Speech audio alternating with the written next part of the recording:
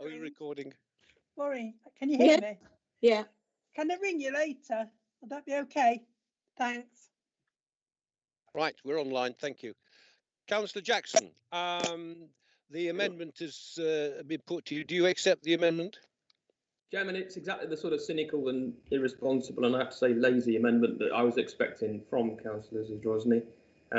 It's irresponsible because the capital contingency is there for a reason. It's there because we've got a very sizable capital programme, £124 million, at a time like this, in the middle of a pandemic. There's every chance of capital receipts slipping.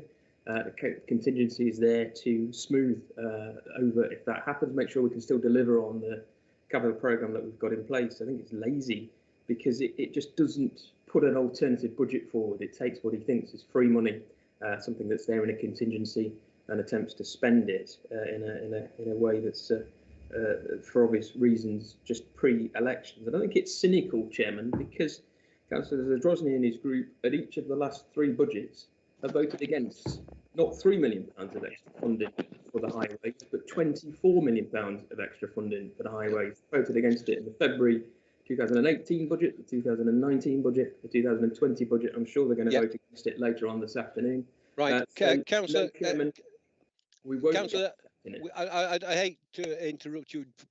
The question is, are you accepting the amendment, yes or no? If the answer is no, then I'm going to open it up to full speeches, etc., and you'll have an opportunity to come back at the end to wound up. So, are you accepting the? I was just coming to the point of saying no, we're not going to accept the amendment, Chairman. I knew you were. I could tell that. Thank you very much for that. I will now open it up for discussion and debate. And the first one I will accept is Councillor Martin. Councillor Martin had got his hand up. Apparently, I didn't see it before we took it for lunch. I will open up with Councillor Martin, but I will take any other names members want to. Councillor Martin. Yeah, thank you, Chairman, for giving me the chance to speak on something that everybody knows I'm extremely passionate about. I've repeatedly called for improved funding allocations for Ashfield and Broxtowe and Mansfield. It's not right that other more prosperous areas in the county get more highways funding. I've said it before and I'll say it again, and this funding should be allocated on road usage and not on the length of the roads. All we're doing is asking for funding that we are actually owed. There's a huge difference between the highways spend in places like Ashfield, Broxtowe, Mansfield, and that's why we're moving this amendment to bridge that funding gap. Roads like Station Road in Selston, Sedgwick Street in Jacksdale, York Avenue also in Jacksdale, Portland Road, Selston, Nottingham Road, Selston, Main Road, Underwood, they're like third world roads. They are like unadopted highways. So yesterday, this council issued a press release thanking the government for receiving 8.28 million from the government pothole fund. This makes accepting our amendment more affordable and not dipping into the coffers of anywhere. So it's costed and accepted by the 151 officer and the finance team and the county and the monitoring officers and the legal amendment team. And I'll give you an example of why we have never supported your budgets in the past, Councillor Jackson, because if we take you back to the 1819 Capital Highways Maintenance Programme, where Ashfield received 2.965 million, Broxtowe received 3.1 million, Mansfield received just under 3 million at 2.997, and Rushcliffe got 4,346,000. Right, so when we talk about areas, we talk about areas. So the geographical area of Ashfield, Broxtowe and Mansfield is 30%. Rushcliffe is 17%. So in those three areas, we've got 10% of the county, and in Rushcliffe, we've got 17%. So in actual fact, in the 1819 Capital Highways Maintenance Programme, compared to Mansfield, Rushcliffe should have received 3,207,000. Compared to Ashfield, Rushcliffe should have received 3.172 million. And compared to Broxtowe, Rushcliffe should have received 3.233126. In actual fact, it got 4,346,000, which is nearly 2 million more than Ashfield, 1.1 million more than Broxtowe, and 1.4 million more than Mansfield. How is that fair and equitable redistribution of the Capital Highways Maintenance Programme? It's not, it's a charade. And the people in the rurals, where the people in my rural area will receive no justice from this Capital Highways Maintenance Programme. In actual fact, it's a travesty of justice. And while the police are busy speaking to my Conservative campaigners in Underwood, I'm here beating the drum, getting extra highways funding, or trying to get extra highways funding for the whole of Ashfield, Mansfield and Broxtowe. And that's over 500,000 people this affects. A degree in hindsight is absolutely fantastic, and I can't believe that I've sat here today and listened to a Conservative finance chairman casting aspersions on investing in capital investments. Ashfield Council is making headway with this, and absolutely fantastically so. We're the only council in the country not to reduce services or reduce staff, and COVID has impacted on other councils' investment programme as the COVID pandemic has affected everybody.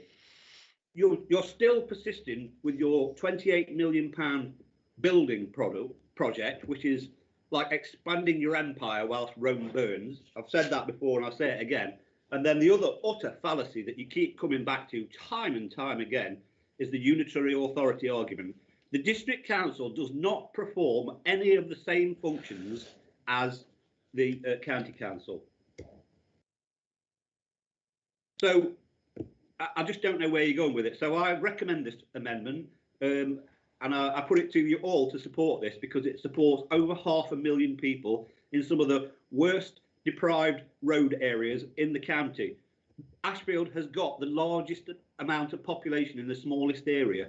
So we've got 125,000 people in the smallest area, which says our roads are used 3 times as much as the other districts. And it's the same in Mansfield and it's the same in Broxtowe. And Gedlin's not far behind at 11%. So the inequitable redistribution of road funding is a problem to us, and it affects every councillor on this authority every single day.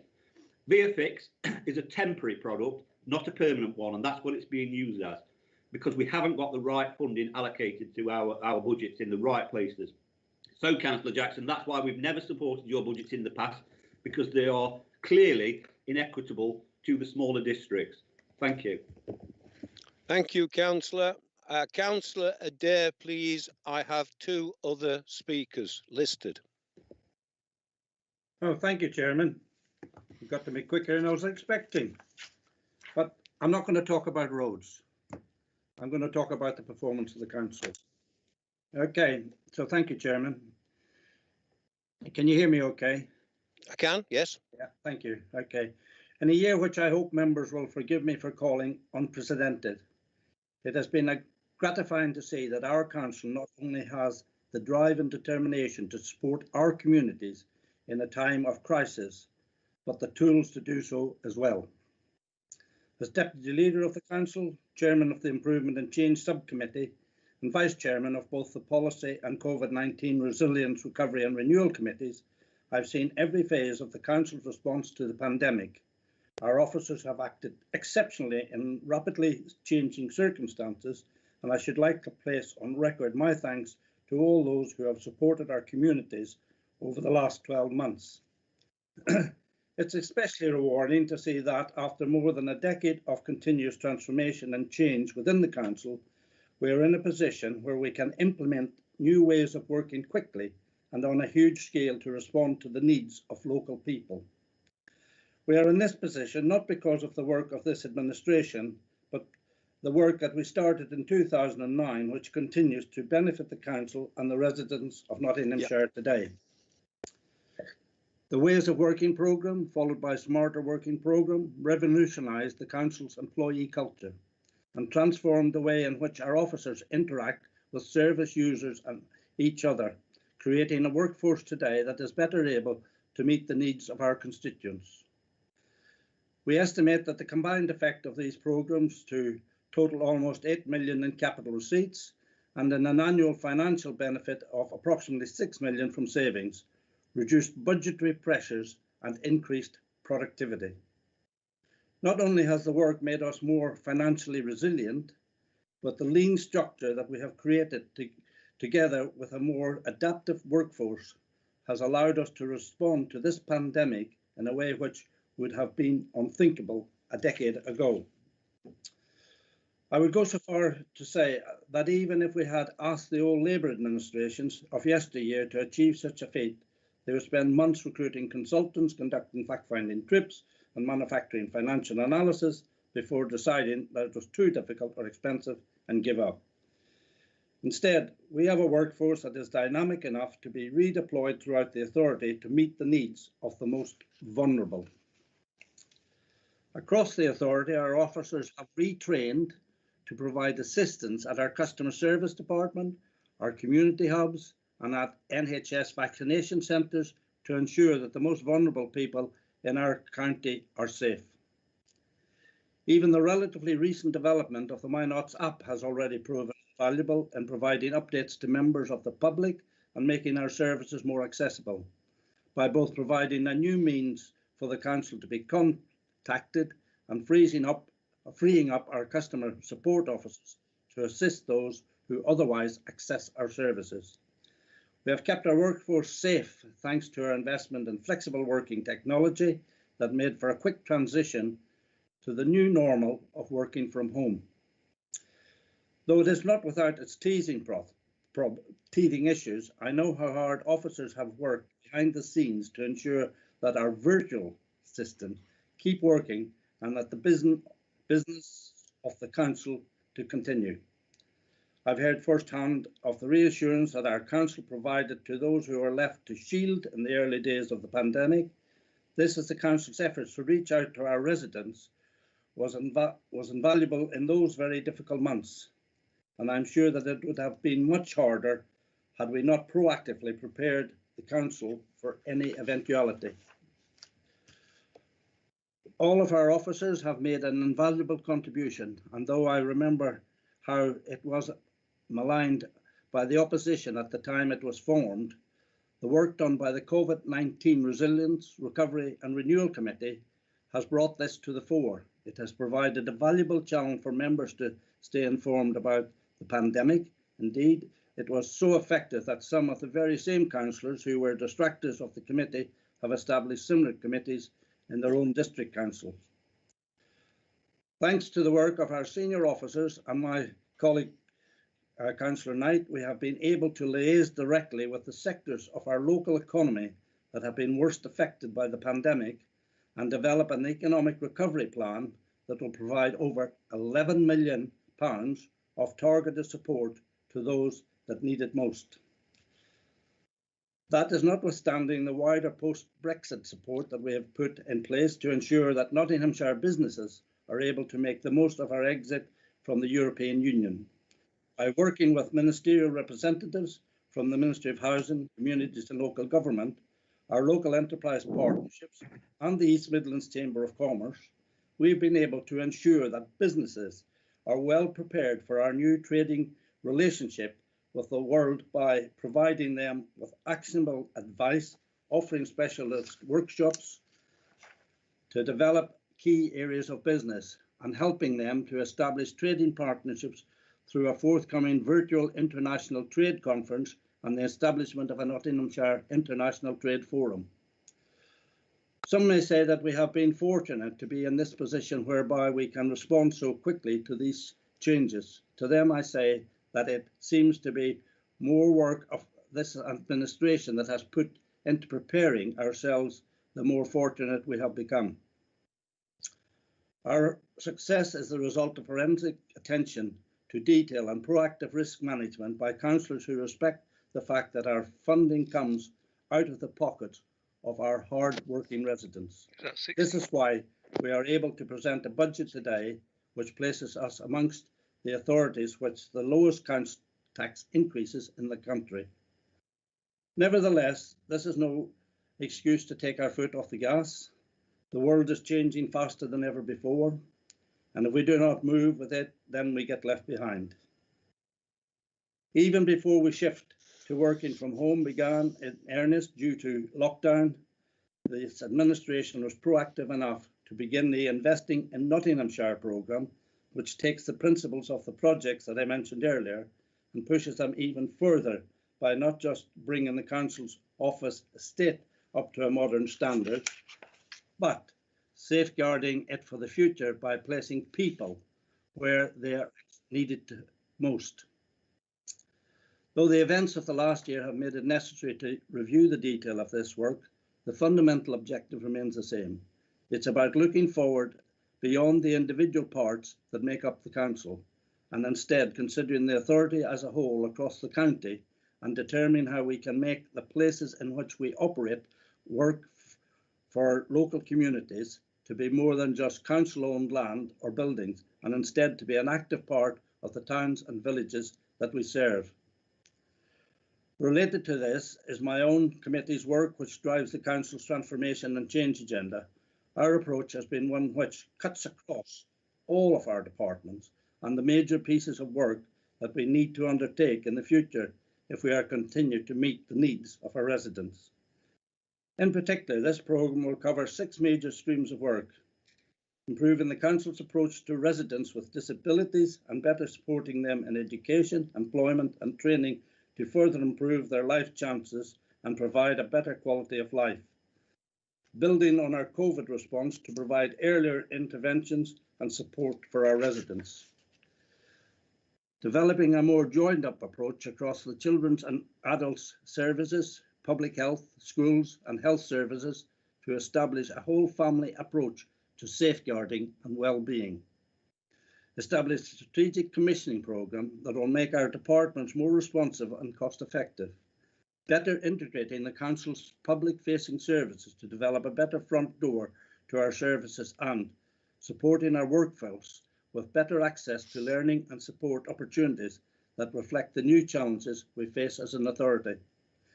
This work will be overseen by a new and improved team composed of a strategic insight unit that can better understand how our residents interact with our services, a transformation and change bureau that will ensure this is properly implemented, and a portfolio office which ensures that the work is properly and consistently reported, in turn giving us a greater opportunity as members to scrutinise the ways in which the council is improving and how this can be taken further still. In summing up, Chairman, this council has continued to change at pace through this administration, and particularly in the last year. I recall when we first came to power in 2017, at which every headline associated with our success locally or nationally was appended by the term despite Brexit. For years on, we are supporting the government's world-beating vaccine programme. We're ensuring local businesses are in a position to trade globally, and we are free of the red tape that held us back in the past. Though our circumstances have changed, I fear that this narrative has not, but today our success are despite COVID. Well, Chairman, this authority has not used the COVID-19 pandemic as an excuse to fall behind on our ambitious agenda, though we've had to forego some projects in respect of the national lockdown. We have redirected that energy into making our frontline services more effective than ever and connecting with residents in a way that our rigid bureaucracy simply would not allow in the past.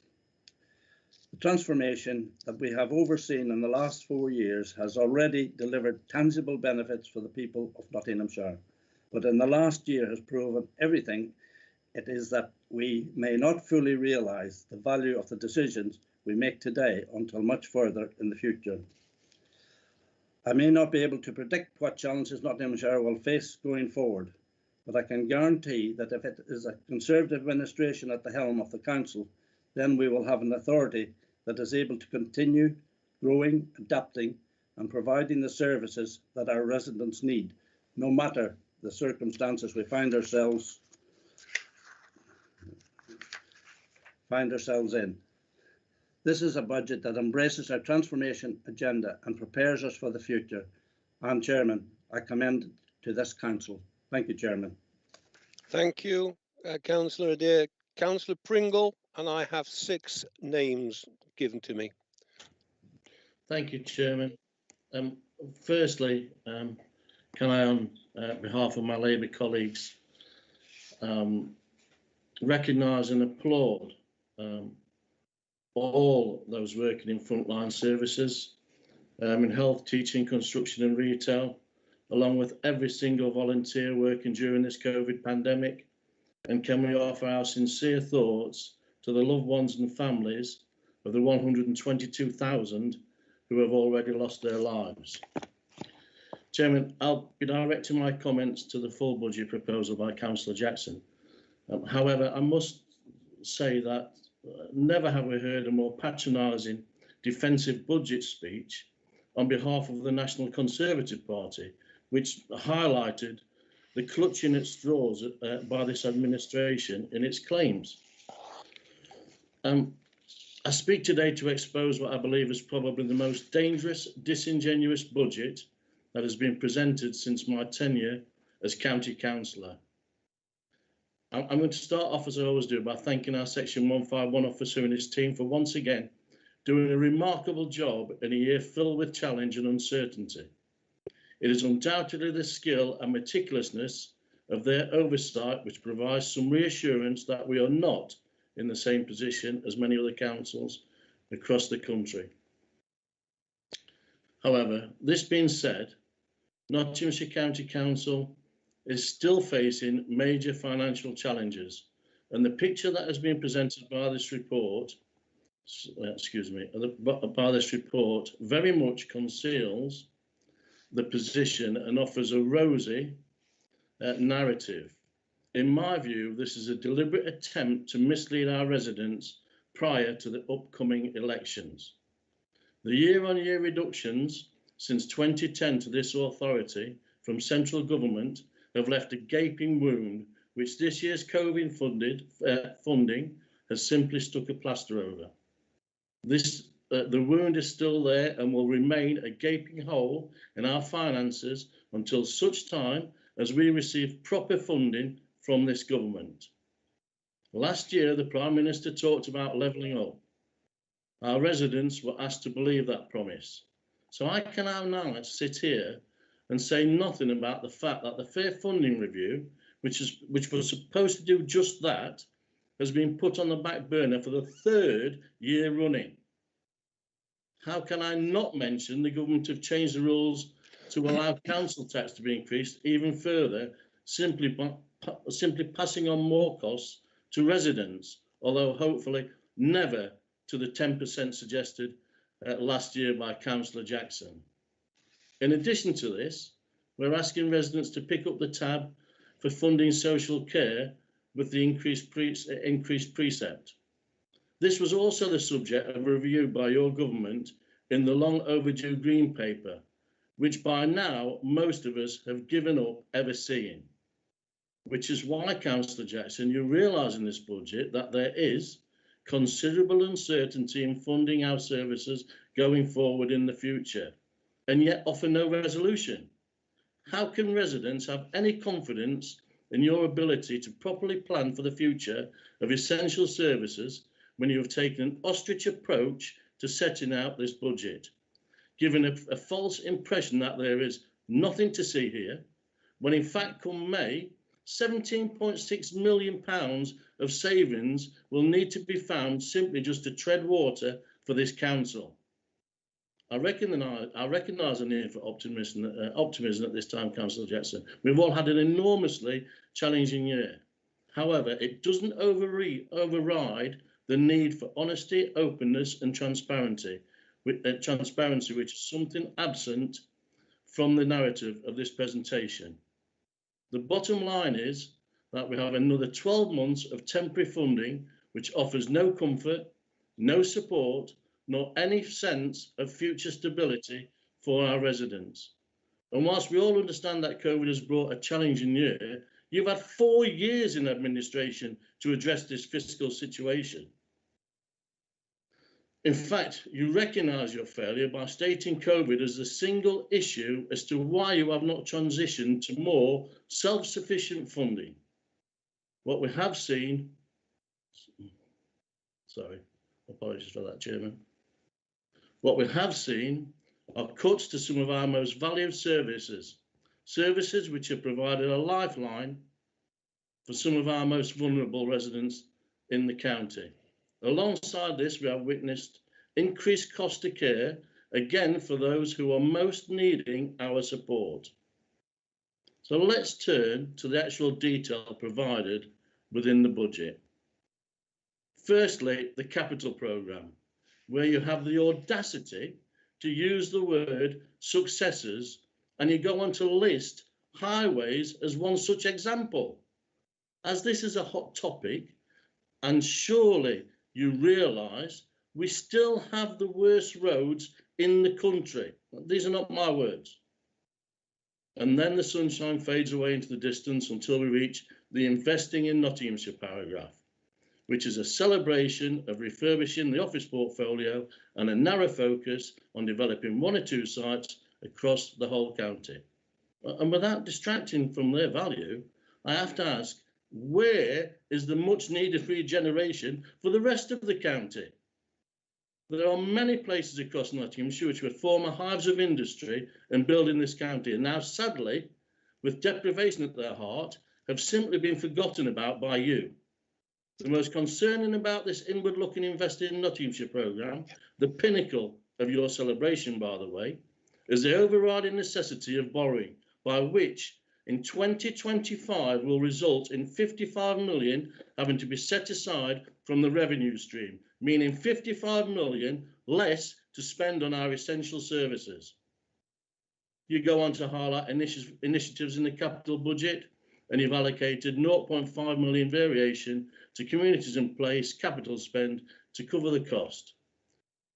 The reality is you haven't even scratched the surface of the green agenda over the last 4 years, an agenda which has screamed to be prioritised. You've not prioritised it because it doesn't really interest you, and you've failed the people in this county and your lack of vision in protecting and enhancing our green spaces and natural environment. If the capital budget is lacking inspiration, the revenue budget is non-existent in terms of actively highlighting any priorities you have as an administration for the people of Nottinghamshire. We know that there is a real, desperate and growing need among working families in homes all across the county. People are worried about their job, and the emotional strain which has befallen families, which are the bedrock of our future, is deep and worsening.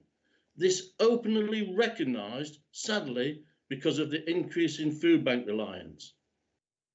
The CYP budget, in the CYP budget, we read at every finance committee that the cost of children coming into care is the biggest concern.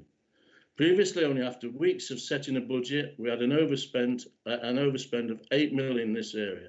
Yet you fail to recognising the underlying factors which contribute to family breakdown and your total lack of foresight in supporting families and young people in this budget.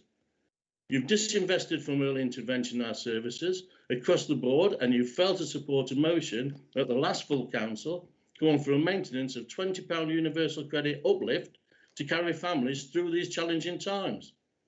As I stated at the last policy committee, poverty has not simply shown at its doors in the last year.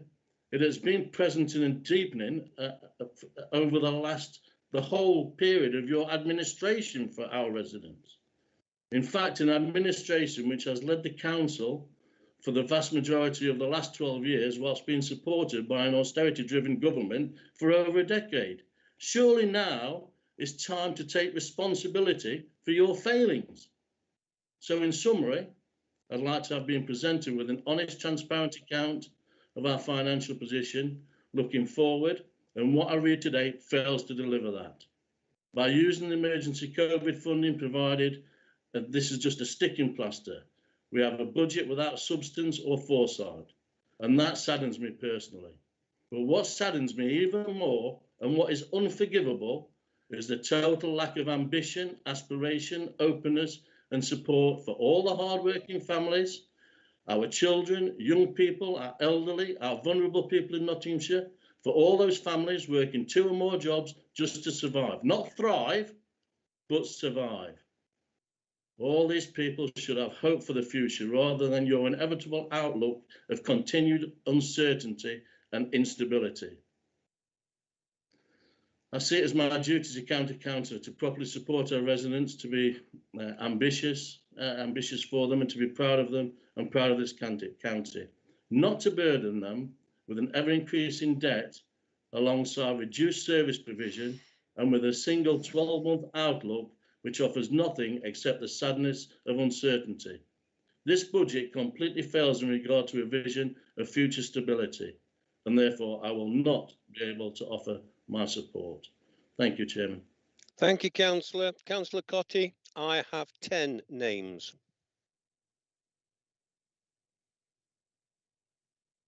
Thank you, Chairman. As Councillor Jackson stated earlier, this Conservative and Mansfield Independent administration has invested an extra 24 million over the 3 years into road maintenance in Nottinghamshire, and we're proud to have done so. Even with the announced that extra investment, I made 3 things very clear at the beginning. This was the beginning of what would be a very long but necessary process to bring Nottinghamshire's roads back to optimum standard, a task that several future administrations will need to continue and even accelerate. And secondly, the investment will be spread over 3 years from 2018 to 21, alongside our regular annual investment in highways capital and revenue programmes. And thirdly, this investment would be distributed fairly based on the number of miles of roads in each of the county's 7 district areas. Since then, our operatives and contractors have been working hard to turn this extra money into action. And sadly, they've been hampered first by exceptional flooding events and then by the COVID lockdown, which delayed scheduled projects. Reasonable members acknowledge this fact. Unreasonable opportunists chose to ignore it, just as they ignore the fact that many of the road repairs undertaken so far are interim works concerned with making roads safe, after which we follow on with further investment and more visual attractive resurfacing. The government has just announced a further 1.7 billion for pothole repairs and roads maintenance in 2021-22, with Nottinghamshire with an added extra £4 million to the assumptions made in the medium-term financial strategy. And we're also receiving an extra £2.5 million in incentive grant from the DTF in 2021-22 because we've demonstrated that we're delivering good value, cost-effective improvements to the county's road network. Over the course of this administration, 2,129 schemes have been delivered through the capital programme to improve roads and highway infrastructure across Nottinghamshire, and more than 1,160 roads have had resurfacing treatment. We're already programming towards more advanced road improvements in some locations, courtesy of the 1.75 million spray injection chip patching system, which produces a better finish and future-proof stretches of our highway for many years. The system has delivered over 9,280 square metres of patching to date, and we're investing more than 11 million over 8 years in hotbox vehicle technology to be used in conjunction with our other equipment, allowing us to patch larger areas of road when the surface has suffered significant deterioration. This improves the quality of the ride for road users and is again a more visual appearing repair. Some 35,000 square metres of patching have been delivered using this method to date. During our administration, VIA have repaired over 350,000 potholes on our roads and footways, and alongside this, over 183,000 square metres of patching have been placed to improve road conditions. It's never been easier to report road defects, not least through MyNots app. Our highways liaison staff have dealt with more than 200,000 enquiries through this, and other channels such as telephone and website. We're also proactive in trying to minimise new potholes and other road faults occurring unnecessarily, and our street works permit schemes enables us to more closely monitor utility companies as they carry out works on our roads, ensuring that the works are planned in a safe and effective manner to minimise disruption for local residents and road users. Unfortunately, we have less control over severe winter weather, damaging our road services. Our past 4 years of winter service has completed almost 270 gritting runs, including responding to the beast from the east in 2018, and we're currently investing in 2.2 million in gritting services to keep our main routes safe. But this can be a double-edged sword, because the saline solution that forms with salt and water, whilst effective at preventing ice forming, can itself speed up the road surface deterioration. Chairman, the truth is that we've scaled the first foothill of the Mount Everest-sized challenge of getting our residential roads back to an ideal standard after decades of Labour neglect. If opposition members, like my predecessor, Councillor Greaves, thinks he should do more or do things differently, then he should start with an alternative budget explaining how they'll fund it. Including our extra investment, this administration's spending on the county's roads infrastructure from 2018 through to 22 comes to over £186 million.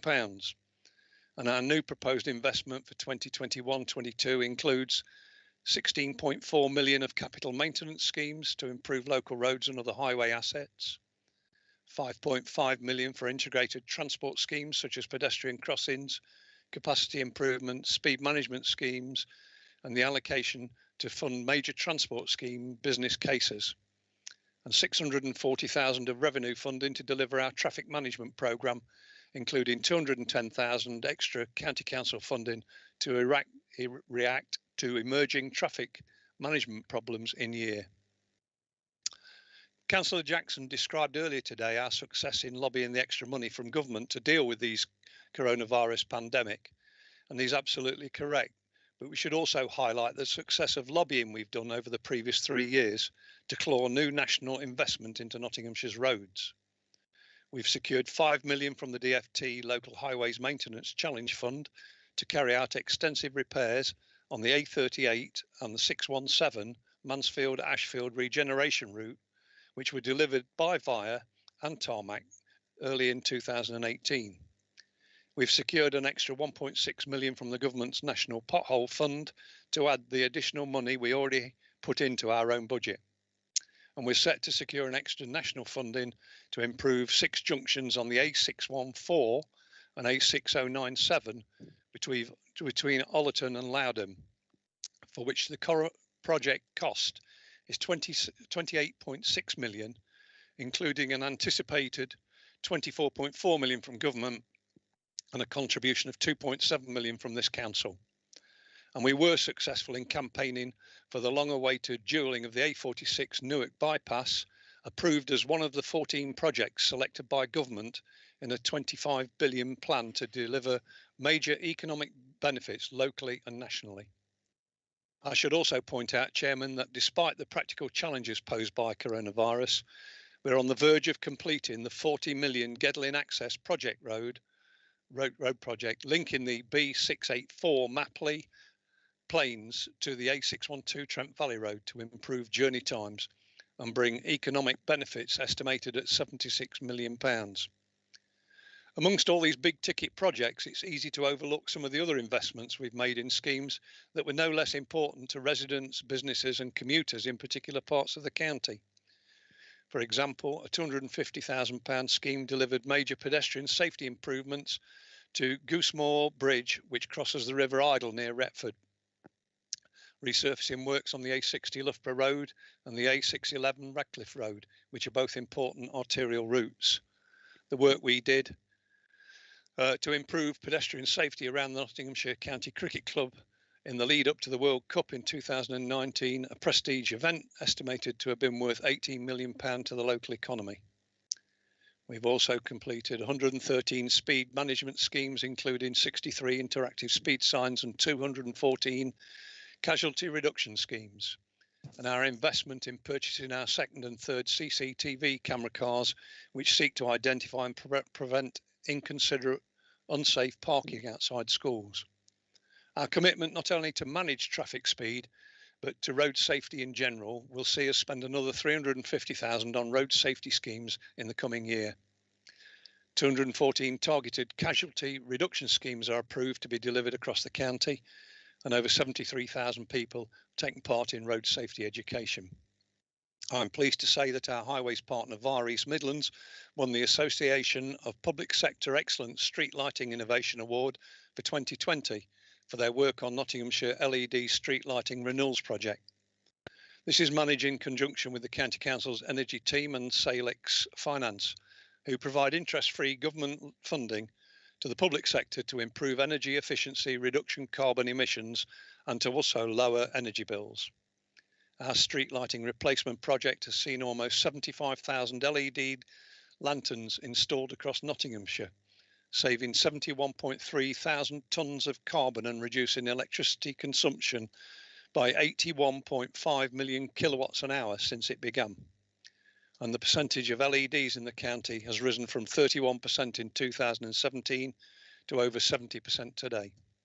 And not only has the project delivered significant environmental benefits through carbon savings, it's also seen a 47% reduction in street lighting faults, meaning improved service and value for money for Nottinghamshire residents.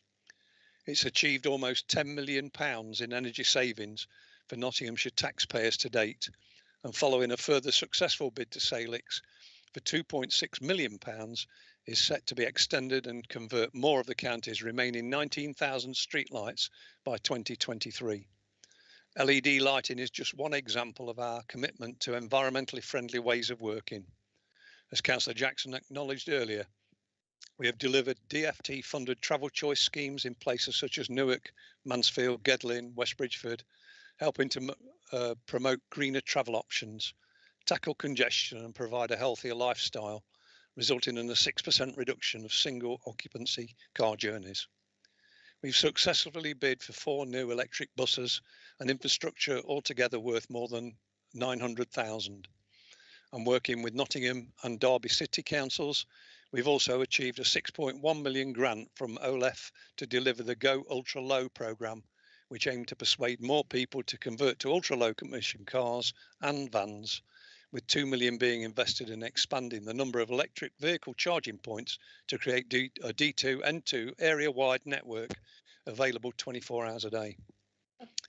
The County Council is expanding its own pool of electric cars and vans and offers advice to help organisations to introduce low emission vehicles to their fleets as part of the Travel Choice programme.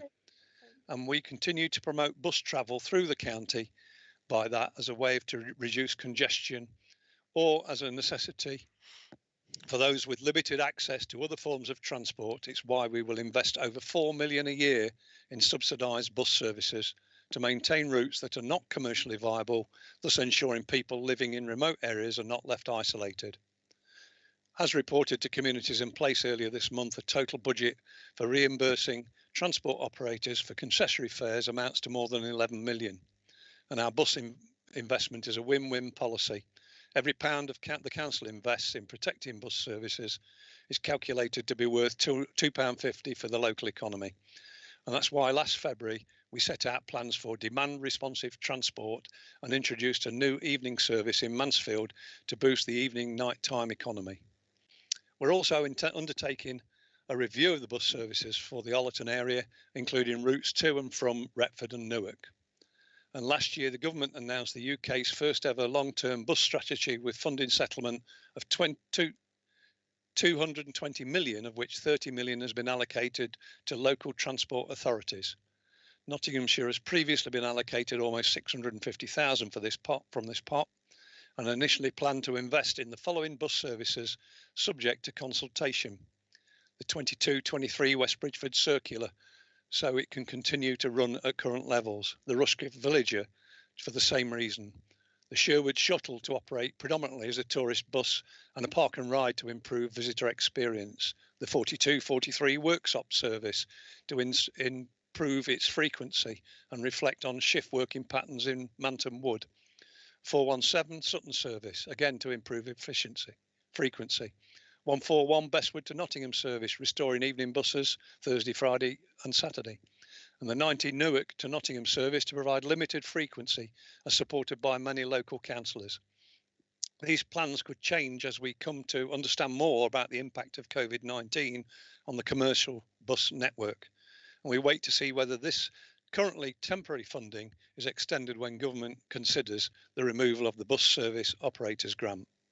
And also, as part of the National Bus Strategy, the government announced 20 million to support the trial of new on-demand bus services in rural suburban areas, and is inviting bids between 500,000 and 1.5 million to be spent over 4 years. The council has submitted a bid for 1.5 million, and the outcome of this bid should be known by the end of March. The bid proposes service improvements in Rushcliffe, Mansfield and Ollerton areas. And Chairman, the pandemic has obviously obliged us to redirect physical as well as financial resources into our most immediate frontline services. However, in some respects, the challenge of the past year have been a catalyst for our green revolution. For example, more people working from home, while the frustrations of lockdown fever have increased the incentive to walk, cycle, not just keep fit, but also continued spaces where the risk of virus transmission is greatest. The government picked up on this last May by announcing the National Active Travel Fund, from which this county council has been allocated almost 2.5 million.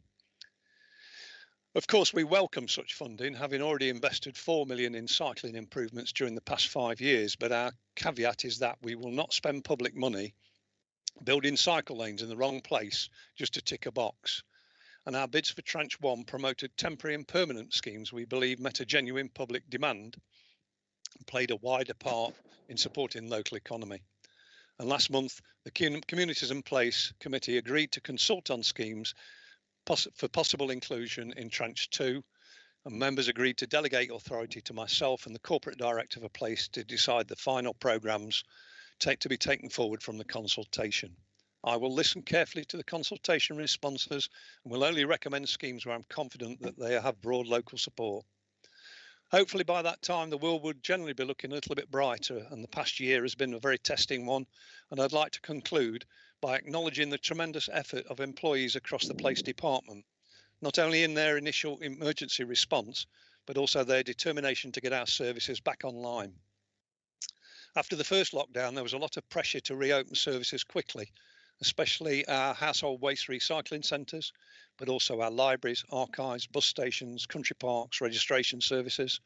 The priority in all cases was to ensure these services could reopen in safe, orderly manner, which in the case of our recycling centres meant opening 6 in mid-May and the remaining 6 in June. This was based on special advice of our waste management partners, Veolia, liaising with our highways partners, VIA, and was in line with our neighbouring counties.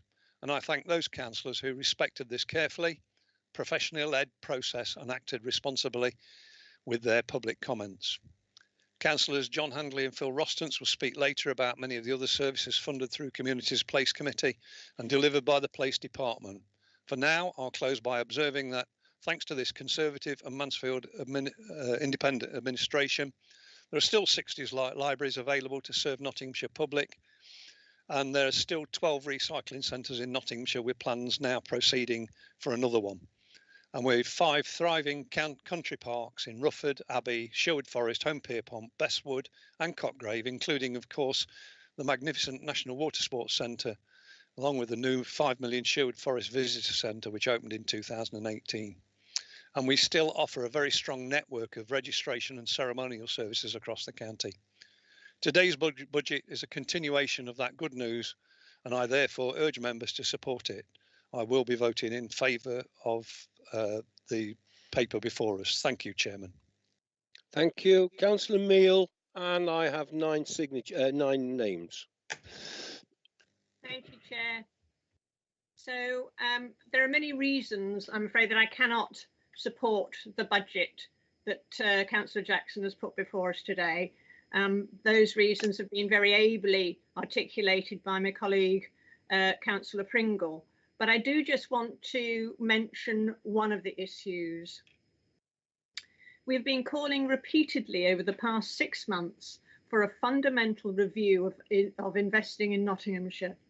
The £26 million programme that seeks to refurbish Notts County Council offices and build new ones. Yet the investments are still going ahead. On page 68, we see that over this year and the next, £22 million will be spent. A major element of that investment is in new office space. But if we have a unitary authority, as suggested by Councillor Jackson, the new authority will inherit many more offices. Also, the council itself has reduced its own planned use of office space from 7 desks per 10 staff to 4 desks per 10 staff. Now, this, of course, is in line with companies throughout the country that have recognised that after the experience of people working for a year from home because of the pandemic, staff will continue to spend at least part of their week at home. The result is that there'll be less demand for office space. Yet this council is continuing with plans made before COVID with building new offices, suggesting that any excess space will be rented out. But surely this doesn't make sense in an already saturated market, and will either result in space remaining empty or in the council undercutting the private office market. Now, Councillor Jackson criticises Croydon for speculating, but it seems to me that building new offices in the current situation is doing precisely that. Of course, this doesn't just represent a folly, it also represents a real opportunity cost. Capital funding does not come for free. Interest payments are ultimately made from revenue funding, the day-to-day funding that pays for adult and children's services and much more. So what does this proposed investment in new offices mean in terms of revenue costs? Well, it's budgeted to cost £14 million. The borrowing cost for this is over £1 million a year. This is money that could, for example, repair roads in Mansfield, or support businesses in Mansfield, or it could help our young people to train and retrain in the new economy in which we find ourselves. Surely this is what investing in Nottinghamshire should really be about, supporting our businesses and supporting our people into jobs. It certainly shouldn't be about a photo opportunity in front of a shiny new, but unfortunately empty, office building. So, like my colleagues, I cannot support this budget, and I will abstain on the Ashfield Independence Amendment, which proposes unnecessarily using contingency funds instead of the funds, as I've explained, that are actually available. Thank you, Chair. Thank you, Councillor Dobson. Thank you, Chairman. My goodness me, ladies and gentlemen of the public who are listening in, can you just tell it's election time? I have never heard anything like it. We've gone from Brexit to COVID to local government reorganisation, all in a breath. And here we are today, ladies and gentlemen, discussing proposed budget for Nottinghamshire, not Brexit, not local government reorganisation, and not COVID.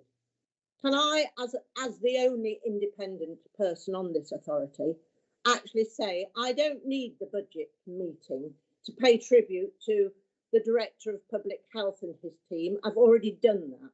I don't need it to pay tribute to all officers who work either in VIA or at Notts County Council for all the work that they've done. They've done tremendous work, and they are told frequently by me, well done. But what I do take exception to, Councillor Jackson and Councillor Adair, is that it's all about the county doing the COVID. Yes, we started, we gave money, we put it into a fund, and it's been tremendously helpful. But equally so, our district council colleagues have done exactly the same. And what it's meant is we've had partnership working.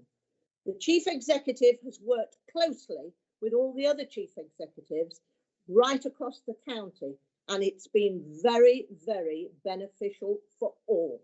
So don't please just put it on your, but they haven't got elections. You have, we have, but consequently, you just take the pats on the back. You talked about about election. I talked about election time, but you know, talk about the people. The people are not fools, you know. They know exactly what's going on. They know exactly what's happening out in the country as a whole.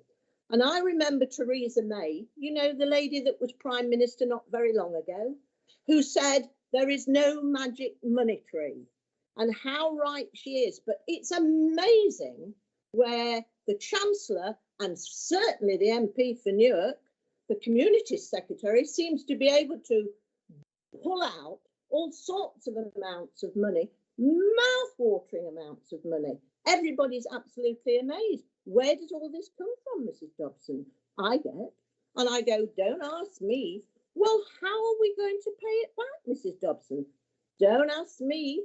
Ask your MPs, because, ladies and gentlemen, this is a nonsense from start to finish. COVID has been horrendous. It's been horrendous for everybody. Nobody knew it was on the horizon, and it doesn't matter who had been in charge. I don't think anybody could have done anything better or different, probably different, but not necessarily better. But the country, it's cost the country dearly. And for the next few years, we are not going to have, whatever anybody says, whoever gets elected to run our authority in May will have a difficult time, as Mike Pringle has said. You are going to have to dig deep. I remember an officer who was a finance officer telling me not so long ago, if you've got savings, spend them. Well, you know, ladies and gentlemen, the Conservative group at County Hall seem to want to hang on to those savings. Yes, savings you do need to hang on to a certain extent, but we are short of money in a variety of things that need our help, the elderly and the young in particular. So I think we should be looking at that, spending some of those. I would like to just pass comment on the A46 bypass. Councillor Cotty told everybody how wonderful we'd been as an authority lobbying. First and foremost, can I say a big thank you to the officer who has actually done a report on how we feel. You don't know how we feel, because there's only Councillor Cotty and I that have got this report, because it didn't go to committee. Because Highways England didn't give enough time for us to call a committee, although I do think perhaps we could have called an extraordinary committee to have discussed it. Because all Highways England are going to do is annihilate a village, ruin, take down houses that people have lived in for 40 years, and create all sorts of problems for some very elderly people. And I take great exception to that. I really do. We could have sat down, authority, and had a strong debate about it and listened and put some more ideas forward. But no, we've got an excellent group of people within Winthorpe, the village that's going to be annihilated, who are working very hard indeed. And I just hope the Communities Secretary is listening long and hard, and Highways England for that matter. But I also hope that Councillor Cotty will take it to the next Communities in Place meeting, so we can have an open debate, all of us, of whatever political persuasion we are, about option 1 and option 2. It's rubbish, ladies and gentlemen. I think you probably can tell that. Finally, I'll have to say to Jason, I can't support your amendment. And this nonsense about how you don't get money spent on your roads and the rural areas do. When all this is over, COVID, and we can all get out and about, Jason, come across to me and I'll take you down into my division and I'll introduce you to my villagers, and you will see that they haven't got smooth roads, that they don't have a fortune spent on them. But I do my best as a member, and the officers support me to do my best, because that's what it's all about. We haven't got the money. We try and give a fair reaction to all and sundry. At the end of the day, we've only got X amount of money to spend. Yes, perhaps you have a lot of traffic, and if the formula's wrong, Jason, then perhaps when the new the new administration comes into being, perhaps what we should be saying is whoever's elected, can we have a review of that formula? Because if it's not fair anymore, if it's an old formula, unless it's, of course, legislation by government, I think it needs looking at. So, ladies and gentlemen, I can't support the amendment, and I thank you very much, Chairman, for allowing me to say my piece. Thank you, Councillor Sissons, and I have 14 names. 15 now. Thank you, Chairman. I just intend to speak to the amendment itself.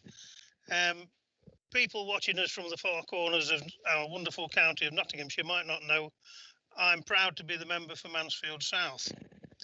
And I'd be mad to say that we couldn't do with more money for repairing our roads. But those same residents from the far corners of the county would say that there are bad roads everywhere, and we do have a comprehensive plan for mending them. It's quite ironic that Councillors Zadrozny and Martin and Councillor Martin were filmed proclaiming their amendment on a nice new resurfaced road in their area. Now, yes, this amendment has been signed off by the Section 151 officer as legal, but he added cautionary notes. What the Ashfield Independents aren't stressing is that this funding is to come from a contingency fund. In other words, emergency fund to cover unforeseen costs. Using this fund, using this fund is a bit like spending all your savings on a winter holiday, then coming home to a broken boiler that you haven't got any money to replace. One should question the motive for the Ashfield Independents to ask for more funding for Broxtowe and Mansfield, not just for their area of Ashfield. Has this amendment anything to do with the fact that Ashfield Independents will be fielding candidates in Mansfield and Broxtowe in the forthcoming elections? And although I know that me saying this will be used against me in forthcoming leaflets and literature, I won't be supporting this amendment. I will be supporting the full budget. Thank you. Thank you. Councillor Harper. Thank you, Mr. Chairman. I support the budget proposals presented earlier by Councillor Jackson, and I second his comments praising the efforts of Adult Social Care and Public Health Department employees during the COVID-19 crisis. I've seen the sheer scale of the effort and the strain it has placed on everyone from senior management through to our care workers on the front line, but their commitment has been unfailing. And yes, I do thank them and congratulate them, as I have been doing all the way through the pandemic. As the emergency began to unfold last March, we took very literally the government's instruction to spend and do whatever was necessary to provide the support our residents needed. We focused on the value of what we were doing rather than the cost of it. During the first lockdown alone, between March and the end of May, we provided almost £7 million of additional support to care providers. As of today, our additional spend on adult social care and public health services attributable to the COVID-19 crisis stands at approximately £43 million. From the outset, we played our part in the effort to provide the public with the most up-to-date information possible, ranging from the advice on hand washing and self-isolation all the way through to the latest information on how and where people can get tested and vaccinated.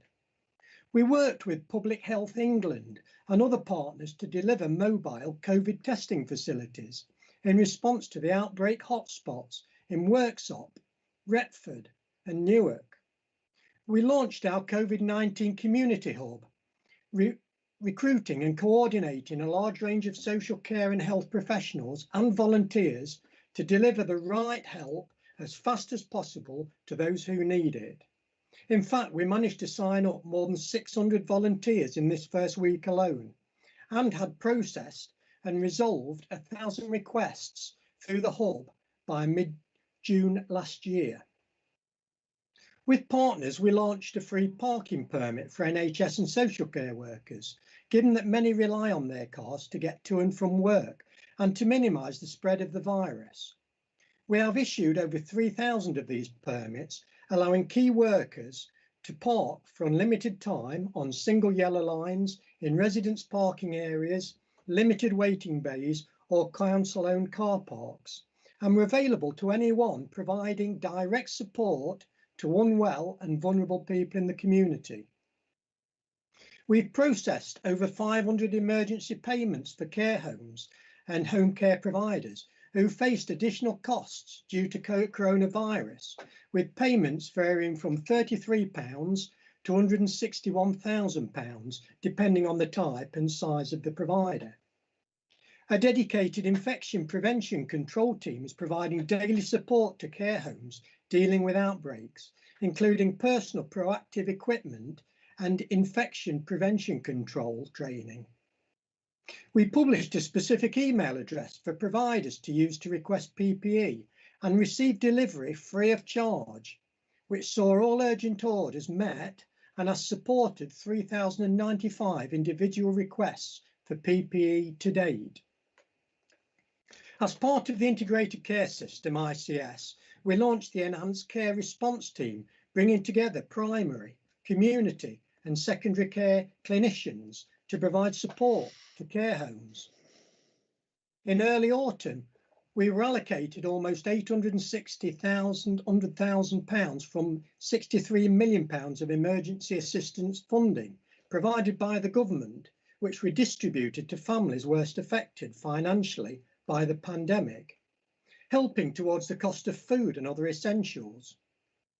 Within a £1 million package of public health funding agreed by our committee last October, almost £250,000 went towards suicide prevention work and mental health first aid training, adding to the previous tranche of more than £100,000 allocated for suicide prevention last July, recognising the mental health impact of the pandemic.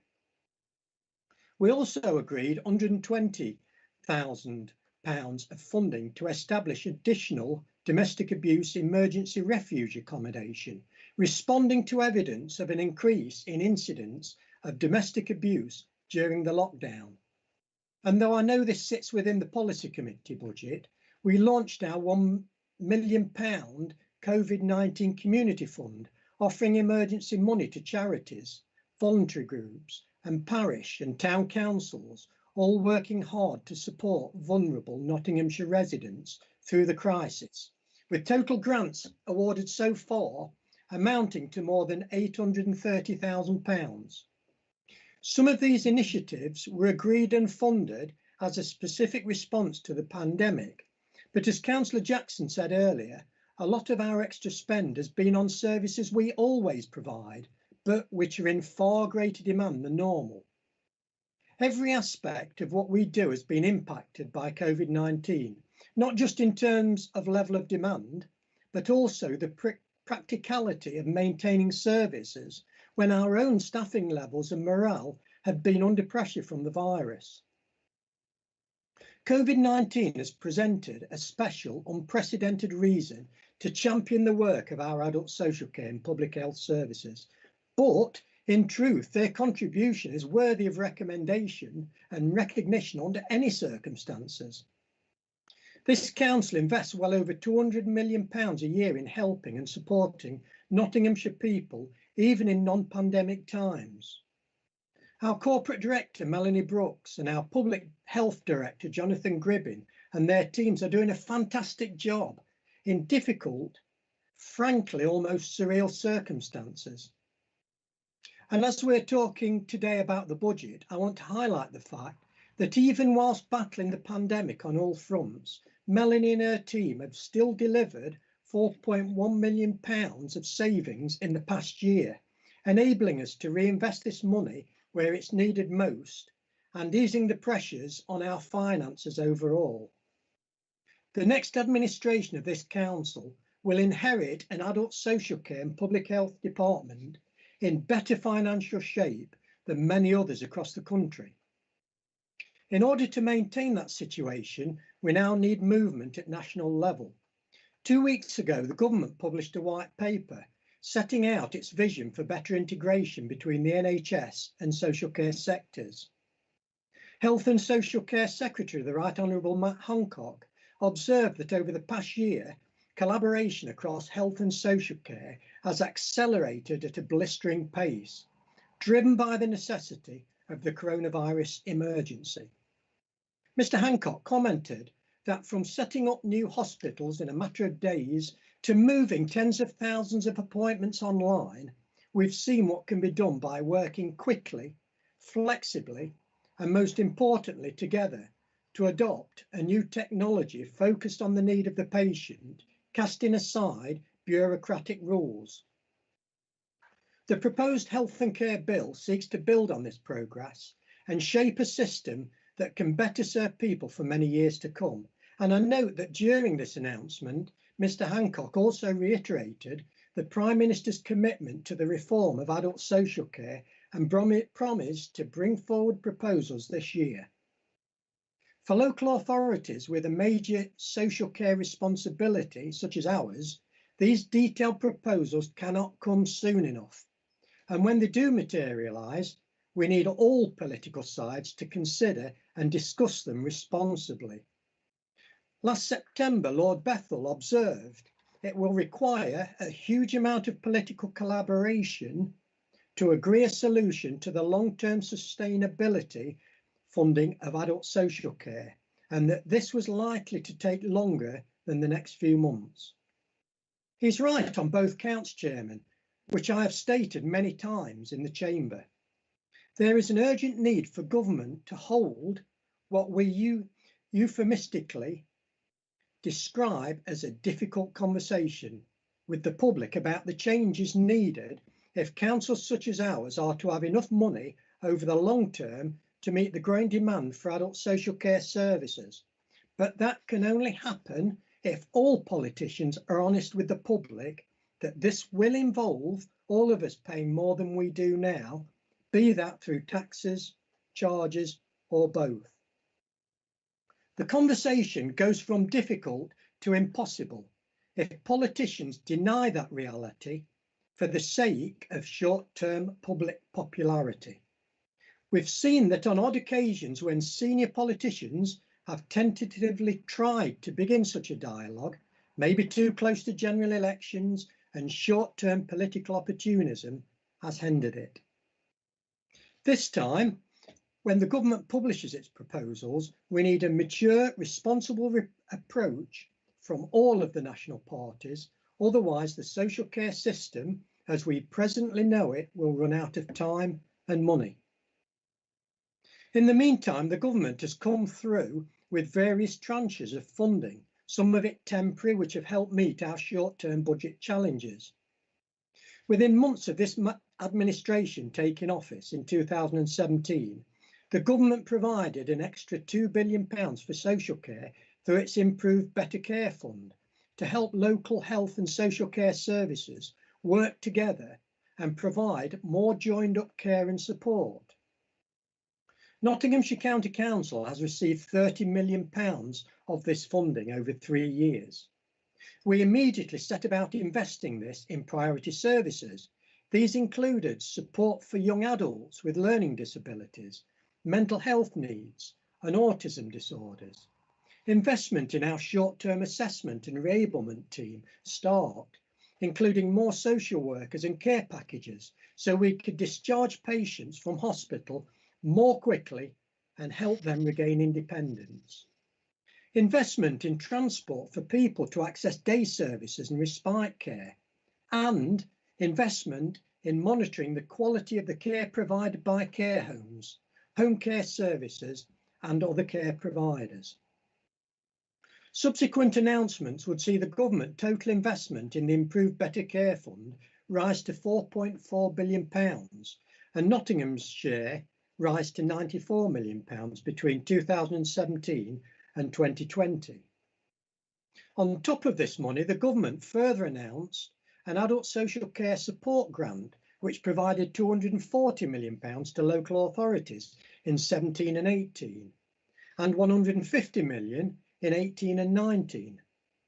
A social care support grant of £410 million in 2019-20 to support both adult and children's social care services, and an additional 240 million in both 2018-19 and 2019-20 for social care packages for NHS winter pressures.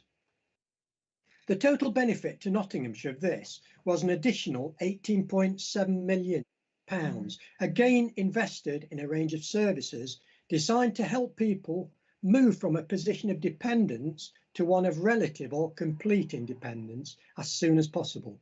And this is precisely what most service users want and exactly what we need, so we can transfer our time, skills and funding to the next group of people needing our help. The government also then announced a further £1 billion of social care funding late in 2019, which saw an additional £20 million factored into the council's budget for the past year, while the recently announced 2021-22 provisional settlement includes another £300 million in social care grant, from which this council will receive almost £4 million. And even if these figures do not cover the total story in terms of additional funding throughout our administration, we have from time to time received smaller grants for specific initiatives that councils have been tasked with delivering. Examples would include a share of national funding to start developing an IT programme to detect and intervene earlier to help older people with health conditions that put them at a greater risk of needing long-term care. And a share of national funding which we use to develop IT technology to allow accident emergency staff at Bassetlaw and Doncaster hospitals to make swifter and more informed decisions about admitting or discharging people. Plus, of course, we receive each year a ring-fenced allocation of £40 million to programme and deliver an extensive public health information and support service. This includes engaging specialist contractors to focus on the different priorities, including smoking cessation, sexual health, oral health promotion, and all-age alcohol and drug misuse services. Any public money that's not spent in year due to slippage, for example, is transferred to the Public Health General Reserves and then reviewed and reallocated by our committee. For example, last October, we agreed to invest over £1.1 million of this reserve in a range of services, including school health, flu vaccination, and suicide prevention, as I mentioned earlier. Last year, we announced a range of intensive wraparound services aimed at preventing rough sleeping and supporting homeless people in Nottinghamshire, with funding totalling £837,000, coming mostly from government, but with contribution of £90,000 from this county council and £70,000 from Homeless Charity Framework. We also then received a share of £3.2 million announced by the government towards the cost of providing accommodation and services to rough sleepers who were suffering or most at risk from coronavirus. This was emergency rather than permanent funding, but then in the spending review, the government announced an extra £151 million of funding to tackle homelessness and rough sleeping next year, on top of £103 million of previously announced funding. This means the government will be spending over £750 million to tackle homelessness and rough sleeping next year, supporting its commitment to end rough sleeping and fully enforce the homelessness reduction. I mentioned earlier the worrying increase in domestic violence, especially during lockdowns. I therefore welcome the fact that the government is providing £125 million funding in 21-22 to enable councils to meet the duties set out in the Domestic Abuse Bill to support for victims of domestic abuse and their children within safe accommodation. Nottinghamshire will be £1.54 million. Last February, before we even knew lockdowns would become a thing, this county council agreed to allocate over £1 million of its public health funding to 3 providers supporting domestic abuse victims, namely Juno Women's Aid, Nottinghamshire Women's Aid and Equation. This was supplemented by £470,000 contribution from the Police and Crime Commissioner. bringing the total spend on this to more than 1.5 million over the next 4 years.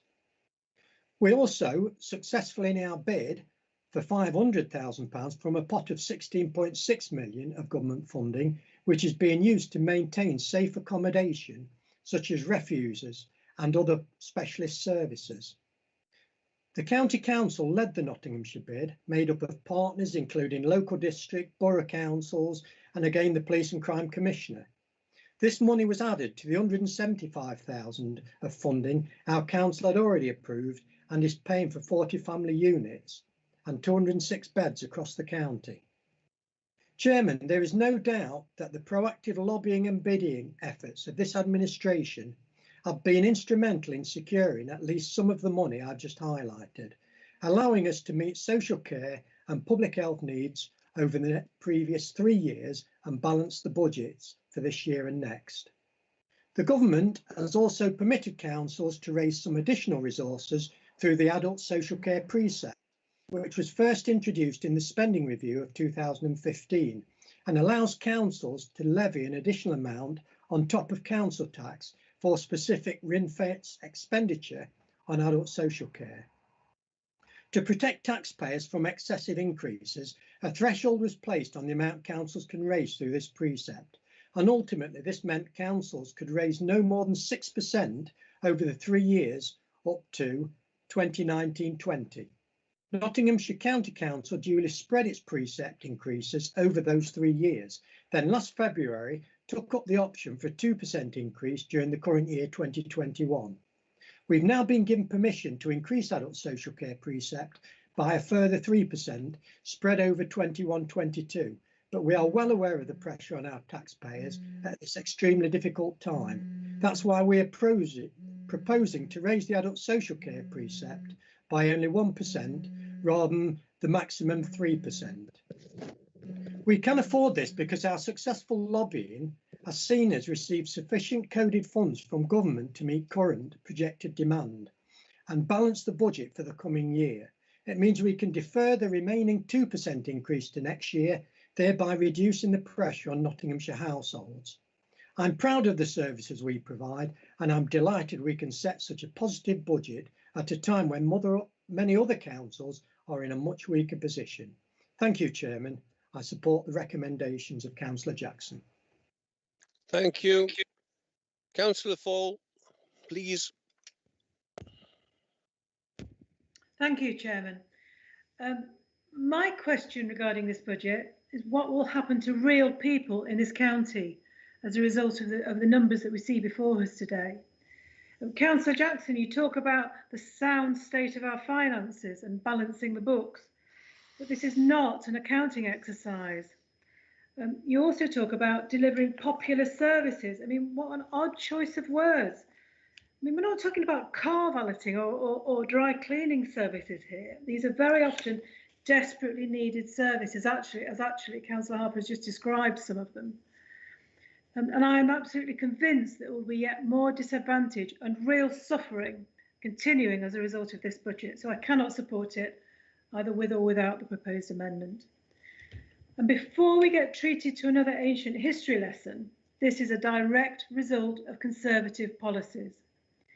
You've been in power in this county for 8 out of the last 12 years, and I know that's been said before, and I'm sure it will be said again, but it's true, 8 out of the last 12 years. Your government has been in power since 2010. The current state of this country, with increasing inequality and much higher levels of poverty, is down to Conservatives in national government who have not invested in public services, and is down to your administration too here in Nottingham. Austerity, well, before COVID, we know has hit lower income families hard, and the COVID pandemic has made it much worse. For example, in the news recently, we've heard about the campaign to give people with learning disabilities the vaccine early, as they've been proved to be at very high risk of serious illness and death from COVID. Once this pandemic is over, there will be children who have lived all or possibly most of their lives in the pandemic. And our school children and older students have not had the opportunities we all wanted for them or would have wanted for them. Many of these young people, some of them with special needs and disabilities, will need a lot of help and support. in the future. And if we don't invest properly in public services, there will be an even greater inequality, more disadvantage, more suffering. The government fund to help school children to catch up, I'm told by teachers, amounts to around £8,000 for primary school and £22,000 for secondary school. It's peanuts, it's nowhere near enough. And teachers are tearing their hair out as a result. They know it's nowhere near enough to get that catch-up working for some of our most vulnerable children. I'm told that the budget for our children and young people with special educational need or disability is balanced. Well, I'm amazed by that. And clearly our officers are working really hard to get the very best they can out of an inadequate budget. And I want to thank them for that. But a survey commissioned by the County Council Network members in January, bear in mind the majority of those are Conservatives councillors, said, and I quote, "High needs deficits are expected to nearly £600 million by the end of this year. And the number of pupils with education, health and care plans, this is the high level need children, has increased by 25% in the last 2 years and is predicted to increase." Add to that, Nottinghamshire is one of the worst funded in the country for SEND, that is children with special educational needs and disability. And I really, really fear for those families with children who need our support now and in the post-COVID future. From my work as a governor in several schools, I know that schools are asking for more money to support their children with a wide range of disability identified in the education, health and care plans, and they are not getting it. They are applying for the funding. The need is clearly identified in the plan, but they are not getting the money for it. Despite the best efforts of our excellent officers, the money and the resource is simply not there for them. Our children, young people, families and all our residents deserve better. In a civilised and relatively wealthy society such as ours, that is clearly wrong. Politics is about choices in government locally or nationally, and Labour will make different choices. Thank you. Thank you. Councillor Handley, please.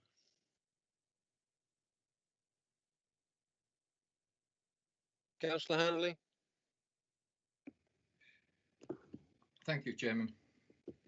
Chairman, I speak in support of today's budget, and firstly, I want to emphasise how proud we should be of all our libraries and archive services run by Inspire, which, despite the obstacles presented by the COVID-19 pandemic, is going from strength to strength.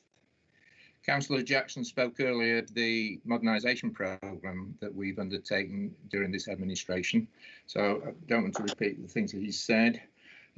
We also have expanded our community partnership libraries, and we've got 2 more in development. We've funded the replacement of two of Inspire's 3 mobile libraries with new custom designed vehicles, and will soon be replacing the 3rd and pushing for a 4th, enabling us to continue reaching customers in more remote parts of the county. Inspire, with members' agreement, changed its library opening times based on local knowledge and customer feedback to ensure that these facilities are open when our residents most wanted them, so we don't waste taxpayers' money on overhead costs at times of low usage. Inspire has, through working with partners, has increased library opening hours by 6.5% since 2016, providing more access for the whole community. And Inspire, it was announced as an Adult Community Learning Provider of the Year at the 2020 Times Education Supplement Further Education Awards, with the judges stating that Inspire Learning are ahead of the game when it comes to delivering learning for the adults in a community setting. Inspire has continued to provide library and learning services through the pandemic, helping people access resources and supporting young people through their study programmes, youth art, and by the library and music services provided to the schools. New services such as Click and Collect, home delivery, Inspire Online and a full virtual adult learning programme were quickly set up and have enabled people in Nottinghamshire to continue being inspired during difficult times. Nottinghamshire County Council is growing and renewing its library service where other councils are cutting theirs, and Inspire is proving to be a market leader among the service providers that remain. That's great news, as is the fact that Inspire won a prestigious award for delivering customer service excellence countrywide. And this has been achieved while delivering 1.2 million of savings in running costs for the council over the first 5 years of operation. That's possible because Inspire, as an independent arm's length entity, has greater flexibility to drive through efficiencies without a reduction in service provision. Inspire also applied successfully to the Arts Council England to become a national portfolio organisation to deliver cultural programmes aimed at children and young people through its library network, and was awarded £1 million between 2018 and 2022, becoming one of the only 6 library-based organisations to achieve NPO status. Due to COVID-19, this award has now been extended by a further year, and an application to remain an NPO from 2023 to 2027 will be submitted later this year. In truth, I've still only covered some of Inspire's achievements, and I would urge members and Nottinghamshire residents to read more in the report that went to Communities and Place Committee last October. Suffice it to say, Inspire live up to its name. And I must record my congratulations to Peter Gore, Chief Executive of Inspire, who was awarded the BEM in the Queen's 2020 Birthday Honours List in recognition of his service and commitment to libraries and culture. It was well deserved. I also want to acknowledge the work and investment that has gone into promoting Nottinghamshire's heritage over the course of this administration, especially by our communities team. Such initiatives included projects to commemorate those who fought and died in the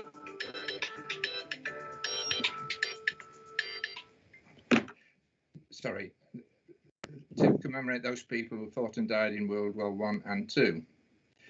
The £395,000 memorial on the Victoria Embankment, marking 100 years since the end of World War I, opened by HRH, the Duke of Kent, funded principally by Nottinghamshire County Council, along with Nottingham City and the 7 district councils, incorporating private donations as well. The 30-metre high representation of an Avro Lancaster bomber constructed at Norton Disney, north of Newark, to mark the 100th anniversary of the Royal Air Force, honouring the brave World War II aircrews who risked everything to protect our freedoms. The new memorial near the village of Bleasby, again honouring airmen who perished in several incidents during World War II. Nottinghamshire County Council was also proud to invest in marking 2020 as the 400th anniversary of the voyage of the Mayflower, one of the most influential journeys in global history. This county was one of 11 UK destinations that made up the Mayflower 400 partnership. And of course, we are the most important because the Pilgrim Fathers originated here. The events and our activities were planned to mark the anniversary were unfortunately impacted by the pandemic, but we did everything possible through the media and online to mark the occasion and promote the role of this county in the Pilgrim story. Much of the material remains available to view and read, and as such will continue to promote Nottinghamshire, not least to American tourists, for a long time to come. We had some big ticket successes during this administration, such as the opening of Sherwood Forest Visitor Centre, 2 visits from the Tour of Britain cycle race, and the Cricket World Cup. Under non-COVID circumstances, we can normally add our annual Robin Hood Festival to this list.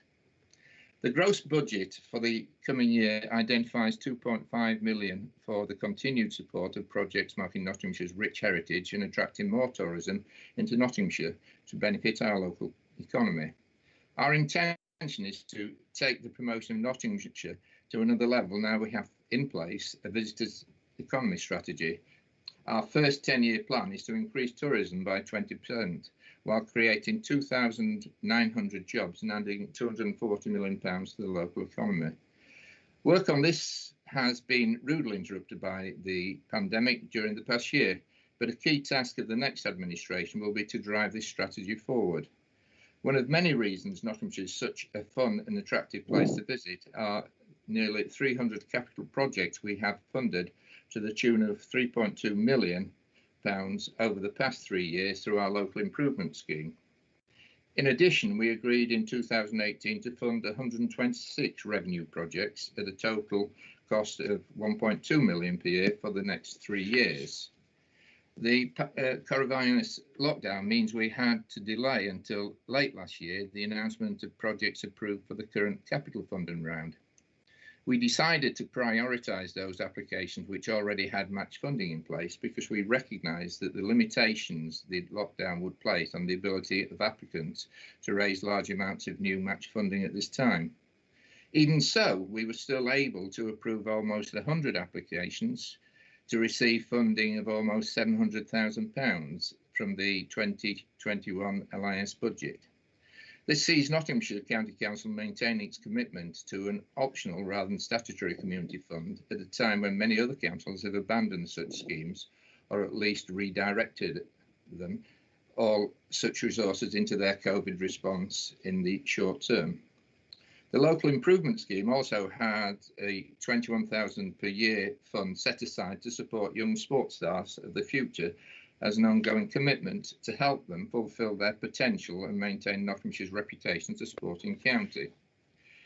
I'm glad to say that despite the ongoing pandemic, a new round of our LIS Talented Athlete Funds opened for applications late last year. Given the many activities and competitions cancelled or postponed by COVID, we amended the eligibility criteria to ensure that our aspiring sports stars didn't miss out on this funding. I can report that out of 86 applications received, 75 met the full criteria and have been approved for talented athletes funding, totaling £21,000. There are successful applicants from all 7 Nottinghamshire districts covering 20 sports. This means that since the start of the current administration, we have awarded no fewer than 275 grants to local athletes, helping them pay for travel, training, accommodation, competition and coaching fees and kit costs. There seems to be a broad agreement among members last December that the LIS should now be paused temporarily, not just due to the ongoing pandemic, but also to allow the next administration of this council to determine what the future criteria will be. In the meantime, I am proud that a large number of communities and people across 7 districts in Nottinghamshire have benefited from our local improvement scheme over the past 4 years. Another aspect of our work that is continuing despite the challenges of the pandemic is our Trading Standards and Consumer Protection Service. Regular reports are brought to our committee providing updates on the huge range of duties they undertake, including post-Brexit arrangements, support to businesses, especially in light of the pandemic, personal protective equipment market surveillance, fireworks safety, animal disease control, environmental weight restrictions, doorstep crime, and prevention of the sales of illicit tobacco, to name just a few examples from the recent committee reports. In fact, one of our trading standards team's tasks has been to advise residents who may be at risk of falling victim of scammers who regard coronavirus as an opportunity rather than a threat. It appalls me that this is even necessary, but we have a specific page on the Nottinghamshire Council website with the title COVID-19 and Scams, where examples include unwanted callers asking for donations supposedly to help those in need, unsolicited contact from individuals claiming to represent official organisations seeking payment for COVID-19 information and treatments, which do not exist, calls and emails offering miracle cures, door-to-door visitors claiming to be from the British Red Cross offering tests, people offering to do shopping for vulnerable people, taking their money or even their bank cards and not returning. Emails pretending to come from the Centre for Disease Control and World Health Organization. Emails claiming to be from HMRC offering fake COVID-19 tax rebates. Text messages claiming to be from the official government website requesting money for breaching stay-at-home regulations. And fraudulent messages to parents entitled to free school meals trying to obtain their bank details. It seems there is no limit to the lengths that these bad guys will go to exploit people, which shows exactly why we are investing £920,000 in the coming years in the council's good guys to deter and detect such crimes, working of course with Nottinghamshire Police. This gross spend actually rises to 1.6 million when you include the income they raise themselves from excellent services they provide. I thank our Trading Standards and Consumer Protection and Community Safety officials for their never-ending efforts to protect us all. They are worth every penny. At the same time, sentiment applies to our emergency planning team. A while ago, someone remarked to me that firefighters are worth their weight in gold because they rush into burning buildings when most people are rushing out of them. It leads me to observe that this council's emergency planning team are our own equivalent of firefighters. They rush to the scenes at all hours of the day and night to help respond to unexpected and traumatic events affecting Nottinghamshire people. But moreover, they seek to anticipate and prevent such eventualities where possible. I stated this time last year that our emergency planning team already had plans in place to respond to the threat of the coronavirus, and that appropriate updates would be brought to committee. Perhaps even they could not have predicted the sheer scale of what was going to follow, but just the fact that they were on the front foot enabled them to blaze the trail of what became an intensive response from all our departments. Amid our understandable preoccupation with the pandemic, we must not forget the other good work our emergency planning officers do all year round. For instance, as a member of the multi-agency Nottinghamshire Local Resilience Forum, this includes writing and reviewing emergency plans, training and exercising with other organisations to enhance emergency procedures, arranging emergency accommodation, contributing to the running of assistance centres in the immediate aftermath of major emergencies, and of course providing information to the public. Last November, we agreed to invest a further 105,000 to expand the emergency planning team with a further 2.5 full-time equivalent posts in recognition of the routine and new burdens on this service and the vital importance of their work. It seems that one increasingly regular duty is flood prevention and response, which will be covered in more detail by my colleague Councillor Rosterns. But it's fair to say that the overall £306,000 earmarked in 21-22 budget for emergency planning will be money well spent, rising to £370,000 when you account for the income they raise themselves. Finally, Chairman, I'd like to recognise our ongoing investment in our birth, death and marriage registration and ceremonial functions. Early in our administration, we took an important decision to streamline the registry office service to reflect the fact that 5 existing officers were getting very low usage and that their duties could be transferred to other better used offices nearby, saving around £13,000 a year. This was one example of the constant ongoing budget review that Councillor Jackson described earlier. I would describe it not as a difficult decision, but a common sense one, to ensure we made the very best use of the public money and secured the future of our remaining 11 registry officers and enabled them to offer more appointment slots.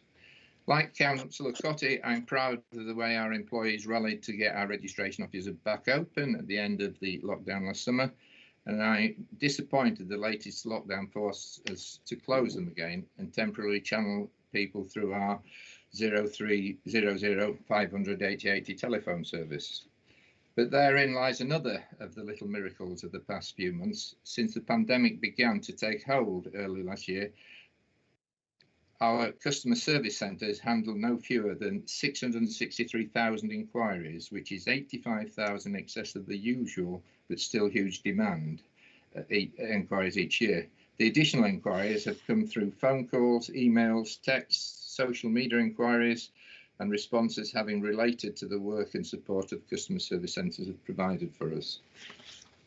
The clinically vulnerable and those shielding, such as support with food and medication deliveries, outbound calls to support test and trace activities, inquiries relating to the vaccine programme, supporting the NHS vaccination line by intercepting all non-booking contacts from the public, and booking appointments for our own care workers working in partner organisations. When we first launched the Customer Service Centre, we wanted to achieve a channel shift in the way people contact us through our golden number and better online communications through our website. We sought to increase our speed of response and handle inquiries in a less expensive way, which in turn released more funds into the actual services people requested. As Councillor Jackson alluded to earlier, we could not have imagined just how important this new communication model would prove to be in meeting the extraordinary challenges of the past year, where face-to-face and on-site meetings are largely impossible, and our telephone and online systems have proved to be a vital lifeline between this council and its customers.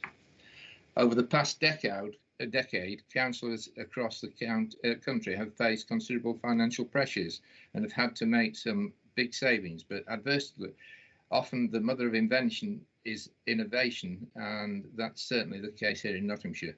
This county has improved the way it works beyond all recognition in the past 10 years, and the budget and medium-term strategy presented today is the latest phase in that process of continuous improvement, whereby we always try to provide the best value services to our residents and taxpayers. And therefore, Chairman, I will be happy to support the budget. Thank you. Thank you. I have 17 names on my list. Please, Councillor Bosniak.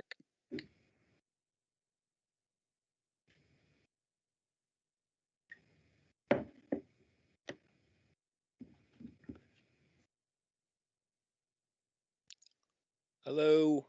Oh, sorry, Chairman. I was just sorting my cat out. Right. So, as some of you might know, this is my last budget meeting. I've been a county councillor for 28 years, so I think I've done my bit. In fact, I think I've seen either 5 or 6 chief execs in my time, and I really want to focus my last budget speech on money. Not all of the things that we've been talking about. COVID has been appalling. Everybody accepts it. We all praise people who have done an absolutely wonderful job seeing us through the pandemic. That has been said many, many times. I think we need to focus on what we're actually here for today. So I have been around a while, as I've said, and I've seen lots of changes during that time. But what's one thing that doesn't change is the fact that we have this constant challenge from the county for the county council, whether officers or members, to try and make sense of the budget that is given to us every few years, and also how we still, with limited resources, still manage to protect the services. Those resources are ever dwindling as well. So nothing is new here. And yet, listening to Councillor Jackson's defence of his own government, it's lamentable. Because this administration should instead be calling for a review of local government funding. And until that happens, we'll be back here at every budget meeting, or you'll be back here at every budget meeting, trying to make a silk purse out of a sow's ear. And I've heard what Councillor Harper said about we should be grateful for the short-term funding that we've received. Of course, that is welcome, but that's not the answer to planning, and especially it's not the answer for people who need health and social care services. How can you possibly run a business when you don't even know what you're going to get? Also, you'd expect me, wouldn't you, to talk about health and social care, but I'm not going to do that because I know that Muriel's got her hand up and I know she's got her weaponry ready. And instead, I want to talk about the thing that is the biggest problem at the moment. Just about everybody who has a household or uses roads. Everybody who opens their front door recognises this as a problem, and everybody's mailbox is full of the issues. Now, I have a lot of respect for Councillor Cotty, but I really think we move in parallel universes. The roads, John, I don't know if you can see me or not, but the roads, John, are a disgrace. And I don't like having to say that to you because I know how hard you work. But despite your best efforts, the quality of the work that is being carried out on our roads is extremely poor. And I'm being polite by saying extremely poor. And I'm sure it's not even cost effective because I know in my own area where workwomen have to go out repeatedly to put right and make good patching that they've already done. Now that can't be cost effective. It must cost us a lot more to do that for repeat visits, but it also makes this council look incompetent. And that's embarrassing. I think as elected members for the county council, that is embarrassing and it needs sorting out. I wouldn't be happy with that, John, in your position. And I don't think you are really. I don't know how you fix it, but something needs to be done because the quality of work is not good. And standing before us today saying everything is wonderful, not you, John, but the vast majority of your colleagues have stood here today saying that everything is wonderful. It was overbearing at times, but it's also disingenuous. and it's irresponsible, because here as county councillors, we have to fight all the time for the funding that we think our people that we represent and the services they need are fully paid for, well thought out, not on the hoof, not, oh, here's a little bit of money to help you through this crisis, here's a little bit of money to help you through the next crisis. Why don't they credit us with some intelligence? Why don't they tell us how much money that we have, and we know exactly how to spend it and where? I can't possibly support a budget which refuses to acknowledge the unfairness of an antiquated budget allocation for local government. I'm sad that I'm finishing my last budget speech on such a sour note, and it's not like me ordinarily to have a go. But I do think if we're going to do a better job, we need to say we need fairer funding for this work, and that's in your hands now. So that is my last budget meeting, and clearly I'll be around to vote because I can't support this. Thank you, Joyce. Could I have Councillor Saddington, please?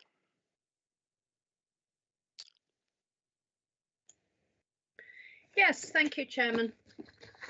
Good afternoon, everybody. As a Vice Chairman of the Children and Young People's Committee, I have a particular focus on our investment into children's social care services and matters relating to children with special educational needs and disabilities. Like Councillor Jackson, I was pleased that the services we deliver to protect our most vulnerable children was rated as good by Ofsted under this administration. Inspectors looked at the council's arrangements for responding quickly to referrals of children potentially at risk. They interviewed social workers and officers from our multi-agency safeguarding hub. They observed frontline practice and looked at children's case records. They found that children and their families generally received fast and appropriate responses, and that morale in our MASH and assessment teams was high, with senior management ensuring social workers had manageable workloads. The significance of this from a budget perspective is that it shows that the £22 million investment made by the previous Conservative administration after 2009 and subsequent investment by Labour and Conservative administrations has been effective in raising and maintaining the quality of our safeguarding work. It is no secret that in recent years, children's social care services across the country has come under intense pressure. The number of looked after children in Nottinghamshire has risen from 787 in May 2017 to 999 earlier this month. In practice, that has meant investing an extra 21 million over the past 4 years as the number of children in our care has increased.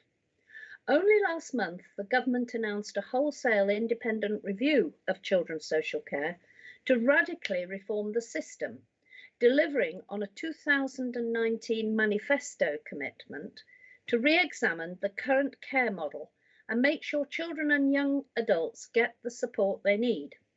We look forward to participating in that review and learning the outcomes. But the position of the current administration here in Nottinghamshire has always been clear. We will spend whatever is necessary to ensure that children in our care are as safe as they can be. In some cases, this will mean placing a child in residential accommodation run either by ourselves or by one of our contracted providers. On average, the cost of such a placement is more than £4,000 a week, but we ensure that this funding is available where such accommodation is required. We currently run 4 children's homes with a combined capacity of 14 places, while some Nottinghamshire children are placed in residential homes run by other providers. With greater numbers of vulnerable children coming into our care, this administration took the decision 20 months ago to invest £550,000 to find more homes suitable to be purchased and developed into children's homes. The first new home was opened in October 2020 as part of the Council's wider COVID contingency planning for children in care. This involved the establishment of a number of temporary settings to enable children in our care to be kept safely, example, shielding as appropriate. Work is now underway to establish a further new home to open later this year. We also operate children's homes as homes for children with special educational needs and disabilities as part of our long-standing commitment to do all we can for those who must cope with severe mental or physical challenges every day.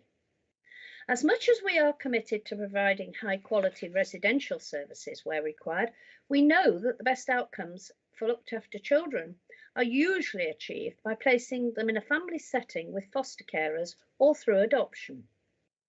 Nottinghamshire County Council is already ahead of the national average when it comes to providing children in care with a stable foster home, with fewer children in our care being disrupted and moved from one foster home to another than is the case nationally. However, we still need to recruit more foster carers onto the County Council's books and retain them, not only to maintain and improve this good record, but because it costs the public purse much less to provide a child with our foster carers than to engage the services of an independent fostering agency. An internal fostering placement costs approximately £400 a week, less than an external one, which becomes even more expensive if we have to place children outside the county. The average weekly cost of placements is rising due to the complexity of need, market conditions, inflation, and the limited current capacity within the authority's own internal residential and foster care provision. That's why this administration has made a determined effort to recruit more foster carers onto our books, not just through our advertising campaign called Giving Local Children Roots, but with an investment of some £300,000 to increase the rates we pay to our foster carers by almost 30%. We do not believe or wish to imply that would-be foster carers are motivated by money, but it is a practical reality that people who decide to devote their lives to caring for foster children will be attracted to those councils or agencies which offer them the best resources to carry out that duty. As Councillor Owen explained at a recent council meeting, councils have unfortunately found themselves embroiled in what could be a fee war, with independent providers, some of whom effectively gazump local authorities in the foster care recruitment market in order to force us to buy their services. A report published recently by the Revolution Consulting for the Local Government Association found that some independent providers of children's residential and fostering placements are achieving profit margins of more than 20%, which are rising since the pandemic struck. Latest financial information from the 20 biggest placement providers organisations revealed that they had an annual income of £1.54 billion and made £265 million in profits, with the six biggest raking in 219 million. Even as a Conservative, I regard that as the unacceptable face of capitalism. We are looking to the government for a fee cap or some other legal intervention that will promote a healthier mixed economy of public and private foster care providers for the benefit of looked after children. Until then, we're doing everything we can to recruit more of our own foster carers.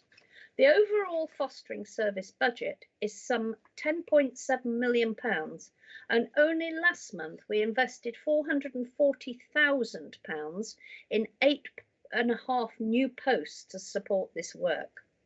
So far, since launching our campaign, we have achieved a net increase of 17 additional foster carers against a target of 14. This council also invests considerable officer time and public money in seeking permanent, happy, safe homes for children in our care who are suitable for adoption. This includes the launch during this administration of Adoption East Midlands, an excellent example of collaborative working between Nottinghamshire County Council, Nottingham City Council, Derbyshire County Council and Derby City Council and the Regional Adoption Agency, casting our net across the region to give children the best chance of finding a loving and stable family. Every year, the Regional Adoption Agency, as part of the Adoption East Midlands, is seeking to find families for approximately 160 children with a particular focus on priority groups of children who often have to wait the longest to find an adoptive family. At its busiest, Adoption East Midlands has been home finding for 180 children and managed to match 134 children with an adopter in its first year of operation in 2019-20, of whom 36 were Nottinghamshire children. A further 146 children became subject to placement orders in the East Midlands during the past year, and although progress has been impacted by the COVID-19 pandemic, the good work continues.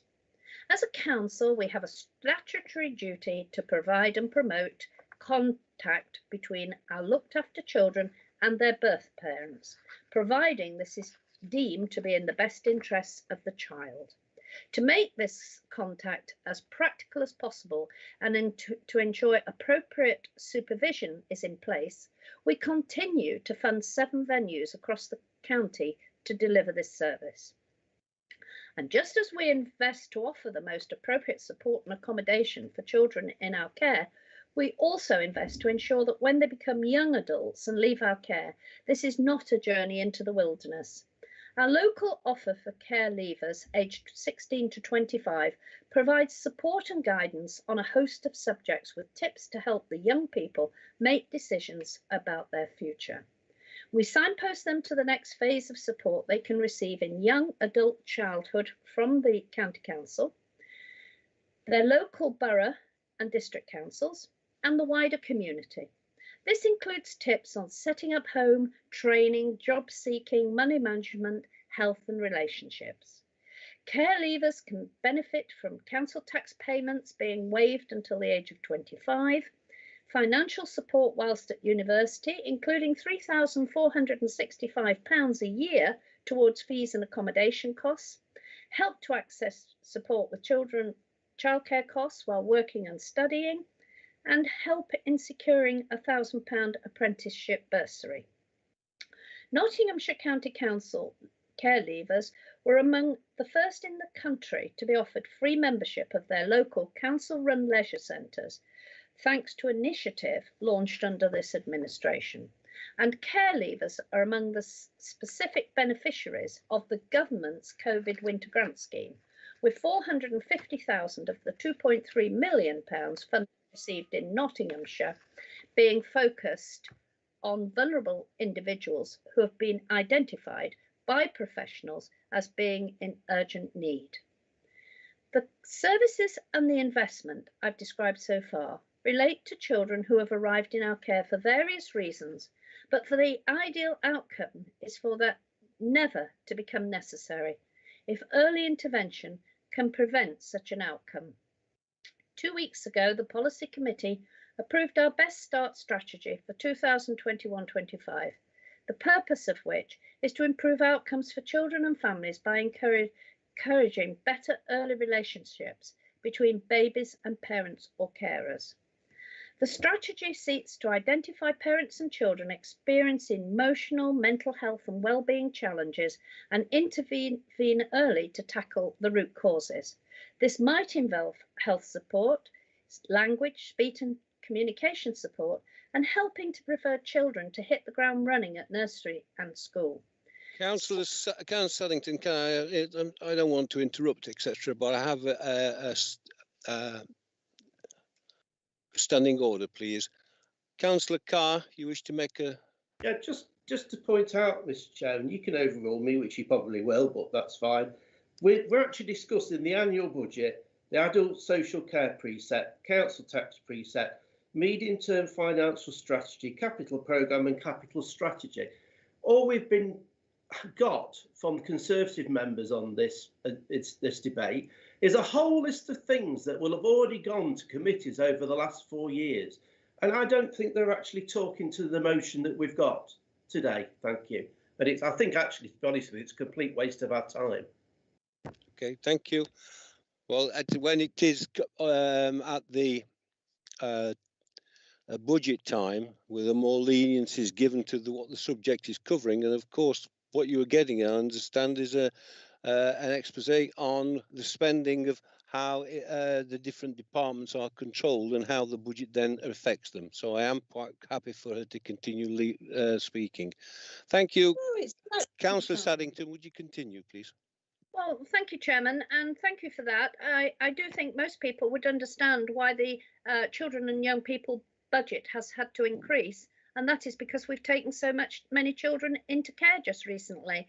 And I think anybody who attends the Children and Young People Committee would be aware of that. But for those that are not, that is why I'm alluding to it right now. So I'll continue.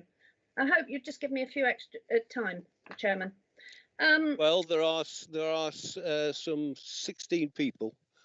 Right, I'll hurry. Okay, carry on. The strategy also takes account of the effect of COVID-19, including the impact on babies born during lockdown, maternal emotional health and well-being, and ensuring access to services and childcare in the current difficult circumstances.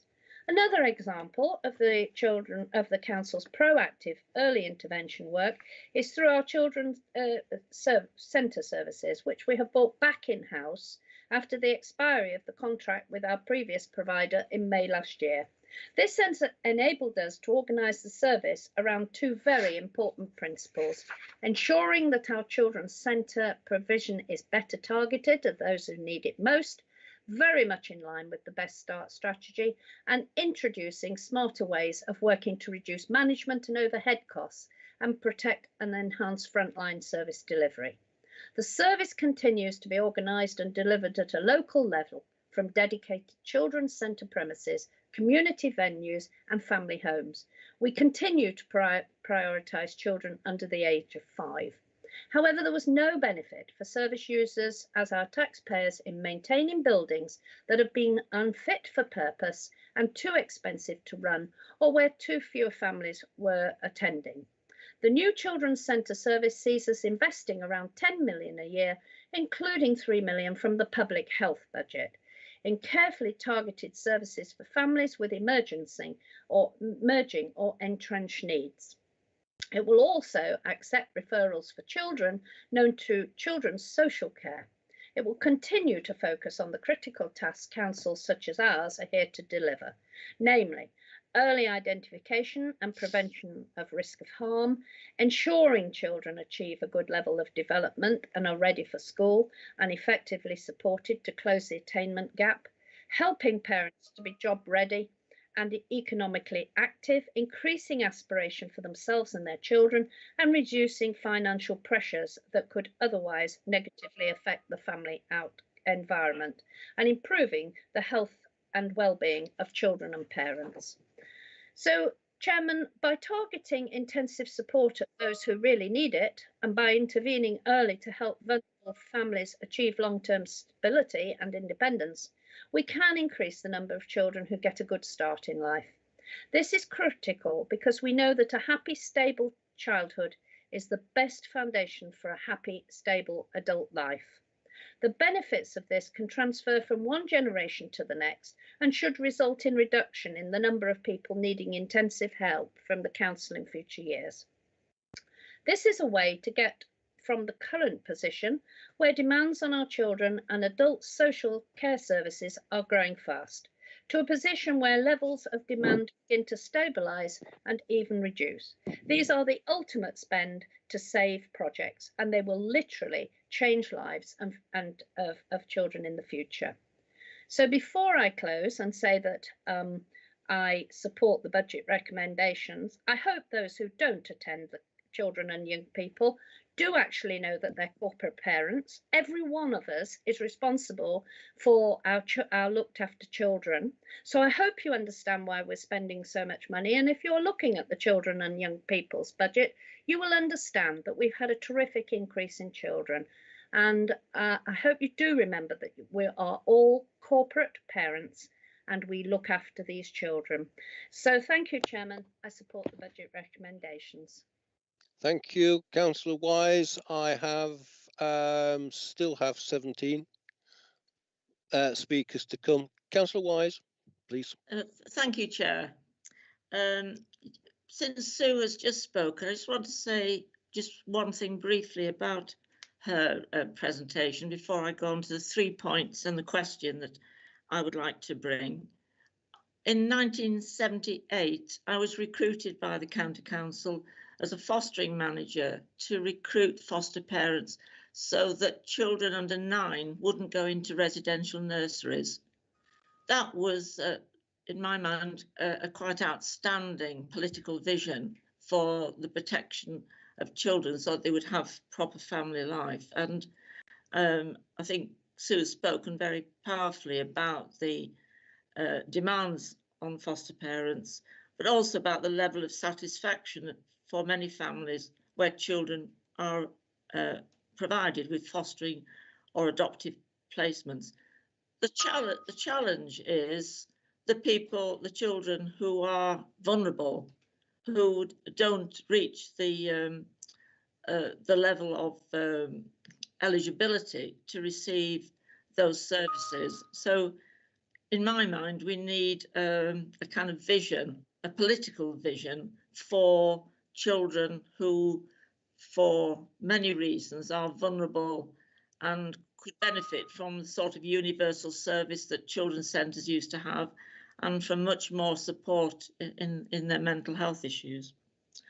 Anyway, as to my own comments, Councillor Pringle and others have already given good reasons for myself not to support the budget or the amendment.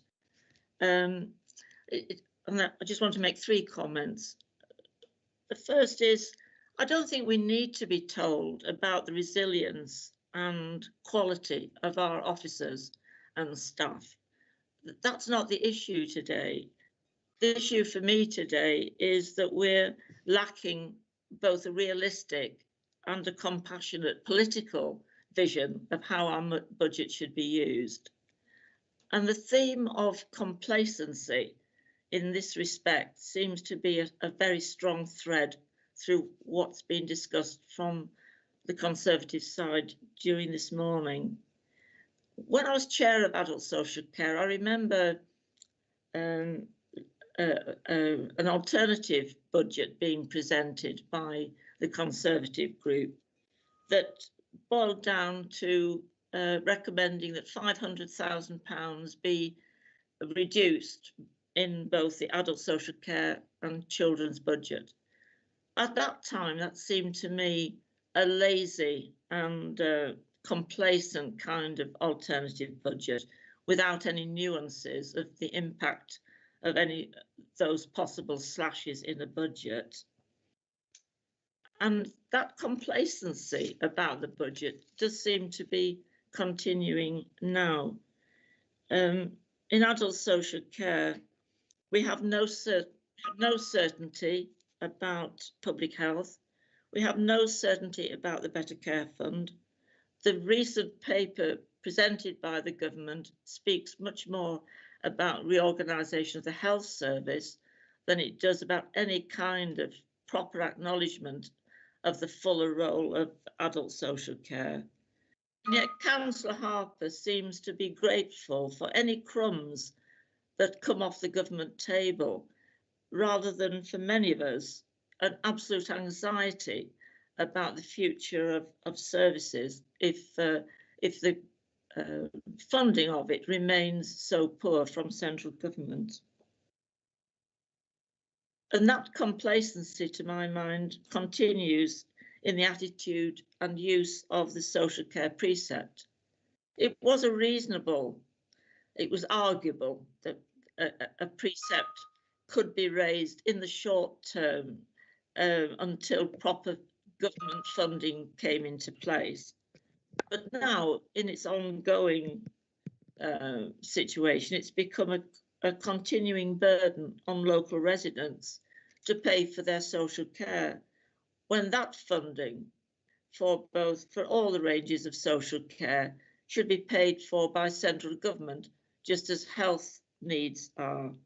Whether people are of working age or elderly, they shouldn't be having to contribute to national insurance and through taxes, and then when they have social care needs, have to pay again through the social care precept. I have just one question for Councillor Jackson. In paragraphs 66 and 67, he speaks about decision makers understanding the effect of policies and practices on people with protected characteristics, and that equality implications have been considered during the development of this budget. I'd just like to hear from Councillor Jackson one significant example of how an equality issue is being dealt with through this budget. Thank you.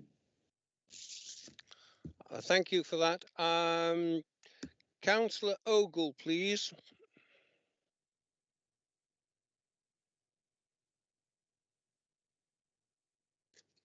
Good afternoon, Chairman. Thank you. I'll speak against this amendment, I think. The roads in my area have improved a bit since we took over. Before John Cotty took over, only 2 or 3 metres in the centre of the road were repaired. If you pulled over to let a car pass in the centre of the road, your springs could easily be damaged. The side of the road was infested by jagged, rough areas and potholes. If you stuck to the correct side of the road or pulled over without slowing down, it was inevitable that your car springs would be broken. And the potholes at the side of the road were awesome, and my springs were broken, seriously. The drains and highway chambers were not cleaned, and the islets and the curbs were not cleared. I recall driving up a road a mile from my house in a car, not a Chelsea tractor or a farm vehicle, which are more robust, but a small car, and there's a deluge and flood of water across the road. Wondered if I and the car were to be washed away. And I'm still here, so you know what happened. But the cause of the flood, a blocked drain under the road. Lack of cleaning and maintenance since resolved. At East Markham, where 4 houses flooded in a street, the highway drain was cleared. 5 tons of mud and debris was removed. It's a short street.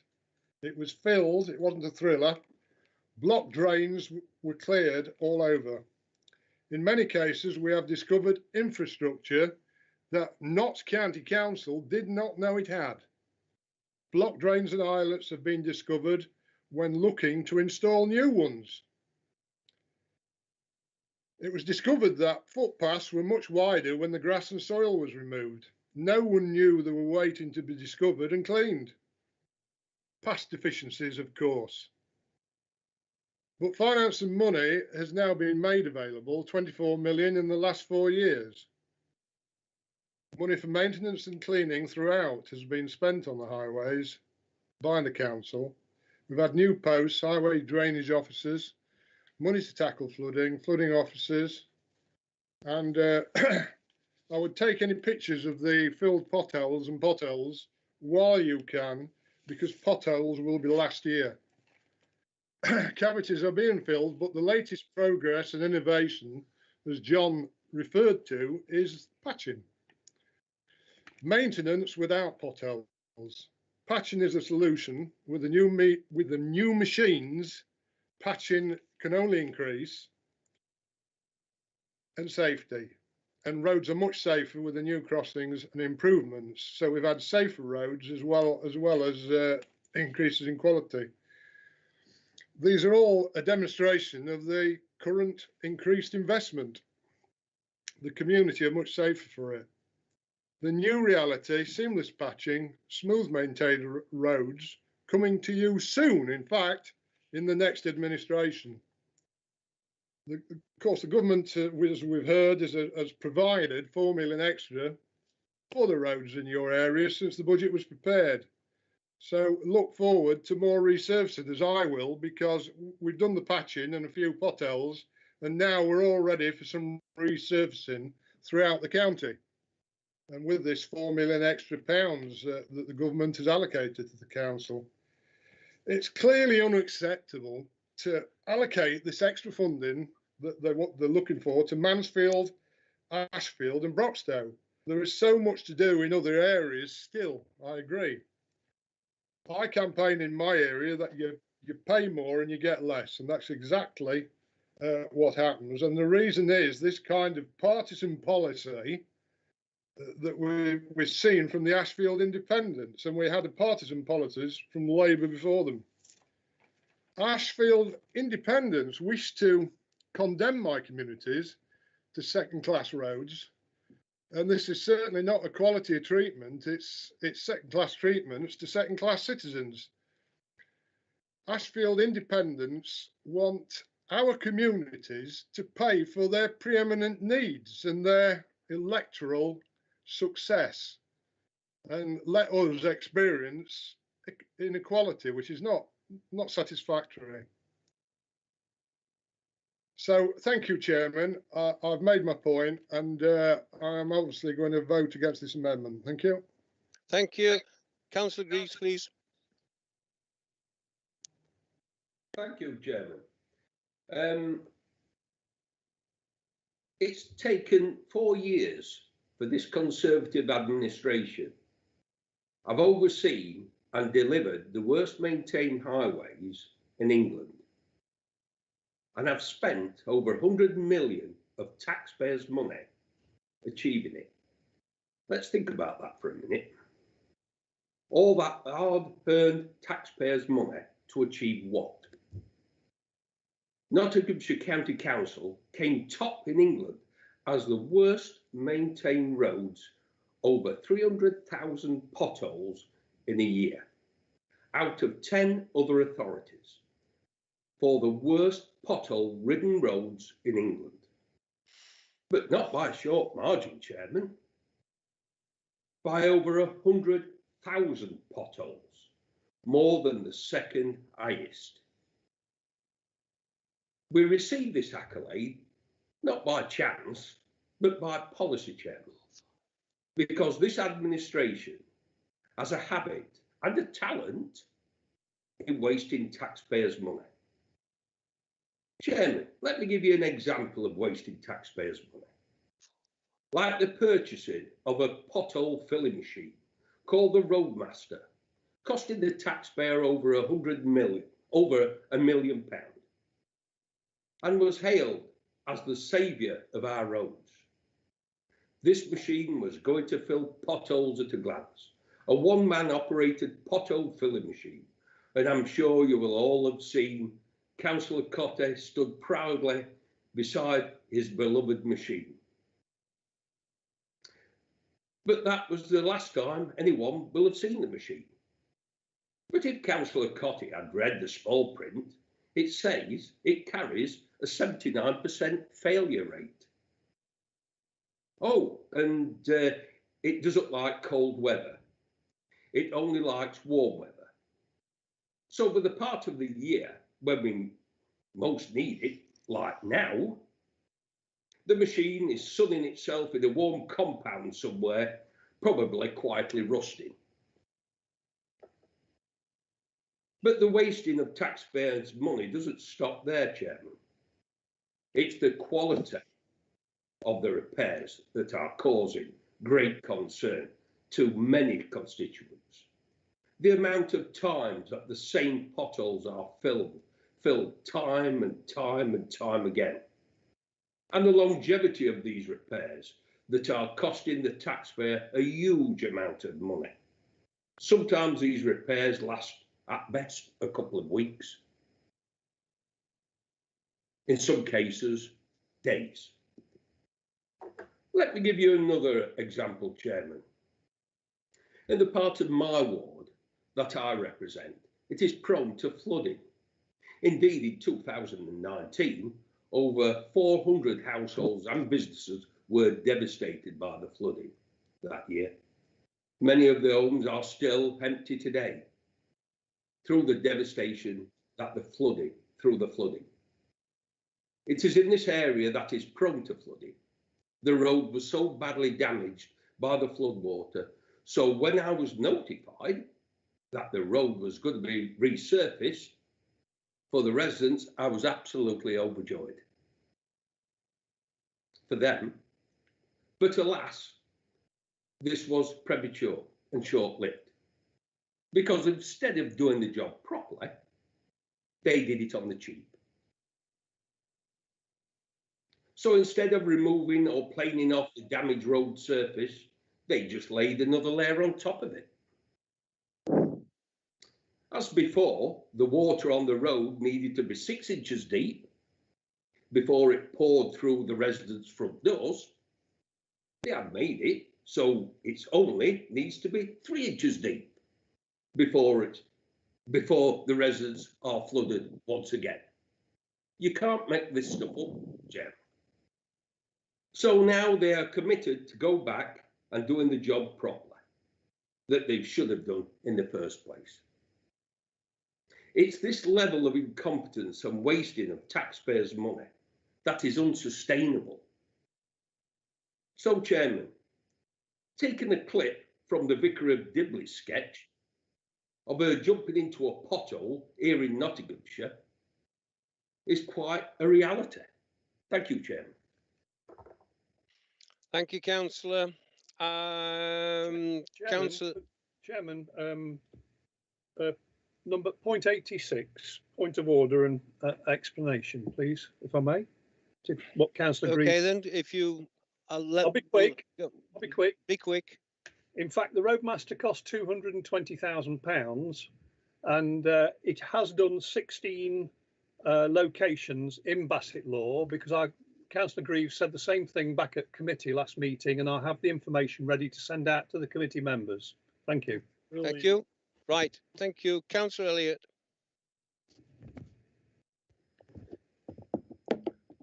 Thank you, Chairman. Chairman, I speak in favour of the budget proposed today.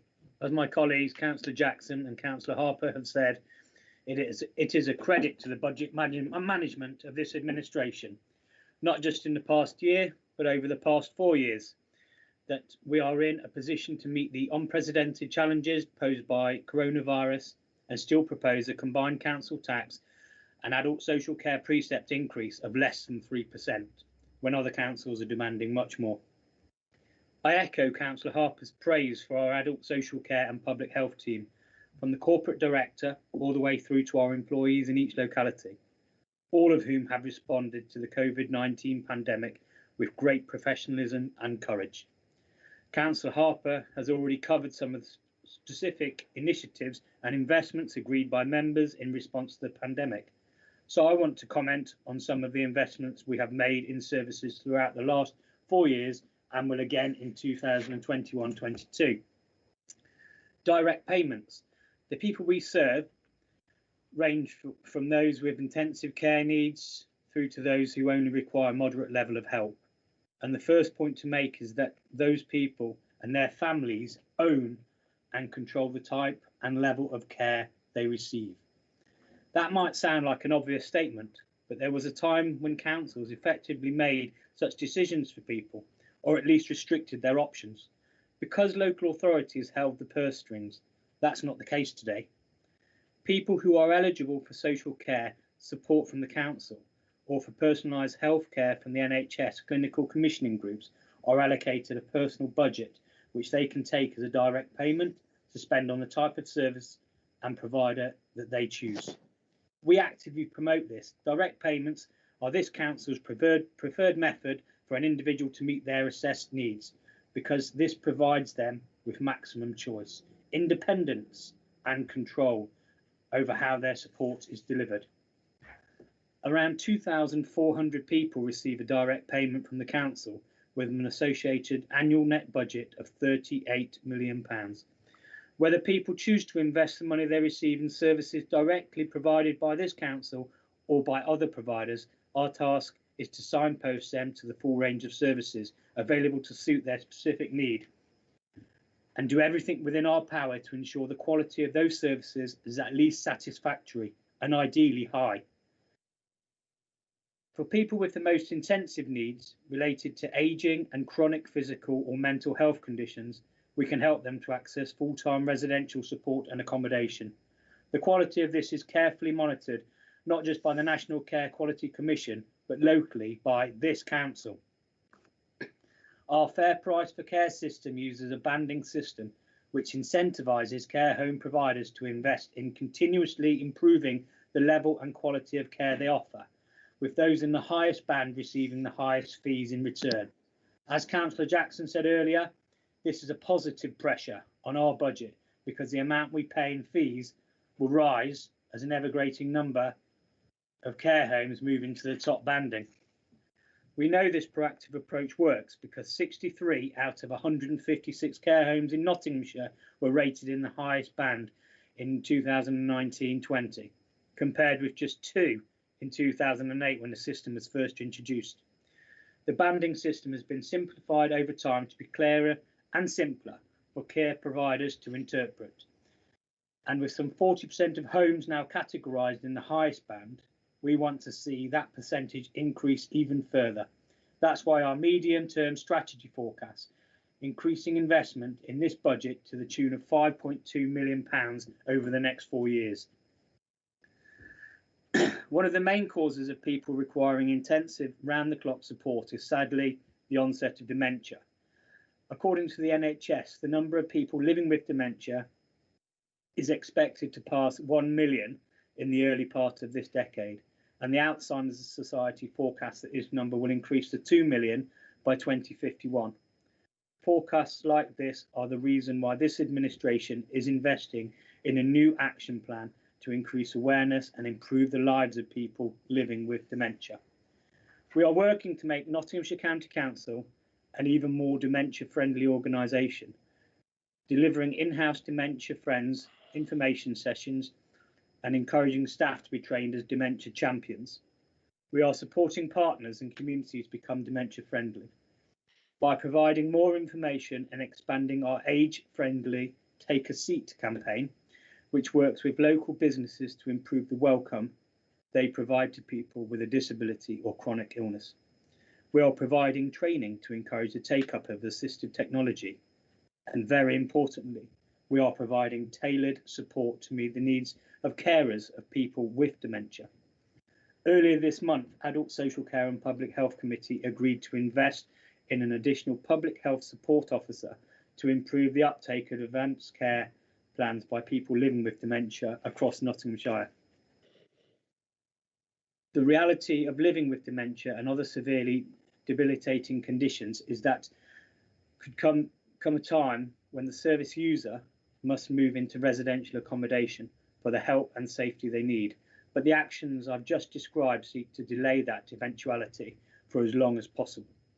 We know most people want to remain living in their own private accommodation for as long as possible, or failing that, a setting where they still have their own front door, with support close on hand rather than in a care home setting. This is why our shared lives and housing with care provision is so important. Shortly after taking office in 2017, this administration launched a campaign to recruit more shared live carers. These are individuals and families who are willing to share their home with older people or people with a disability or mental health need. Shared live carers are paid depending on the needs of people they care for, and they provide the best of both worlds, the ability for a person to continue living in a private house and family environment, as opposed to a care home, but with personal support on hand to help with various daily tasks. Again, we know this approach works. In 2019, the Care Quality Commission gave our Shared Life service an outstanding rating, the highest accolade available. The inspection report concluded that service users were safe and that the service was effective. Inspectors observed, in particular, that the service was exceptionally caring, exceptionally responsive, and exceptionally well led. We're rightly proud of this service and what it is achieving. So we have invested to recruit 4 additional shared lives coordinators, having asked them with recruiting an extra 50 long-term carers and 50 short-term carers, ideally by 2023. At present, we have 67 carer households providing support for 75 individuals. Our shared life carers might accommodate people on a long-term basis or provide a short respite break for the person's usual carer. Speaking of which, we are continuing to review and develop our short breaks provision. As reported to our committee last November, our aim is to ensure that the short-term break service continues to meet the respite needs of all Nottinghamshire carers, especially in light of the new challenges presented by coronavirus. We invest some £4.3 million in short break services each year, and we are currently working to implement an alternative COVID secure short breaks offer. As well as shared lives, another of our services supporting semi-independent living is Housing with Care, which has developed from what was previously known as Extra Care. Housing with Care again enables service users to live in their own self-contained accommodation with their own front door, but within a purpose-built community that has key services and support available on site or close nearby. There has been substantial investment of some 12.1 million in the Extra Care and Housing with Care programmes by successive administrations over the past decade. And during the current administration, we have had the pleasure with partners of officially opening 3 more completed schemes. The Gladstone House project off Bowbridge Road, Newark, which provides 60 purpose-built units over 3 levels, including 40 extra care apartments, with facilities including communal areas, rooms designated for activities, a sensory garden and a commercial kitchen. The Priory Court project in Worksop, which features a total of 52 modern apartments, catering exclusively for the elderly, with additional care support provided 24 hours a day, and the Town View development in Mansfield, which is a total of 54 units positioned in a landscaped village green setting with a trim trail and outdoor fitness equipment. Including these projects, we now have 13 housing with care schemes with access to 230 nominated units, and 3 sites have assessment facilities which provide a further 32 units. In January 2020, a member reference group agreed a reduction to our previously agreed target for creating more housing with care units. This decision was taken in the light of the new national evidence and regional data with forecast a lower level of demand for this type of facility than previously anticipated. The quality and benefit of such accommodation is not in question, but our parallel investment in ever-growing range of assistive technologies and adaptations that support people to remain in their own homes has tempered the level of demand for this type of accommodation. We still intend to continue to create more units by 2025, and the fundamental principle remains the same: to offer enough good quality supported accommodation, places to meet demand, whether these are delivered through our own projects or commissioned from other providers. The exponential growth in assistive technology and home adaptation options are of course a great thing for service users. Such solutions can be delivered relatively inexpensively, for instance using disabled grant funding, and they are helping people to live at home safely and at least semi-independently for longer, which is itself associated with better mental health and physical health outcomes. Members received an update only last month that Stannah Stairlifts, with their depot in Mansfield, are the successful bidders emerging from our recent procurement for a single provider framework agreement. This agreement to provide major adaptations in people's homes will save money for this council and our district and borough partners, meaning some £80,000 more in disabled facilities grant will become available each year to deliver yet more adaptations.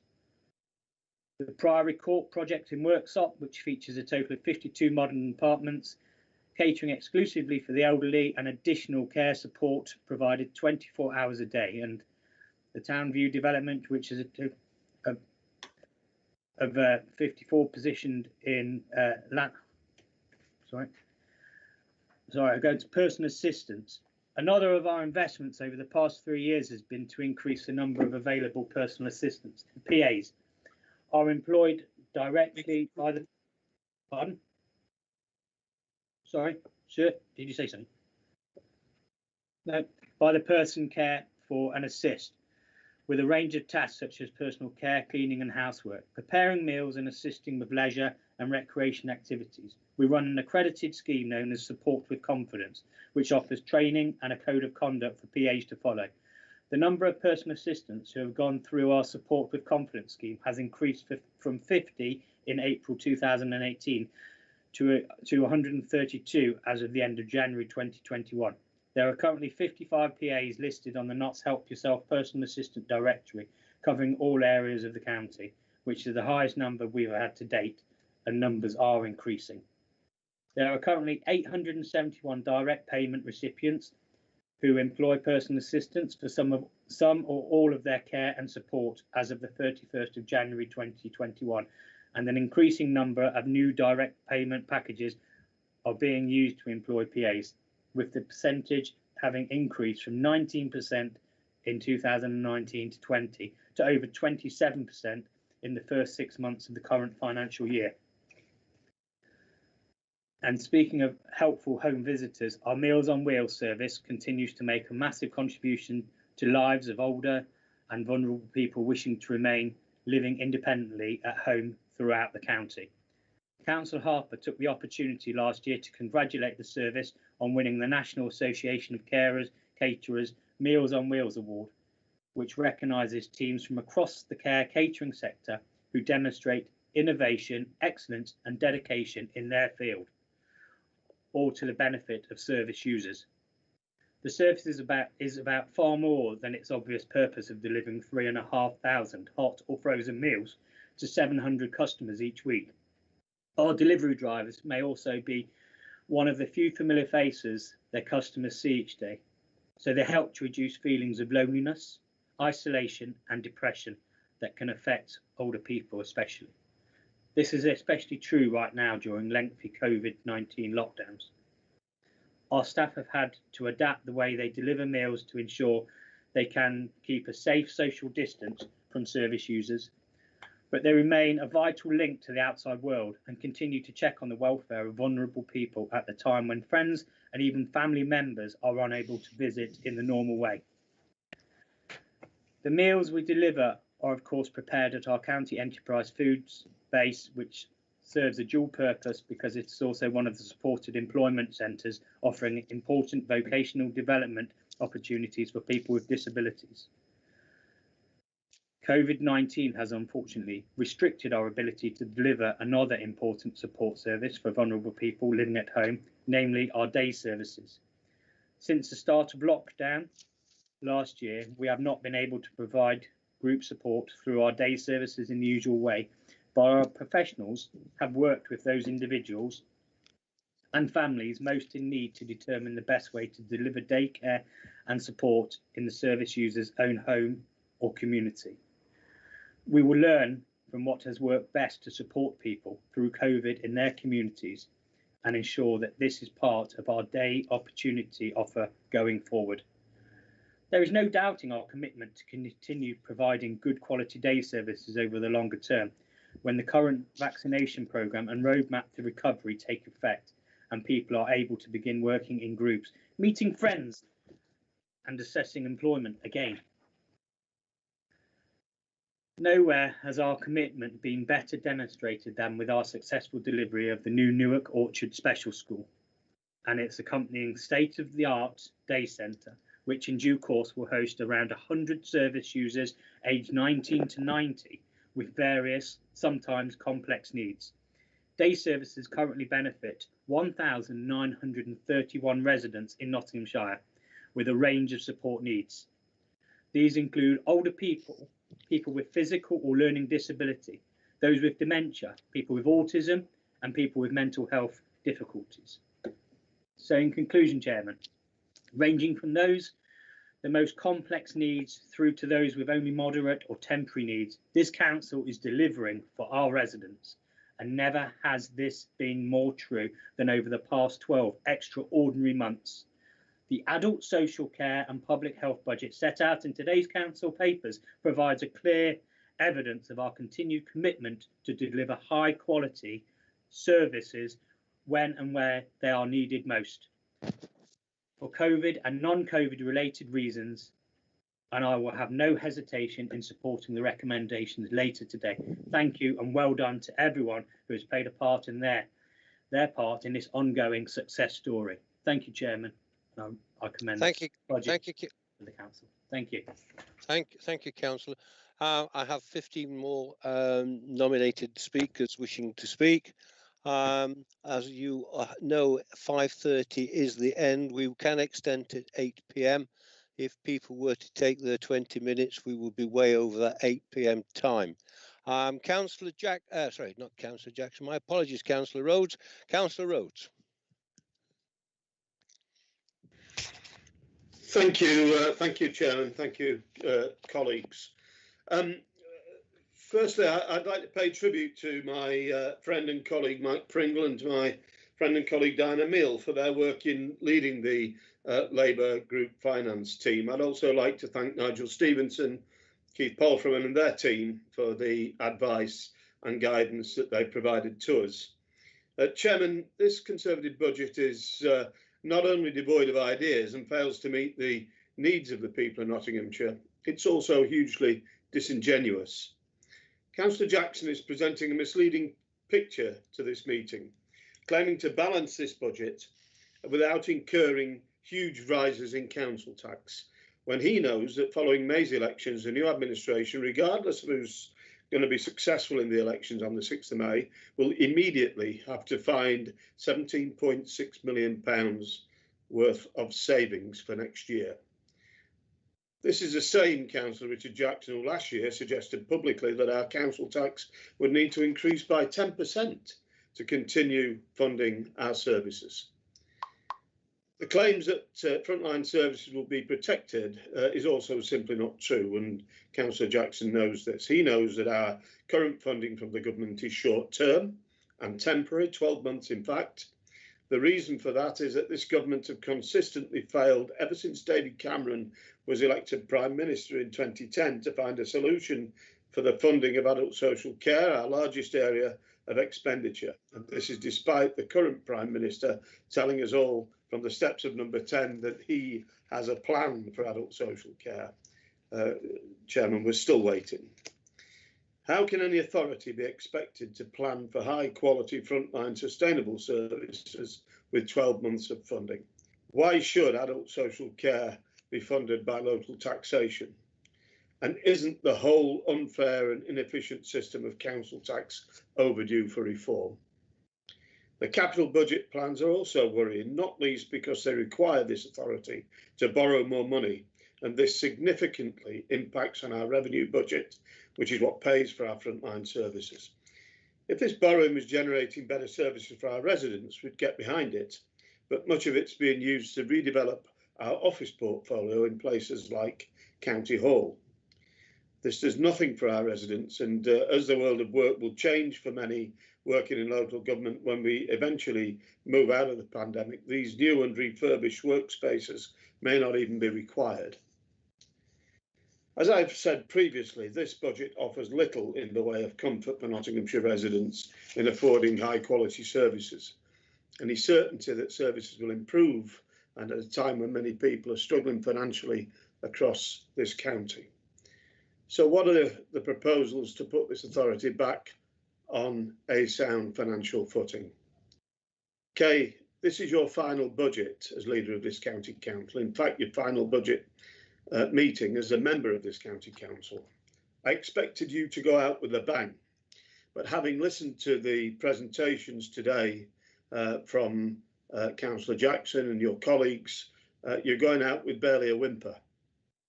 I remind you that on the 5th of May 2017, as the newly elected leader of the County Council, Kay, you said to Notts TV, "I will change everything. We're going to make sure that the council's assets work for us. We're going to have big schemes and big plans and send the message that Nottinghamshire is open for business." Those were empty words, and your plans have amounted to nothing. Admittedly, for the past 12 months, this council's been a leading force in supporting our communities and businesses through the pandemic, and I pay tribute to our staff at every level for their dedication and commitment. But you take your eye off the ball well before that, when you began your journey to create a unitary Nottinghamshire, unbelievably referred to again today by Councillor Jackson. A journey that ended in personal and political failure, damaged relations with our closest neighbouring councils, and cost this authority too much money that could have been spent to provide much needed services to the communities who send us all here to represent them. Money that was spent instead on paying external consultants to tell you what you wanted to hear. You had no plans other than the unitary plan. No plan B, no fallback position. You put all your eggs in one basket, bet the house on a win. Kay, you failed this council and our residents because you refused to listen to anyone else's opinion but your own. I know that in other years there'll be calls from some of the Tory group for us to present an alternative budget or amendments. I'm waiting for that today. As the leader of the main opposition group here, I never believe that it's the duty of the Labour group to put forward an alternative budget or to try in vain to persuade you to adopt our amendments.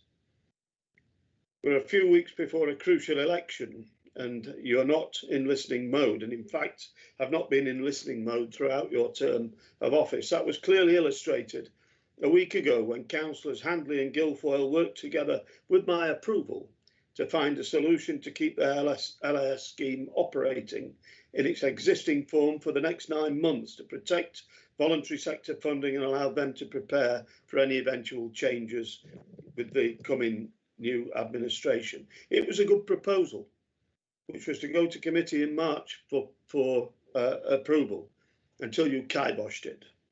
So much for working together. The amendment that's been tabled by the Ashfield Independents is naked electioneering, and its assertion that districts like Bassetlaw are being awarded a higher level of highways funding at the expense of Ashfield are factually inaccurate. And for that reason, we won't be supporting it. Jason, if you want to see the shocking state of the roads in Bassetlaw, by the way, the biggest district in the county, factually and geographically, come with us and have a look. Or come with Glen Guilfoyle or Sybil Fielding or Kevin Greaves or Sheila Place, or go to Retford to the divisions of the two soon to be outgoing Tory county councillors, or even Leafy Rushcliffe. Go to Rushcliffe, where the A60, which runs right outside County Hall, is riddled with craters and potholes. The fact is that up and down this county, the state of our roads and pavements and highways are diabolical. Labour will be launching its Nottinghamshire County Council election campaign on Saturday, virtually of course, and the people of this county will then see for themselves the difference between us. We will offer hope, ambition and aspiration for our county, not empty words, botched highway repairs, funded pet projects and failure.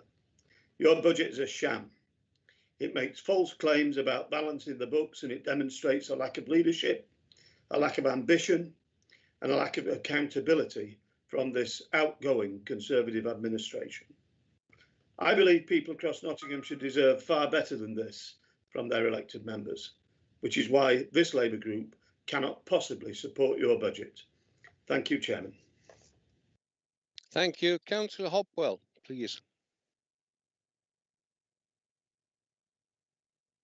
Hello. Yeah, thank you, Chairman. I'm going to keep this short.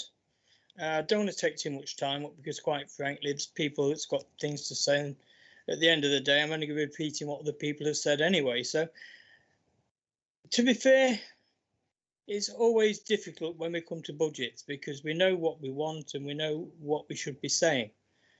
I've listened to the arguments for and I've listened to the arguments against.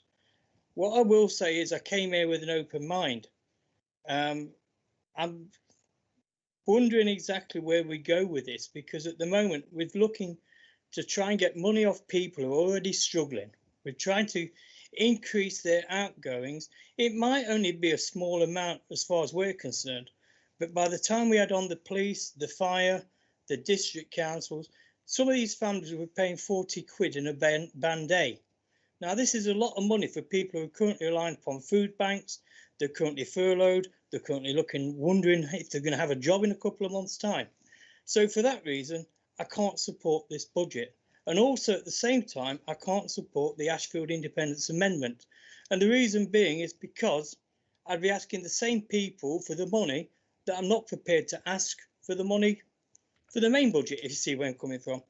I mean, we had a meeting a few weeks ago at Mansfield, where one of the councillors at Mansfield, Labour councillor, said we're saving our reserves for a rainy day. Well, listen, we've had a bloody monsoon, if you pardon my language. And quite frankly, I'm not prepared to ask people to put their hands in the pocket when they can't afford it, because we're going to be asking the people who can't afford it. So for that reason, can't support either the motion or the amendment. Thank you. Thank you. Councillor Taylor, please.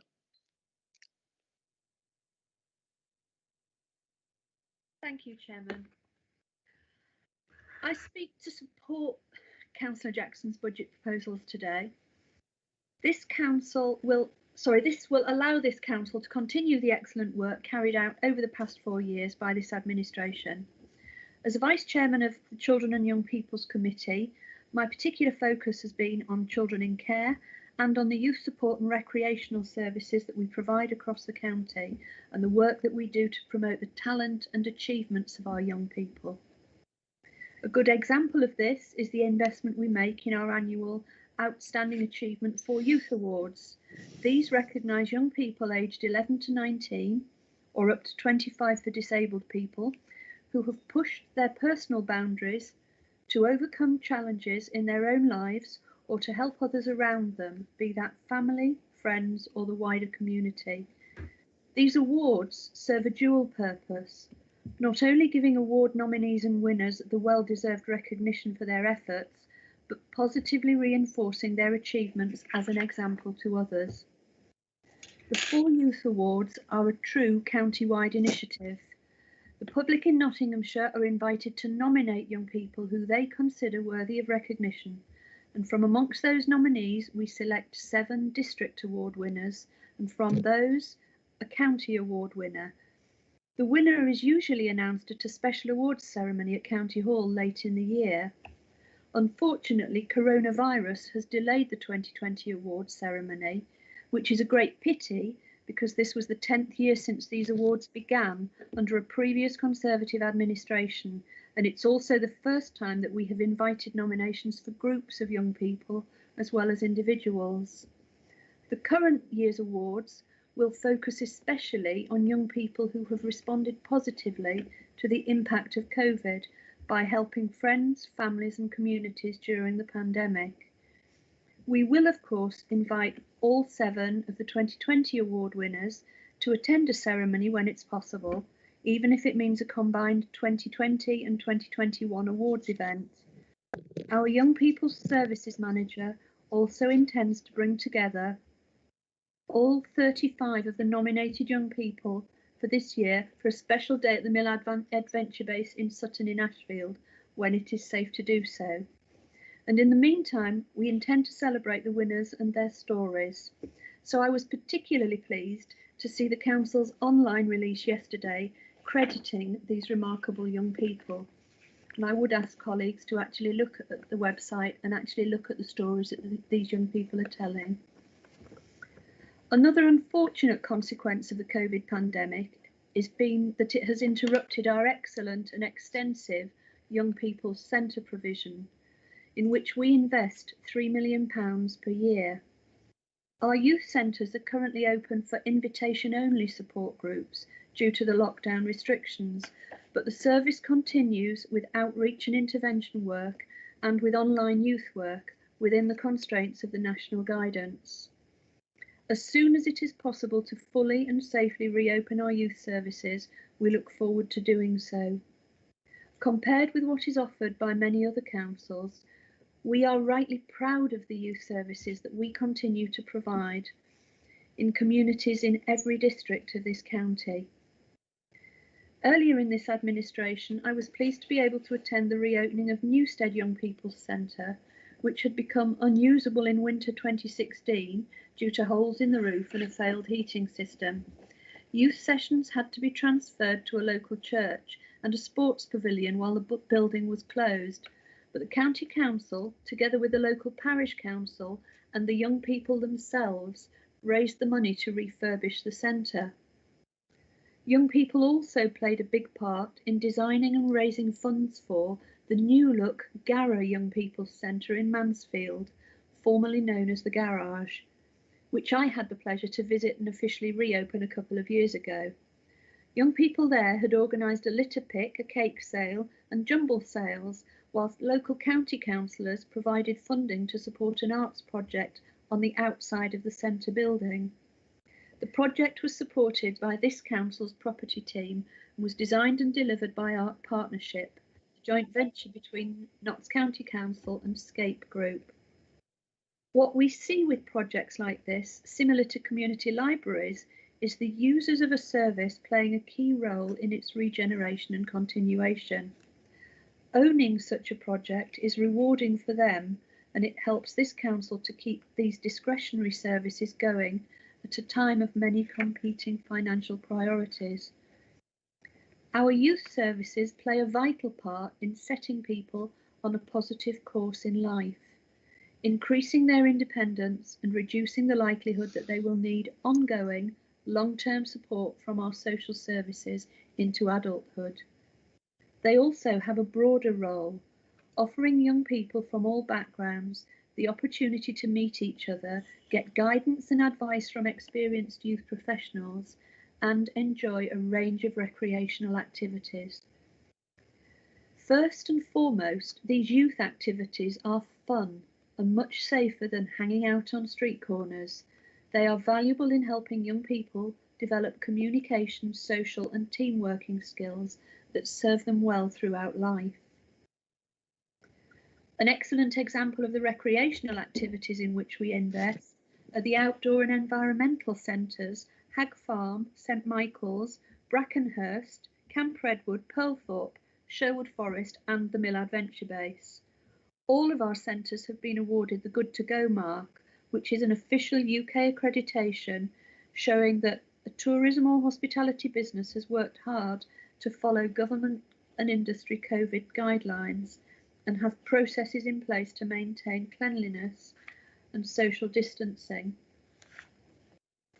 And following approval by Children and Young People's Committee, the St Michael's Environmental Education Centre became the first ambassador centre for the Peak District National Park, representing a significant partnership agreement between this council and the Peak District National Park Authority.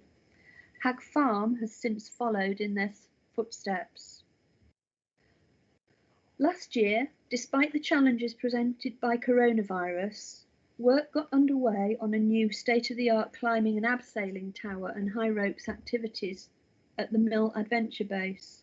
This 12-metre tall tower will boast a 100-metre zip line and high rope activities, including features such as rope ladders, seesaws and trapeze jumps. There are also low rope elements to explore, and the tower will be accessible for disabled participants. Work on the new facilities is now complete and will be available to schools as well as private groups as soon as the lockdown rules permit. I'm pleased to say that COVID did not prevent us from holding our shadow event once again. This is a nighttime orienteering experience that takes place annually in the October half term. Normally this takes place in Sherwood Forest, but this year, due to the pandemic, we did things a little bit differently in an event that our youth team called Shadow Light. In October, between the lockdowns and when our youth centres were actually able to open, more than 200 local young people attended these centres and completed mental, physical and creative challenges, including riddles, team building activities and art, all whilst observing COVID guidance. A total of 35 teams aged 11 and over took part, developing their skills in teamwork, resilience and problem solving. I know that this event, which has been running for almost has been running for over 40 years is especially close to Councillor Owen's heart. It would have been a great shame not to do anything in 2020, but thanks to the determination of our youth support team and the enthusiasm of our young people, Shadow Light was a big success. It was such a success, in fact, that it will be renamed Junior Shadow and will now run every year for young people aged 10 to 13 alongside the normal Shadow event. Not on the subject. At Policy Committee last month, members approved a £10,000 initiative to develop a suite of online resources and jointly sponsor a Nottinghamshire Virtual Careers Fair to showcase future employment options for young people. A physical careers event is impossible at the moment. This virtual fair will take place on social media with the Council's Facebook, Twitter and LinkedIn pages all involved. Thank you. Could I ask you, Councillor, if you just wait for me. Councillor Rhodes, I think you're asking for an order. Yes, I have a point of order. It's point of order 66. The member's clearly not speaking about the budget. This is not an end of term report. This is a budget meeting. And to tell us about all the activities of the outdoor activity centres might be interesting, but it's not the subject under discussion at today's meeting. So I think it's a valid point of order, and that the Speaker should either talk about the budget or step back. Right, thank you for that. Sorry, Chairman. I'll take your guidance, but I think when I've talked about things like the investment in facilities. Yes, well, hang on. Okay, let me.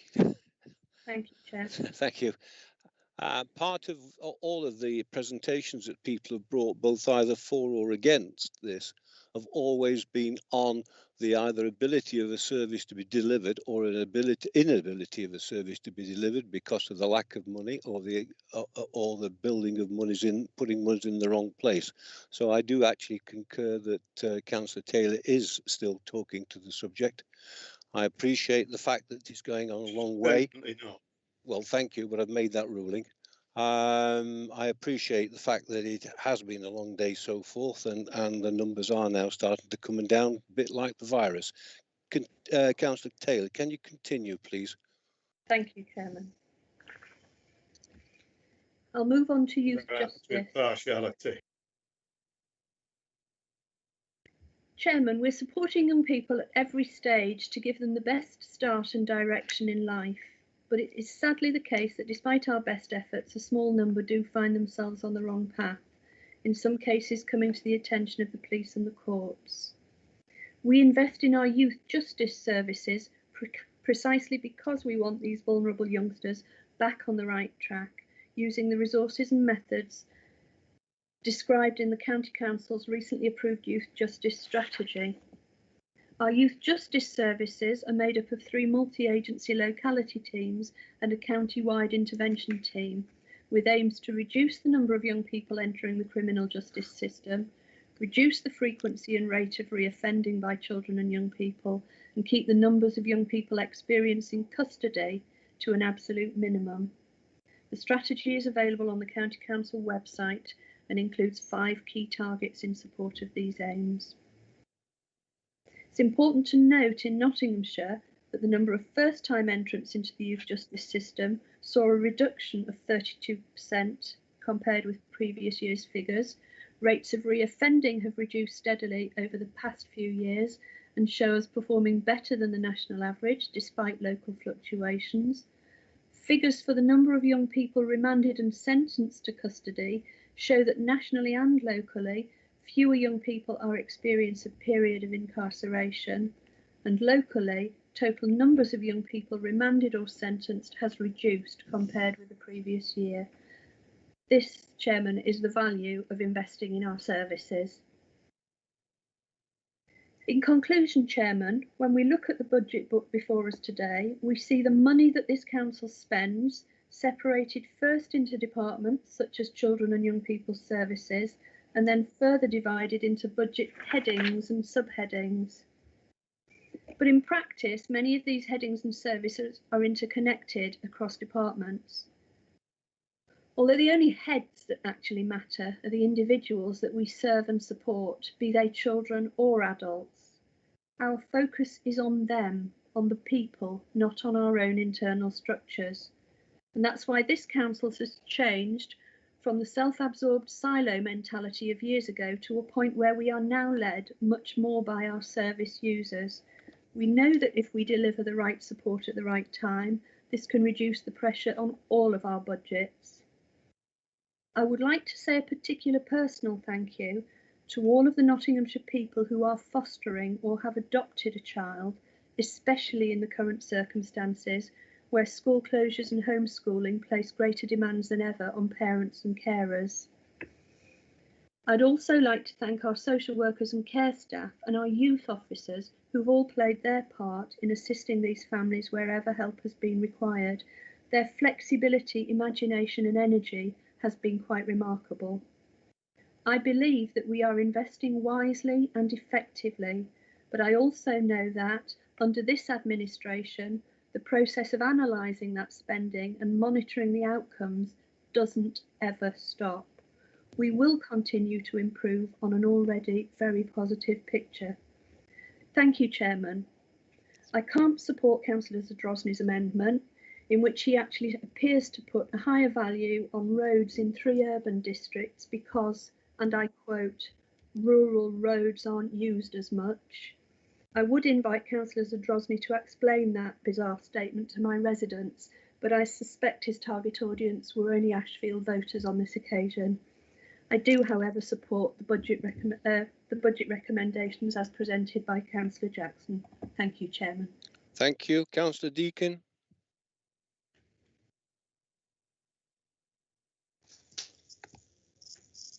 Thank you, Chair. I'd obviously like to speak in support of the amendment. For the last 4 years, worked really, really hard for my residents, and especially during COVID. It's a time where I've made an awful lot of welfare calls. I've done prescription runs and shopping and everything else you can possibly think of. And I never realised how hard shopping for somebody else's list was until you start doing it. You forget, you know, where all your things are. But in all that time, and all the bits that I do to help people, the thing that comes back at me time and time again is the roads, is the pavements. It is a constant thing all the time. It's a never-ending process. And don't get me wrong, I'm really grateful for the work that I've had done on Bramley Court, on John Street, Russell Street and Searby. You know, those roads were in atrocious conditions and they've made those residents' lives better there, and that is brilliant. But that's only the tip of the iceberg for us. You know, I've never seen our roads in the conditions that they're in at the minute. You know, Tudsbury Terrace, Kirkby Folly Road. I've got North Street that's attached to Russell Street that was done. The potholes there are horrendous. I've got Willowbridge Lane and Unwin Road, Coxmore Road, and then some of my gateway streets into the town. So I've got Outram Street, which is straight into Sutton Town Centre, and Precinct Road straight in there. You know, I think I've got a lot of drunk drivers driving about sometimes just because they're avoiding the bits and pieces of the road where they know it's going to damage their car. And I know that 9 times out of 10 in these meetings we get called parochial and we, you know, we're looking after Ashfield and all the rest of it. I understand. But that's what I was elected for. I was elected to look after my residents, and I do that well, and I do that with passion and conviction because it's what I love to do, and I want to make people's lives better. And I don't want to forget the rest of the county. I don't.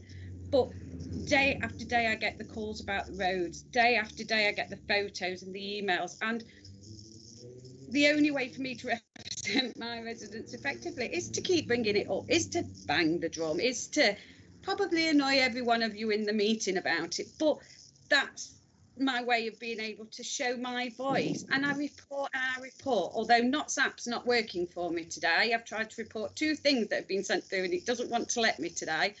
But I'll keep persevering with that.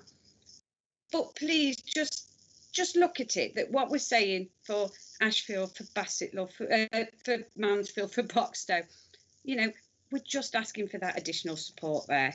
So, but thank you, Mr. Chair. Thank you. Councillor Rostons, please. P. Philip.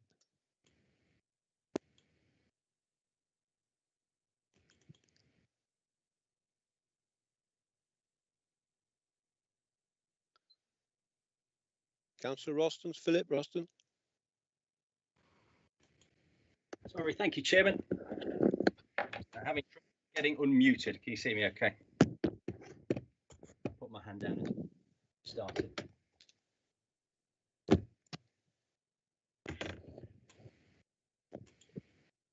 So as Vice Chairman of Communities and Place Committee, Chairman, I'd like to say a few words about some of the areas that we've been working on over the last year or so. But before I do, I'd just like to say that I won't be supporting the amended budget put forward independents. And I am aware that in doing so, there will be probably a leaflet already drafted with my name and face on it. But instead, I will be voting in favour of our budget, which means that we'll continue to invest greatly in our highways. And for those of you who are not aware, Hucknall, my patch, is indeed in Ashfield. Hello, did you just call me? Oh, is that phone? Thank you, Diane. For those of you not aware, Hucknall is indeed, in my patch, is indeed in Ashfield. And for some groups, this only appears to become apparent around election time, unfortunately. As Councillor Cotty has stated, the way in which funding is allocated, I feel, is fair based on percentage of roads and statistics and evidence. Now, I've worked extremely hard over the last few years to log as many of our problem roads in Hucknall as possible. With feedback from residents, I go out on a regular pothole patrol and pass these directly on to the team at VIA. And I can honestly say, if certain roads haven't been resurfaced as of yet, they are certainly on the radar. Now, you should have seen the state of the roads in Hucknall when I first became a councillor. They were horrendous. And I admit we've still got a lot of catching up to do. But over the last 4 years, we've seen a huge investment in our highways. Been fully resurfaced or partly resurfaced across Hucknall. In Hucknall West, we've also seen a brand new Toucan crossing installed on Wood Lane, as well as flood mitigation on Watnall Road and resurfacing there also. With the additional £4 million already guaranteed from government for pothole repairs, the £23 million we've already invested, as well as the new technology, which I know Councillor Greaves, who we inherited these roads from subsequently, keeps going on about this 79% failure rate of our spray chip patching machine. But I just want to clear things up a little bit. There were initial problems with the early stages of testing, but it was just that. It was a testing period, which came at no cost to the taxpayer. This was all covered by the provider. We now have a slightly different machine in place, which so far is coming back with a 100% success rate. So I believe that the Conservatives are doing this the right way, and the Mansfield Group, and I'm confident that if we continue on this trajectory, the rest of our roads will be up to standard very, very soon.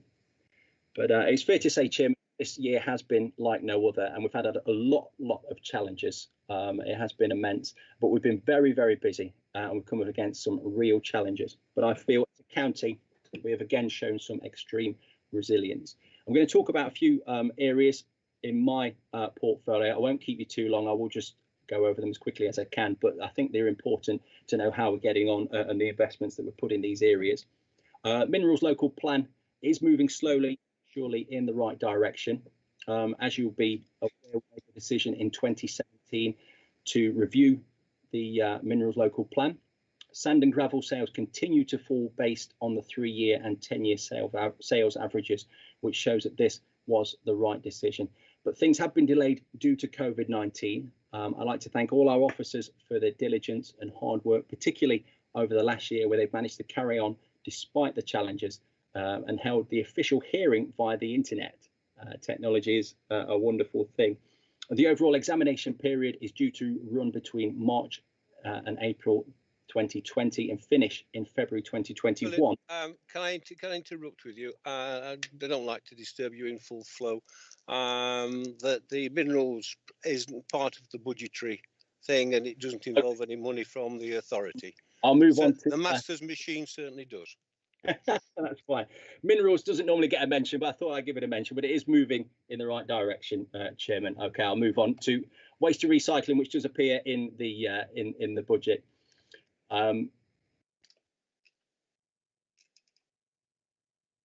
So it's an area, waste and recycling is an area that I'm particularly passionate about.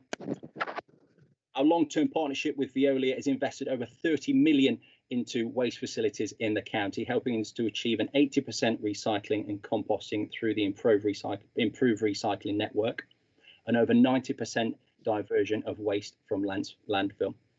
With Veolia, we provide 12 excellent household waste and recycling centres, with a 13th on the way for Rushcliffe. So there's sufficient provision for everyone to dispose of their waste properly and recycle as much as possible. As promised, the Conservative and Mansfield administration brought forward its plans for the new recycling centre in Rushcliffe last autumn, and we look forward to these progressing under the next administration. As reported to Finance and Major Contracts Committee in February 2020, a review of the waste management costs at Eastcroft Incinerator has been undertaken, and the Communities and Place revenue budget was revised to include the contribution of a further £600,000. Environment and air quality, Councillor Cotty has already touched on, but we continue our efforts to improve the air quality in Nottinghamshire. For instance, we've invested in cleaner, greener transport solutions as 4 new electric buses, as well as the Go Low Ultra programme, which is expanding the electric vehicle charging network. Early on in the administration, I also had the pleasure of unveiling the first 185 buses, which were all fitted with emission reducing technology, and this was funded by a successful bid to DEFRA, totalling £3 million. The total budget included in the capital programme for green initiatives is £20.2 million from 2020 to 2025, including carbon management, green investment, and as Councillor Cotty and Jackson stated earlier, we continue with our programme of replacing older, less energy efficient streetlights and lanterns with low energy LED options. I'll move on to my final area, Chairman, which is flooding. The County Council, as many of you will know, is the lead authority for flooding and works closely with a number of different partners. We're responsible for the Section 19 reports that seek to identify the cause of flooding incidents in and around the county, and it's safe to say that the team have worked their socks off over the last few years, putting these together so we can act quickly and efficiently to find possible solutions. The current flood risk investment programme is facilitating the delivery of 5 significant schemes across the county, with a total estimating of £8.3 million. And a further 23 schemes are being considered for feasibility and design. This year, flood risk management have secured external funding of £1.185 million towards flood alleviation schemes, which complements the £900,000 brought in last year. We're also delivering a £1 million county-wide programme of works to assist those most susceptible to flooding that will look to reduce the likelihood of floodwater entering properties at ground level. And this programme is evolving and will be further developed in coming months. Now, our flood risk management team have again been incredible this year, bringing in funding, but also there's been over 1,200 localised reports of flooding which have been investigated in the last 18 months. The team have recently been successful in securing a total of £455,000 in DEFRA funding to complete hydraulic studies on a number of catchments across the county. This is West Bridgeford, Mansfield, Bleasbury, Rhodesea, Clarborough, Shire Oaks, Retford and Gotham, and are all programmed to be completed by March 2021. Now, the funding for Retford and Gotham catchments, around £100,000 between the two of them, includes an allowance to carry out studies into the use of natural flood management techniques. Now, these have worked brilliantly in Southwell, and it's hoped that the outputs from these studies will identify the areas for future potential flood mitigations, and will be able to deliver some schemes in those areas very, very soon. Now, in recent months, the council has seen 4 significant flooding events. This was November 2019, February 2020, June 2020 and August 2020, resulting in over 1,000 internal flooding incidents, which have impacted every district across Nottinghamshire over that time period. Now, during the course of this administration, in response to this, we've paid out nearly £160,000 of flood hardship funding to assist those residents and businesses who have been worst hit. The council's also acted as lead administrator for the central government funding support to those affected by flooding, including business recovery grant, which we can offer up to £2,500. Now, as I've already stated, our flood risk management team have been brilliant at obtaining different funding for schemes and projects in our areas. I'm not going to go into full detail because I know that time is against us, but I just want to quickly go over some of the areas that we've been working on and the funding that we've got and put into these in different areas across the county. So as you're aware that the Southall Flood Alleviation Scheme, that's been a total of £4.4 million for the engineering scheme and £350,000 of local levy funding for the Natural Flood Management Scheme. Hucknall Titchfield Park Brook Scheme, this is in my area, a project which will protect 86 properties from flooding along the Titchfield Brook catchment. That's just under £1 million of flood defence grant aid and local levy funding we've been awarded for this project. Works have already started. We're very excited about this and we hope they'll be completed later on this year. £75,000 for a series of works in Retford. This was from a successful bid to DEFRA. And we've also secured just under £100,000 for Arnold and the Upper Daybrook catchment study. Now, this study was carried out by Severn Trent Water and their specialist contractors, and the final report will be published in spring 2020. We've also, during this administration, worked in partnership with Severn Trent to provide protection more than 40 homes in Newark as part of Severn Trent's £60 million project to improve the water and waste network. Chairman, in all, it's been a tough, long old year, but I'm sure you'll agree there's been some fantastic work that's been carried out by the Nottinghamshire County Council, and I fully support the budget proposals. Thank you, Chairman. Thank you. I think all our staff are superb. Councillor Madden, please.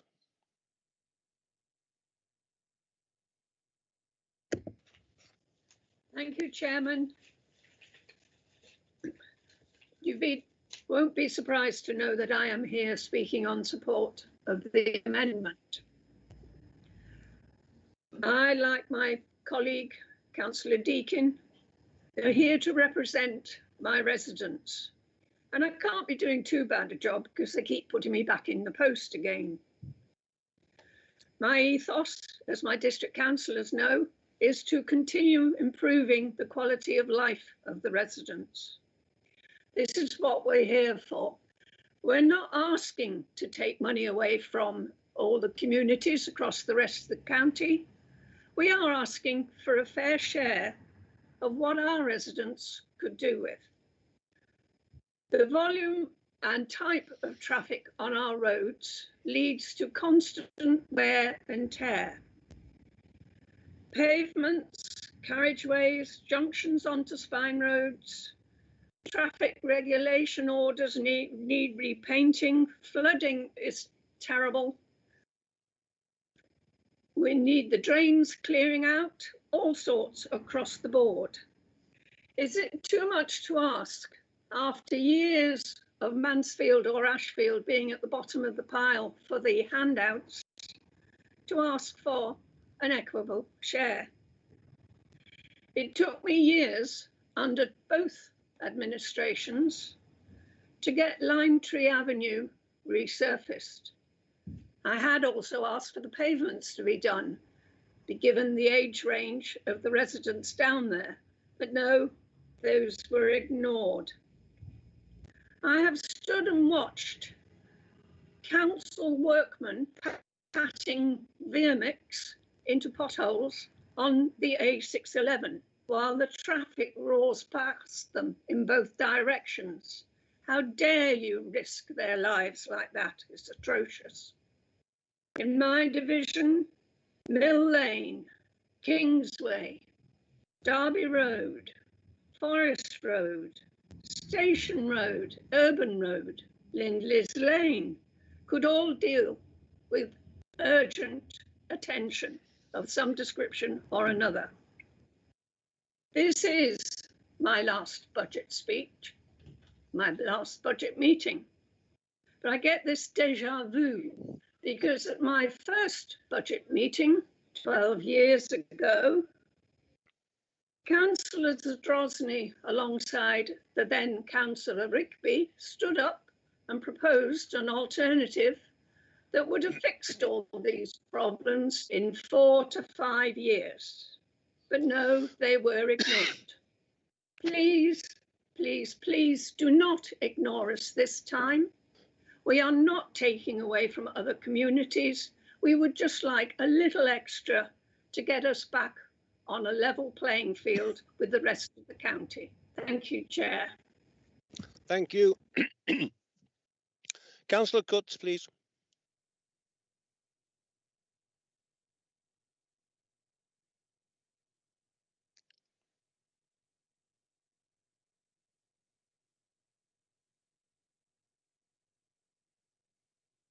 Okay, Councillor Cutts, please.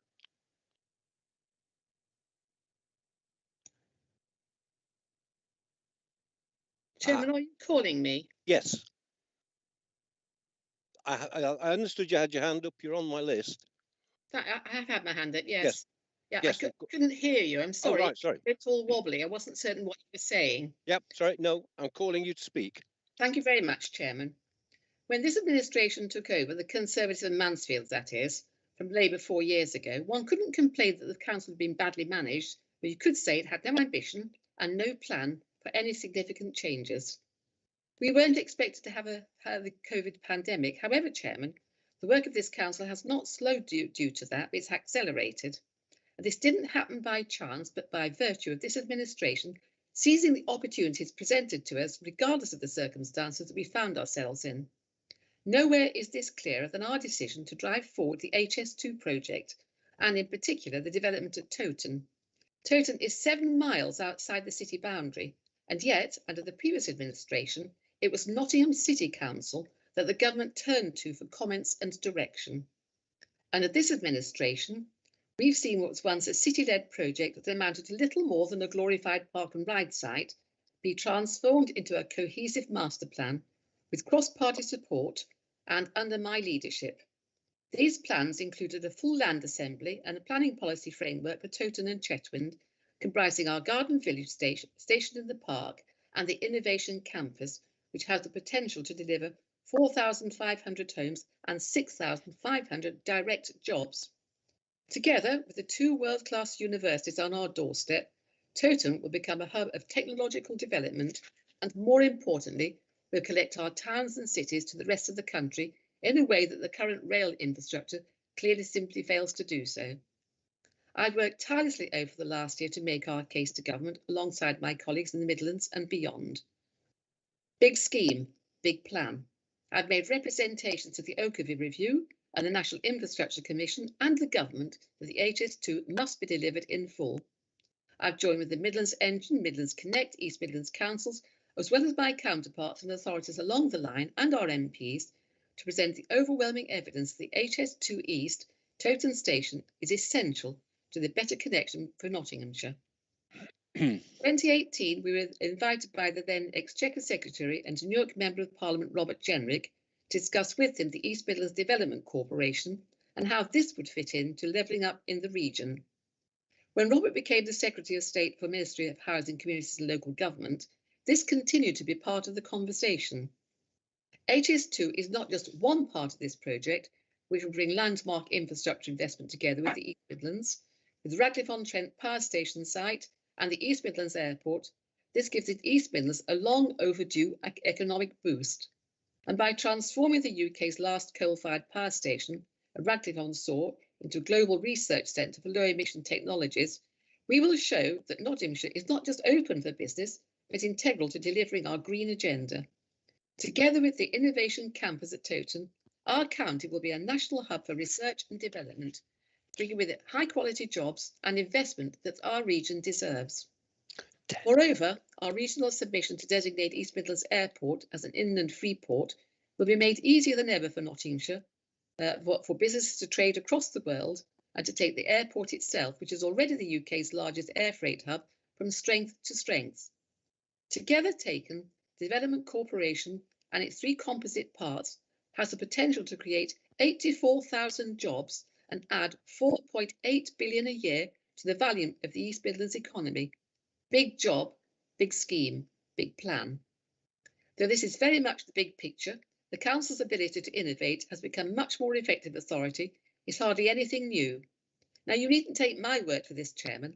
Let me instead refer you to the comments by the LGA peer review team who said, and I quote, Nottinghamshire County Council provides strong leadership regionally and nationally.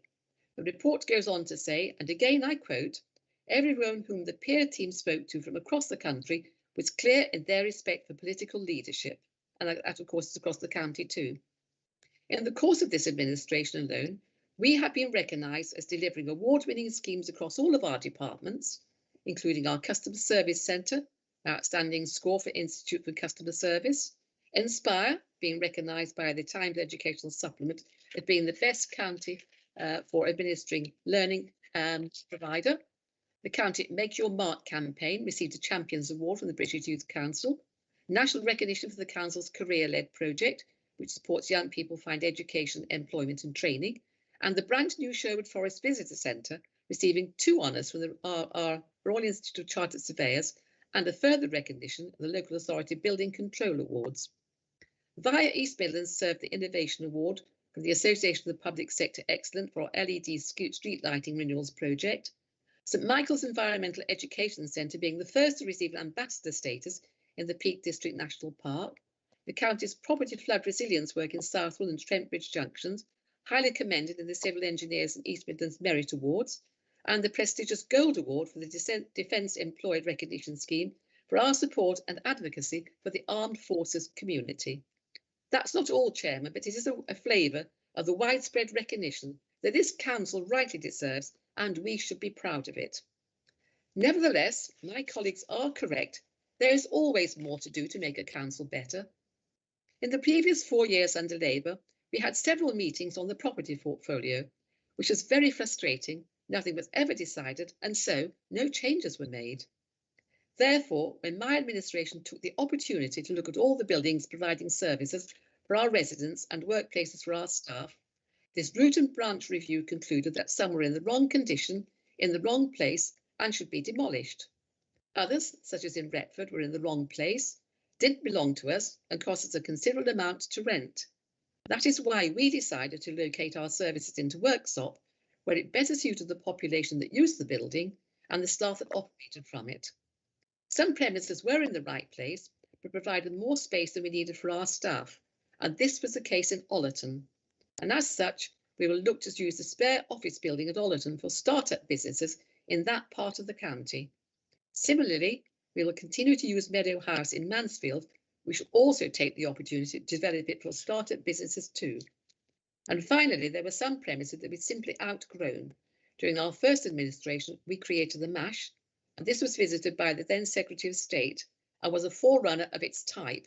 But we've now outgrown the buildings at the Piazza and Mercury House, which contain our customer care centre.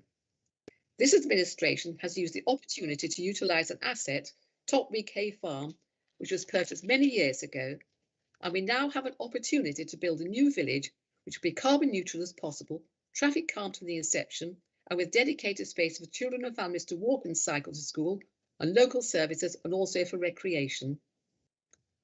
Big plan, big scheme, delivered. Furthermore, this development includes plans for the new County Council office building so that the MASH and the Customer Service Centre can be relocated here, saving an annual rent of over £400,000 per annum. All our buildings will be as carbon neutral as possible, so that our target of being carbon neutral by 2030 will be achieved. We will have the right buildings in the right place for the right reasons.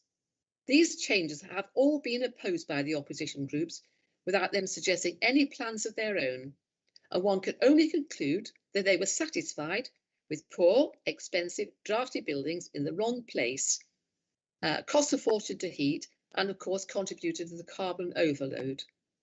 Their main avenue of criticism is that it was too expensive, even though it's a long-term capital programme, and one cannot help but reflect that the district councils complaining bitterly that the county council's building programme have themselves invested in commercial premises which are no longer showing a return, and indeed some of them become white elephants. Hardly an example for an ambitious Conservative and Mansfield Independent administration to wish to follow. Big scheme, big plan, delivered. We have become a leading council in the East Midlands through the Development Corporation Board, Midlands Connect, Midlands Engine, North Midlands Manufacturing Corridor, and the East Midlands Councils. We've used these boards and meetings to bring up to the government's agenda the poor investment in Nottinghamshire, and seen far more than 4 decades of underinvestment in our railways, our local roads, our trunk roads and our motorways. And let me expand. The last new investment in rail in Nottinghamshire was the Robin Hood line. And although plans have been brought forward for more investment in local railways, which we have supported, nothing has ever happened. Through the Midlands Engine, I, together with my colleagues, have been pressing the government for the electrification of the Midland Main Line, and this is now finally on the agenda, with the government promising to invest in this technology. In the meantime, they are creating hybrid trains which can travel on electrified lines as well as the non-electrified standard lines. The North Midlands Manufacturing Corridor, of which we are part, is looking to improve the A5500 to serve businesses, for example, JCB, Jaguar Land Rover, Bombardier Trains, Rolls-Royce and Toyota. All of these are significant manufacturing and engineering businesses requiring skills and investment and capacity for the transportation of finished goods. We've joined together with our colleagues on Midlands Engine in supporting the Freeport bid at Immingham Docks, which is a groundbreaking scheme as it serves both sides of the Humber Estuary, as well as North East Lincolnshire and Lincolnshire. Through East Midlands Councils, we and our colleagues in Rutland, Leicestershire and Lincolnshire have promoted the A1 to motorway standard. This has been sadly neglected along its length in Nottinghamshire, as well as through the other East Midlands counties, and prey to many serious road accidents because of the lack of investment and failure to bring it up to motorway standard. The A1 transports goods and services the length of Britain, but the forgotten piece in our county, in the middle, is so inadequate that when an accident occurs, traffic is diverted along the Old North Road, which is causing deterioration to the County Council maintained highway and creating damage to local vehicles. It's always seemed strange to me that the very road which gave Nottinghamshire its fame, both as a conduit for the Pilgrim Fathers at Scrooby to gain news and current affairs and events, but also the famous ride of Dick Turpin from London to York, has received so little attention and seemingly so little interest. The A46 and the A52 have also been championed by Nottinghamshire, both of which require significant improvements, and we've finally made it onto the government's programme, and we now need to work on a fourth bridge in the right place. Big schemes, big plans. We no longer view such schemes just in terms of their relevance to this county, but instead we continue how we build, work and travel together as a region. The East Midlands has been starved of funding for infrastructure, for investment for decades, and we have made collective representations to government which are finally finding traction. If you think on a wider scale, as my administration has done, I fulfilled my promises, then it becomes apparent that the reorganisation of local government in 1974 no longer serves the purpose of the electorate. It's too small to be strategic. A unitary authority would serve Nottinghamshire very well, and more important, the people who pay for it. I make no apology for pursuing the local government reorganisation agenda, which has just this week received a further boost as the government has given the go-ahead to look at local government reorganisation in Somerset, Cumbria and North Yorkshire, and I hope that Nottinghamshire will be considered in the next tranche together with other counties. The time has come to treat the economies of scale to be gained from the LGR as an opportunity and not a threat, an opportunity to draw down funding from central government without having to go cap in hand for every small individual scheme. As a unitary council, we can be trusted with our neighbouring counties to deliver good local government at a price that can be afforded by the council taxpayers who are our paymasters. Big scheme, big plan. During the early months of our administration in 2017, 2 sites were set alight by vandals, one at Rolleston Drive in Gedling and the other at the Leisure Centre in Newark. These had been mothballed by the previous Labour administration, and the lack of security on each of these sites was a contributory factor. We were not deterred. The Rolleston Drive site has been cleared, marketed, and new homes will appear on the site, which was formerly used as a county council workshops. The Leisure Centre site in Newark has become a host to a new day centre adjacent to their previous site on London Road, which is now occupied by a brand new school for children with learning disabilities. This had been much talked about, but there were no plans. Indeed, there was no site. It required the vision of our administration to bring together children from around the Newark town to the New Orchard School, which is a beacon of excellence. The old and no longer used care home became a temporary home for the day centre whilst it was being constructed. Our Y division brought forward £40 million for the Gedling Access Road, which again had been much talked about and planned, but not executed by the previous administration. This is now well on the way to being completed. We have accelerated the Lyndhurst site outside Mansfield, drawn down funding for road improvements across the county, including the 611, the A52, the 46, and of course the junctions on the 614. Big scheme, big plan. Via, our arm's length highway operative, was set up under Labour administration. I always felt it was a poor deal for Nottinghamshire, as whilst I have a great deal of respect for Cornwall, it was a much smaller county, but it had a 51% share of Via that made Nottinghamshire the junior partner. It was much more expensive to administer than was necessary, which is why we bought back the shares from Cornwall in an amicable arrangement, and we've seen Via become a greater success as a wholly owned arm's length company and returning profits to the county. Arc and Scape are equally successful for us, and we've built and delivered many of our new buildings, including schools, and the Inspire Library Service, which is award-winning. Again, another big scheme, another big plan. It's delivering for the people of Nottinghamshire on both the local level to lend books, but also the county level education. There could scarcely have been a more challenging year than the one we have been through, and I am proud that this council has risen to that challenge and made the most of the opportunities that have presented themselves while supporting our communities and keeping them safe. Very quickly, the Local Resilience Forum was set up, in which Nottinghamshire County Council was the leading partner, together with the police and fire service and district councils. We secured PPE for care homes and other workers, and in the teeth of a national shortage, we were never unable to supply what was necessary, when it was necessary, and to the right standard. Nor were we unsympathetic towards the people who were shielding, or the elderly who were unable to leave their homes due to the pandemic. We stepped in and raised a £1 million fund for local organisations, charities and food banks, and all those engaged in serving our population because of the coronavirus. All parts of the county received the funding that they required to deliver the service. This has proved a lifeline to many. It's also harnessed the neighbourliness and goodwill from many members of society, including many young people who volunteered. This fund was a catalyst for goodwill and generosity. There is so much more that this council has achieved, and I look forward to another administration to continue achieving that. I'd just like to pay my grateful thanks to our officers, to the Chief Officer Management Team, and of course our Chief Executive Anthony May, who's guided and supported with his wise words of wisdom.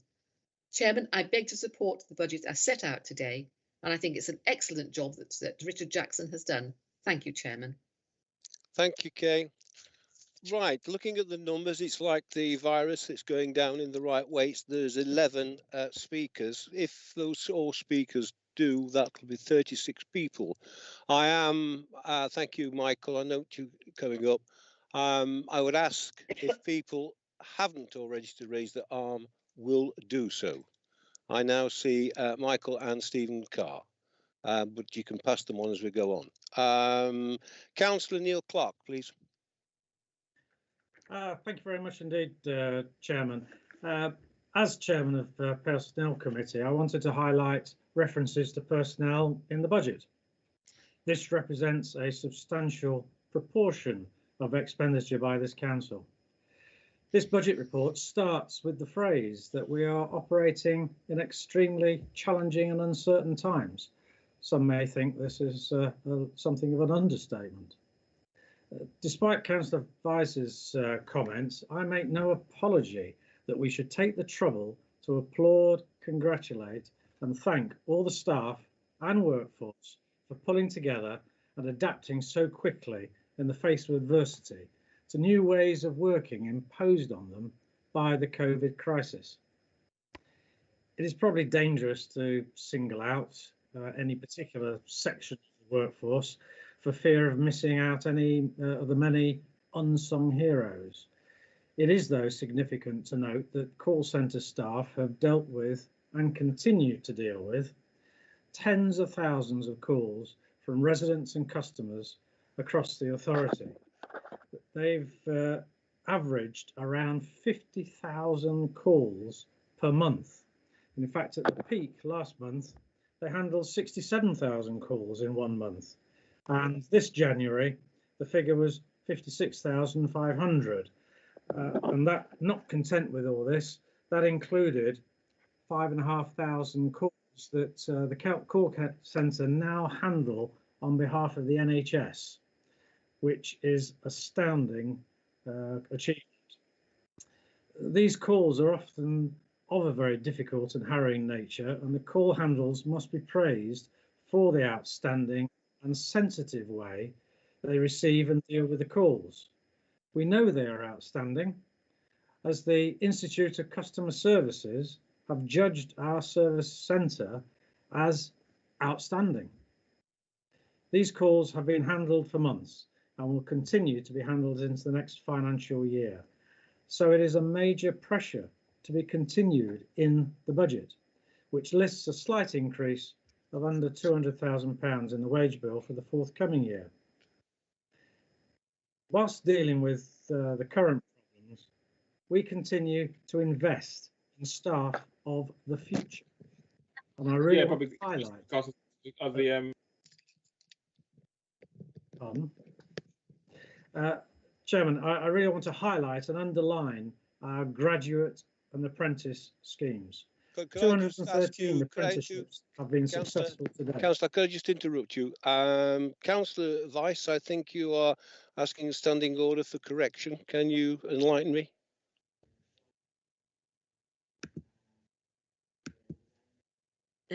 Thank you, Chair.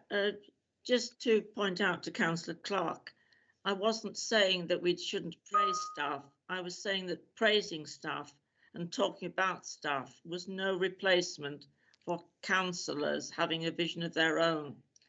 And they were the ones who lead our policies. Thank you for the clarity. Thank you. Thank you. Please carry on, Councillor Clark. I'm obliged, Chairman. Thank you. So I was referring to graduates and apprenticeships, and 213 apprenticeships have been successful to date. But in the graduate scheme, recently, in the end of last year, we appointed 6 graduates. The previous year it was 5 graduates, and the previous year to that it was 6 graduates again. And these graduates have shown themselves to be extremely talented and impressive. And in fact, we had them, the last 6 presented themselves to the last personnel committee, and they were absolutely amazing. And I'm really optimistic that we're going to have outstanding staff still in the future. Excuse me. And I'm glad that within the budget we will continue to invest in the staff of our future, including those graduates and apprentices. I would also like to commend all senior staff for the sensitive way that they have supported staff members in adapting to working from home in many different and very difficult circumstances. Everyone's situation is different, with varied needs, and adapting quickly has raised many challenges. It is most heartening to see how everyone has pulled together and worked under a renewed team spirit for the benefit of our residents and businesses. Just to make a quick comment about Councillor Rostance's contribution, Chairman, I did want to also fly the flag for the hard work that's been done in Colston Bassett, in Cropple Butler, and in Bingham as well on behalf of residents. So, Chairman, just to conclude, whether it be answering the phones or visiting vulnerable people or out on the roads repairing potholes in all weathers, to name just a few, all staff and workforce deserve our sincere thanks, and we should be very proud of all they do. In terms of the amendments, Chairman, the content of that has been preempted by the additional funding that Councillor Jackson highlighted. So that amendment is superfluous. So I won't be supporting the amendment, Chairman, but I will be voting in favour of the budget as originally proposed. Thank you, Chairman. Thank you. Councillor Plant. Yes, okay. Thank you, Chair. I'm actually speaking to the Ashfield Independence amendment. And I mean, I felt very early on in the day that I can't let the day, although it's nearly gone, end without speaking up for the residents in my West Bridgford North division, which is, of course, in Rushcliffe.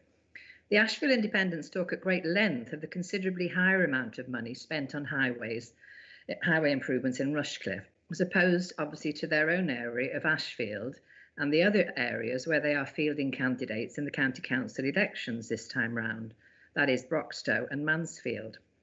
More money on highway improvements may be spent in Rushcliffe, according to the present formula, but I can assure the Ashfield Independents that that money is not flooding into my West Bridgford North Division. Many members might not know my division, but what you will know is the road that Councillor Rhodes actually, or road that Councillor Rhodes has also mentioned, which is the A60 outside County Hall.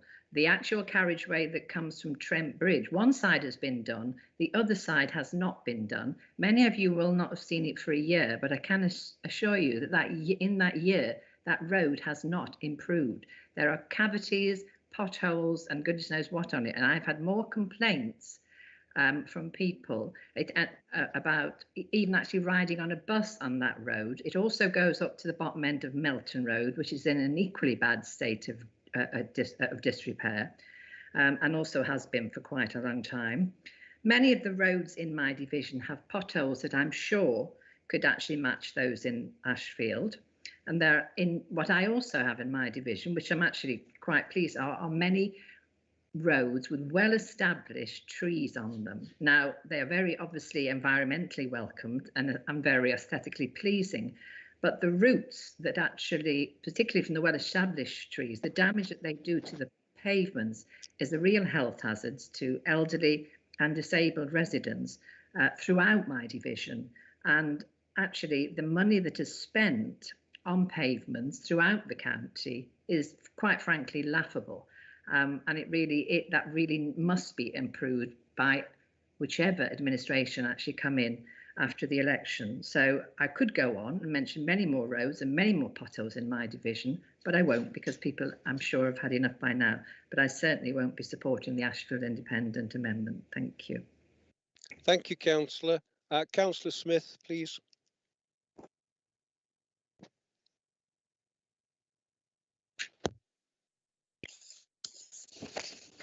Right, thank you, Chairman. Just bear with me 1 moment. Sorry.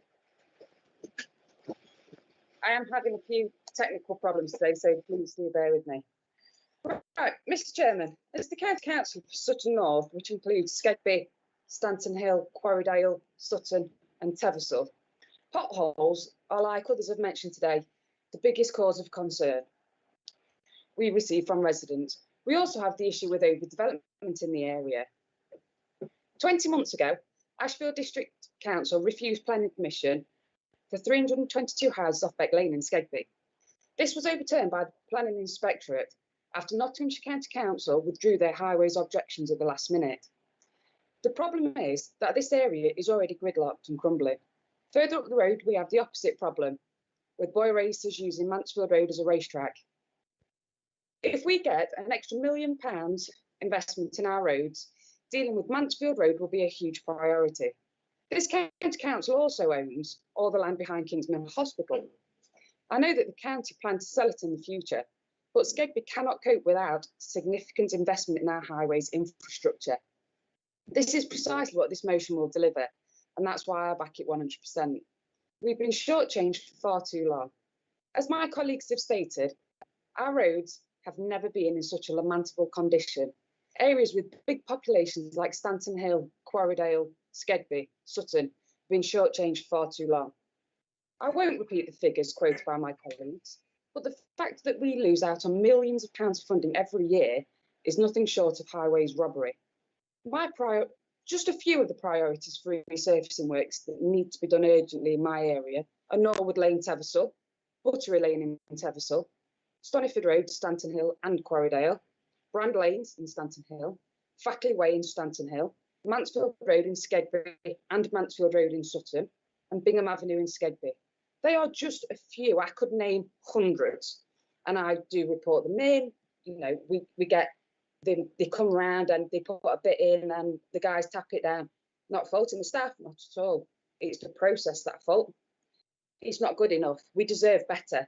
It's a temporary fix, as we've heard today, But when's it ever actually going to get fixed? This temporary fix is permanently temporary. It's fixed once, it's fixed again, it's fixed again. It costs an absolute fortune to keep coming back and doing the same thing over and over and over again. It must be boring for the staff as well as it is for us. And Mr. Chairman, there's a lot about this budget that I didn't agree with, but I was willing to support it on the basis that an extra £1 million was spent on roads and pavements. And this isn't because it's parochial. This isn't because, as Councillor Jackson said, because there's an election coming up. Because if you look back in the records, every single year since I've been on this council, I've talked about roads and pavements in Ashfield. Myself and Councillor Martin put a motion forward a couple of months ago. You know, it's a consistent problem that we've had with the system. And so I know some of you have said that come and have a look at our roads, come and have a look at our roads. I can guarantee you ours are worse. Come to Ashfield, come and see what it's like here. Come and see what we have to see every single day. You genuinely can't drive down the road without having to swerve into the middle of the road to avoid massive potholes. And they come, they put a bit of stuff in it, and then they drive away. Within 48 hours, it's just as bad as it was before. It's not good enough. It's time for a change. And to be honest, I'm quite disappointed that more people aren't supporting our amendment, because I'd have thought that this was something that everyone should agree on. That, because we're not saying that Bassett Law doesn't deserve it. What we're saying is you've had more than us for the last few years. It's time for us to have our share of this funding back. Thank you, Mr. Chairman. Thank you, Councillor. Councillor Lawton, please. Thank you very much, Chairman. As everybody knows, I'm the Chairman of the Governance and Ethics Committee, and I'd just like to put on record my thanks to my committee members over the last 4 years, particularly Kate for her input and Andy. I will be supporting the Conservative budget today, which is not surprising. Some of the things that have surprised me with the way people have been talking today, this is a balanced budget in the middle of a pandemic, having dealt with the issues of Brexit. And some of the councillors today haven't even got the common grace actually to turn around and say, actually, well done, team, you've done a really good job having a balanced budget in such challenging times. Jason's alternative budget is, as we're well aware, is all about writing leaflets. I mean, it's ironic, really, isn't it? He's doing. He's achieved what he wants to do, because what he's done is split the council in half by wanting to plough funding into his area of responsibility and forget the other half of the council. I must admit, it's one of my worries, really, and I do live in dread in May if he took over control of this council with the support of the Labour administration, because my residents would seriously suffer. They would not receive their fair share of funding, and we all know this to be the case. Mike Pringle was complaining about the lack of capital investment across the whole of the patch. Well, actually, Mike, I think you've had your fair share. You know, to look at the amount of money that's been ploughed into the Sherwood Energy Village, and we've received no amendment from the Labour administration. Yet they've accused us of having no passionate political leadership, no vision, devoid of ideas, disingenuous, and the real cracker came from Councillor Vice. She accused us of being lazy and complacent. Well, Councillor Vice, unfortunately, not providing an alternate budget is lazy and complacent. When I was the shadow finance spokesman for the Conservatives many moons ago, I put it upon myself to produce a shadow budget, knowing that if the Labour budget got voted down, there was an alternate budget. There is no alternate budget. Unfortunately, Councillor Hopewell is in no man's land because he doesn't like the Conservative budget and he doesn't like Jason's. So what is he going to vote? For no budget? So it really does. It's past the pale, really. It really is not credible, I think is the word that comes to mind. I mean, Councillor Rhodes complained about Councillor Jackson talking about a 10% increase in council tax. Unfortunately, Councillor Rhodes, you've got a bit of memory loss, really. The only person to put the council tax up by above 10% was Councillor Carter. He did it 3 years on the trot, and charged my residents extortionate amounts of council tax to pay for your pet projects. So, poor old Councillor Hopewell, you're in no man's land, Vaughan. You've got nothing you can do. You can't go in any direction, and you've got the Labour Party to blame for that. Now we're talking about choice here. You know, I've got a stretch of road. I can, like many councillors, I could name you all my roads that need resurfacing. I could go through a great long list of those areas that need talking about. But we'll talk about one particular area in North Muscombe. In fact, about 3 or 4 weeks ago, we had about 12 cars in a week lost tyres on the Great North Road. And I met with my residents and I talked to my residents. It was due to be resurfaced last year, but because of COVID, it was delayed. And I met with them and I talked to them and I explained to them my responsibilities as a councillor and my responsibilities as a corporate parent. I mean, Sue Saddington touched on it a little bit there. And I turned around to them and I said, well, actually, you tell me which child I can leave unsupported that's costing £80,000 a year and I can resurface your road for you. You know, and that put the whole thing into context with them as to why they were having to wait to have their road resurfaced. If it's a choice, I will choose the child every single time as a councillor because I am a corporate parent. And I don't like, sometimes, you know, it makes me feel uneasy when I agree with Councillor Dobson. But Councillor Dobson talked about the magic money tree. We have to cut our cloth according to what we can afford. I mean, Councillor Fole accused me of not listening to people. Well, actually, I listen to people every day. Every day I talk to people. I've got 18 parish councils feeding information back into me all the time. I understand what their concerns are and try as best as I can to keep all the balls up in the air. Joyce, I'm sorry to see you go. You know, you're a little bit my conscience, really. You know, I listen to your speeches and they are always full of good content. But you commented that the highways, we haven't changed any processes actually from Council Greaves because all we've done is increase the number of ways of mending the highway. And so if it was failing under administration, it's damn sure it was failing under Councillor Greaves's administration. So I will be supporting our Conservative balanced budget in the middle of very difficult times.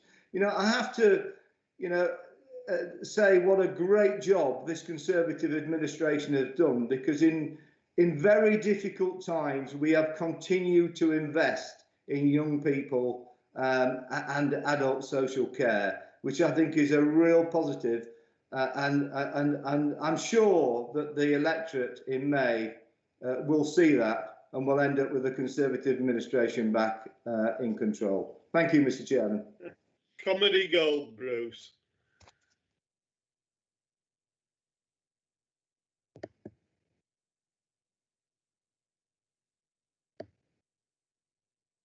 Sorry about that. I was muted. Councillor Guilfoyle, please.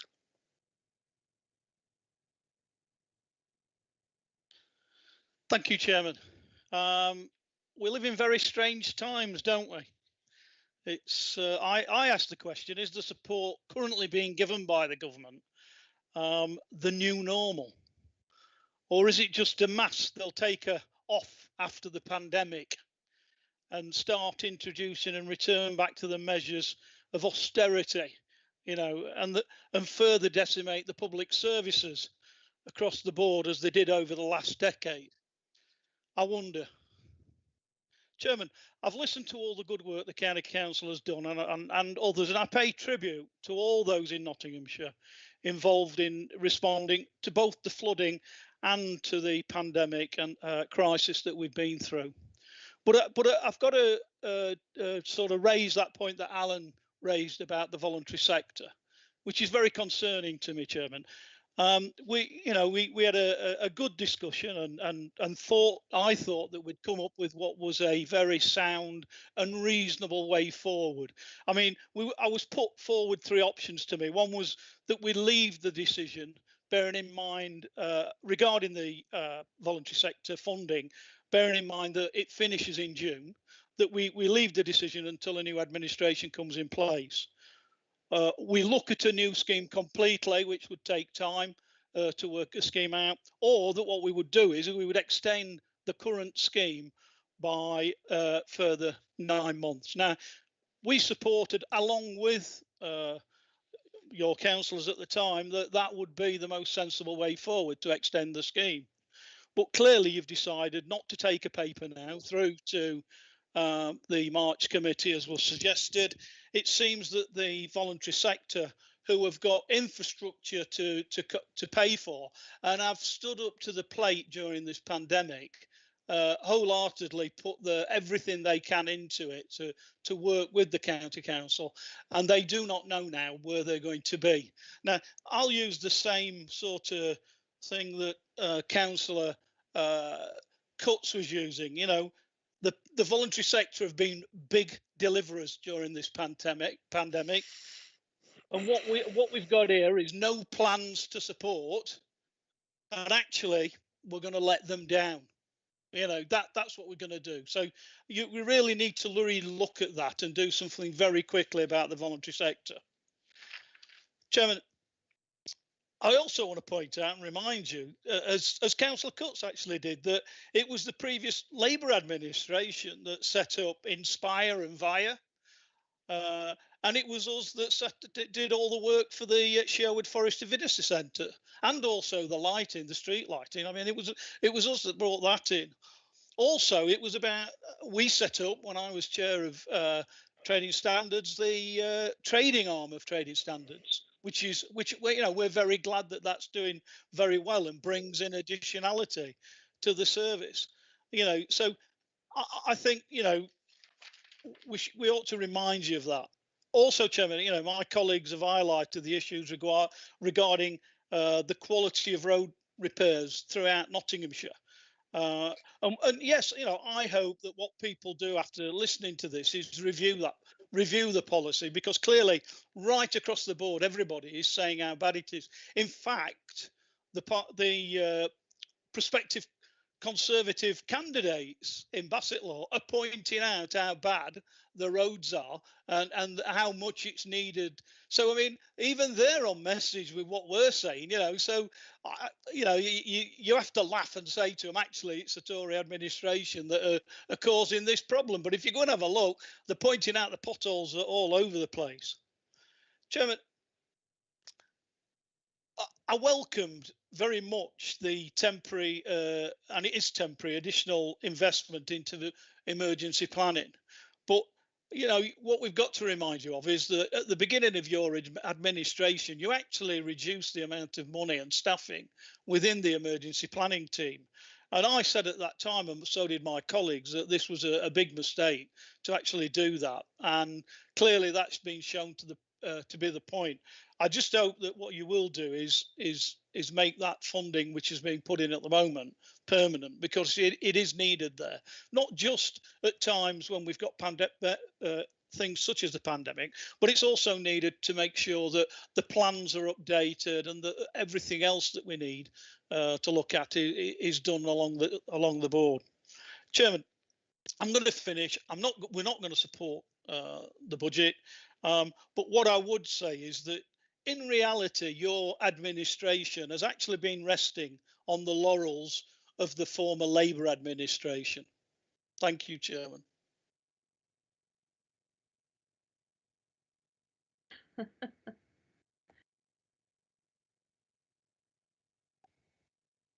Yeah, I keep forgetting I'm on mute. Thank you, Councillor.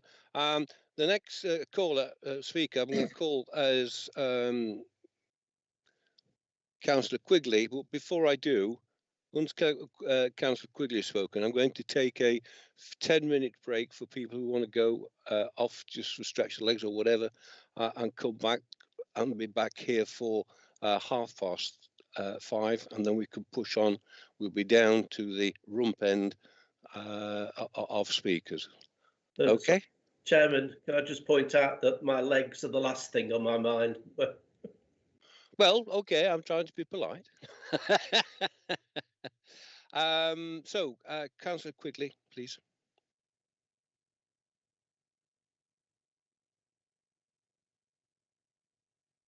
Councillor Quigley.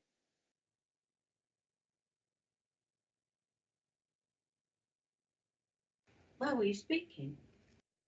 Thank you, Chairman. It was a fault of my system, and I've been kicked out 3 or 4 times. I didn't actually put my hand up; it actually put itself up. It has been taken down.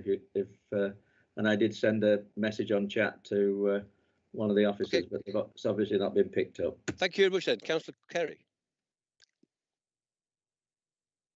You want me to continue, Chairman? Yes, please. Oh, okay. Thank you, Chairman. I'd briefly like to reiterate Councillor Jackson's point that the Ashfield Independent Amendment is unacceptable. The Council's Finance Officer has signed it off to say that the proposed use of contingencies is technically legal and in line with the financial rules of this Council's constitution, but it is not his duty to give an opinion on whether it is a wise alternative. That's a political point for councillors, and as Councillor Jackson has already said, this administration takes a prudent approach to budgeting, one aspect of which involves maintaining sufficient reserves and contingencies to cover any political overspend in our budgets, and including the capital programme. Councillor Zadrozny said he disagreed with a lot of our budget, but would hold his nose and vote for it if we accept this one proposal.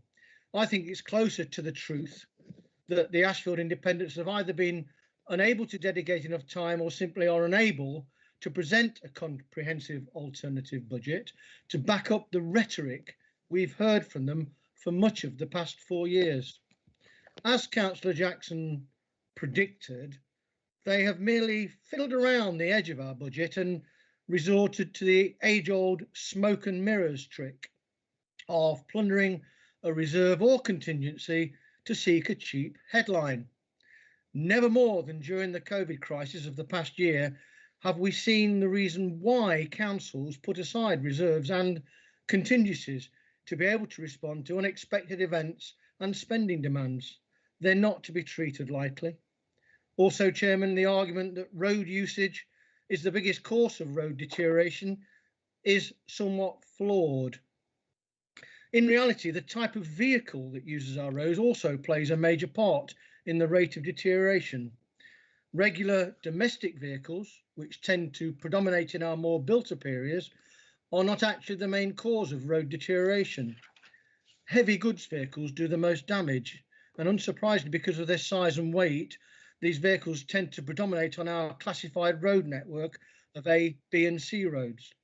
Of course, Ashfield, Broxtowe and Mansfield have A, B and C roads, but at a much greater mileage of these roads lie in areas such as Bassetlaw, as mentioned by Councillor Guilfoyle, and Newark and Sherwood.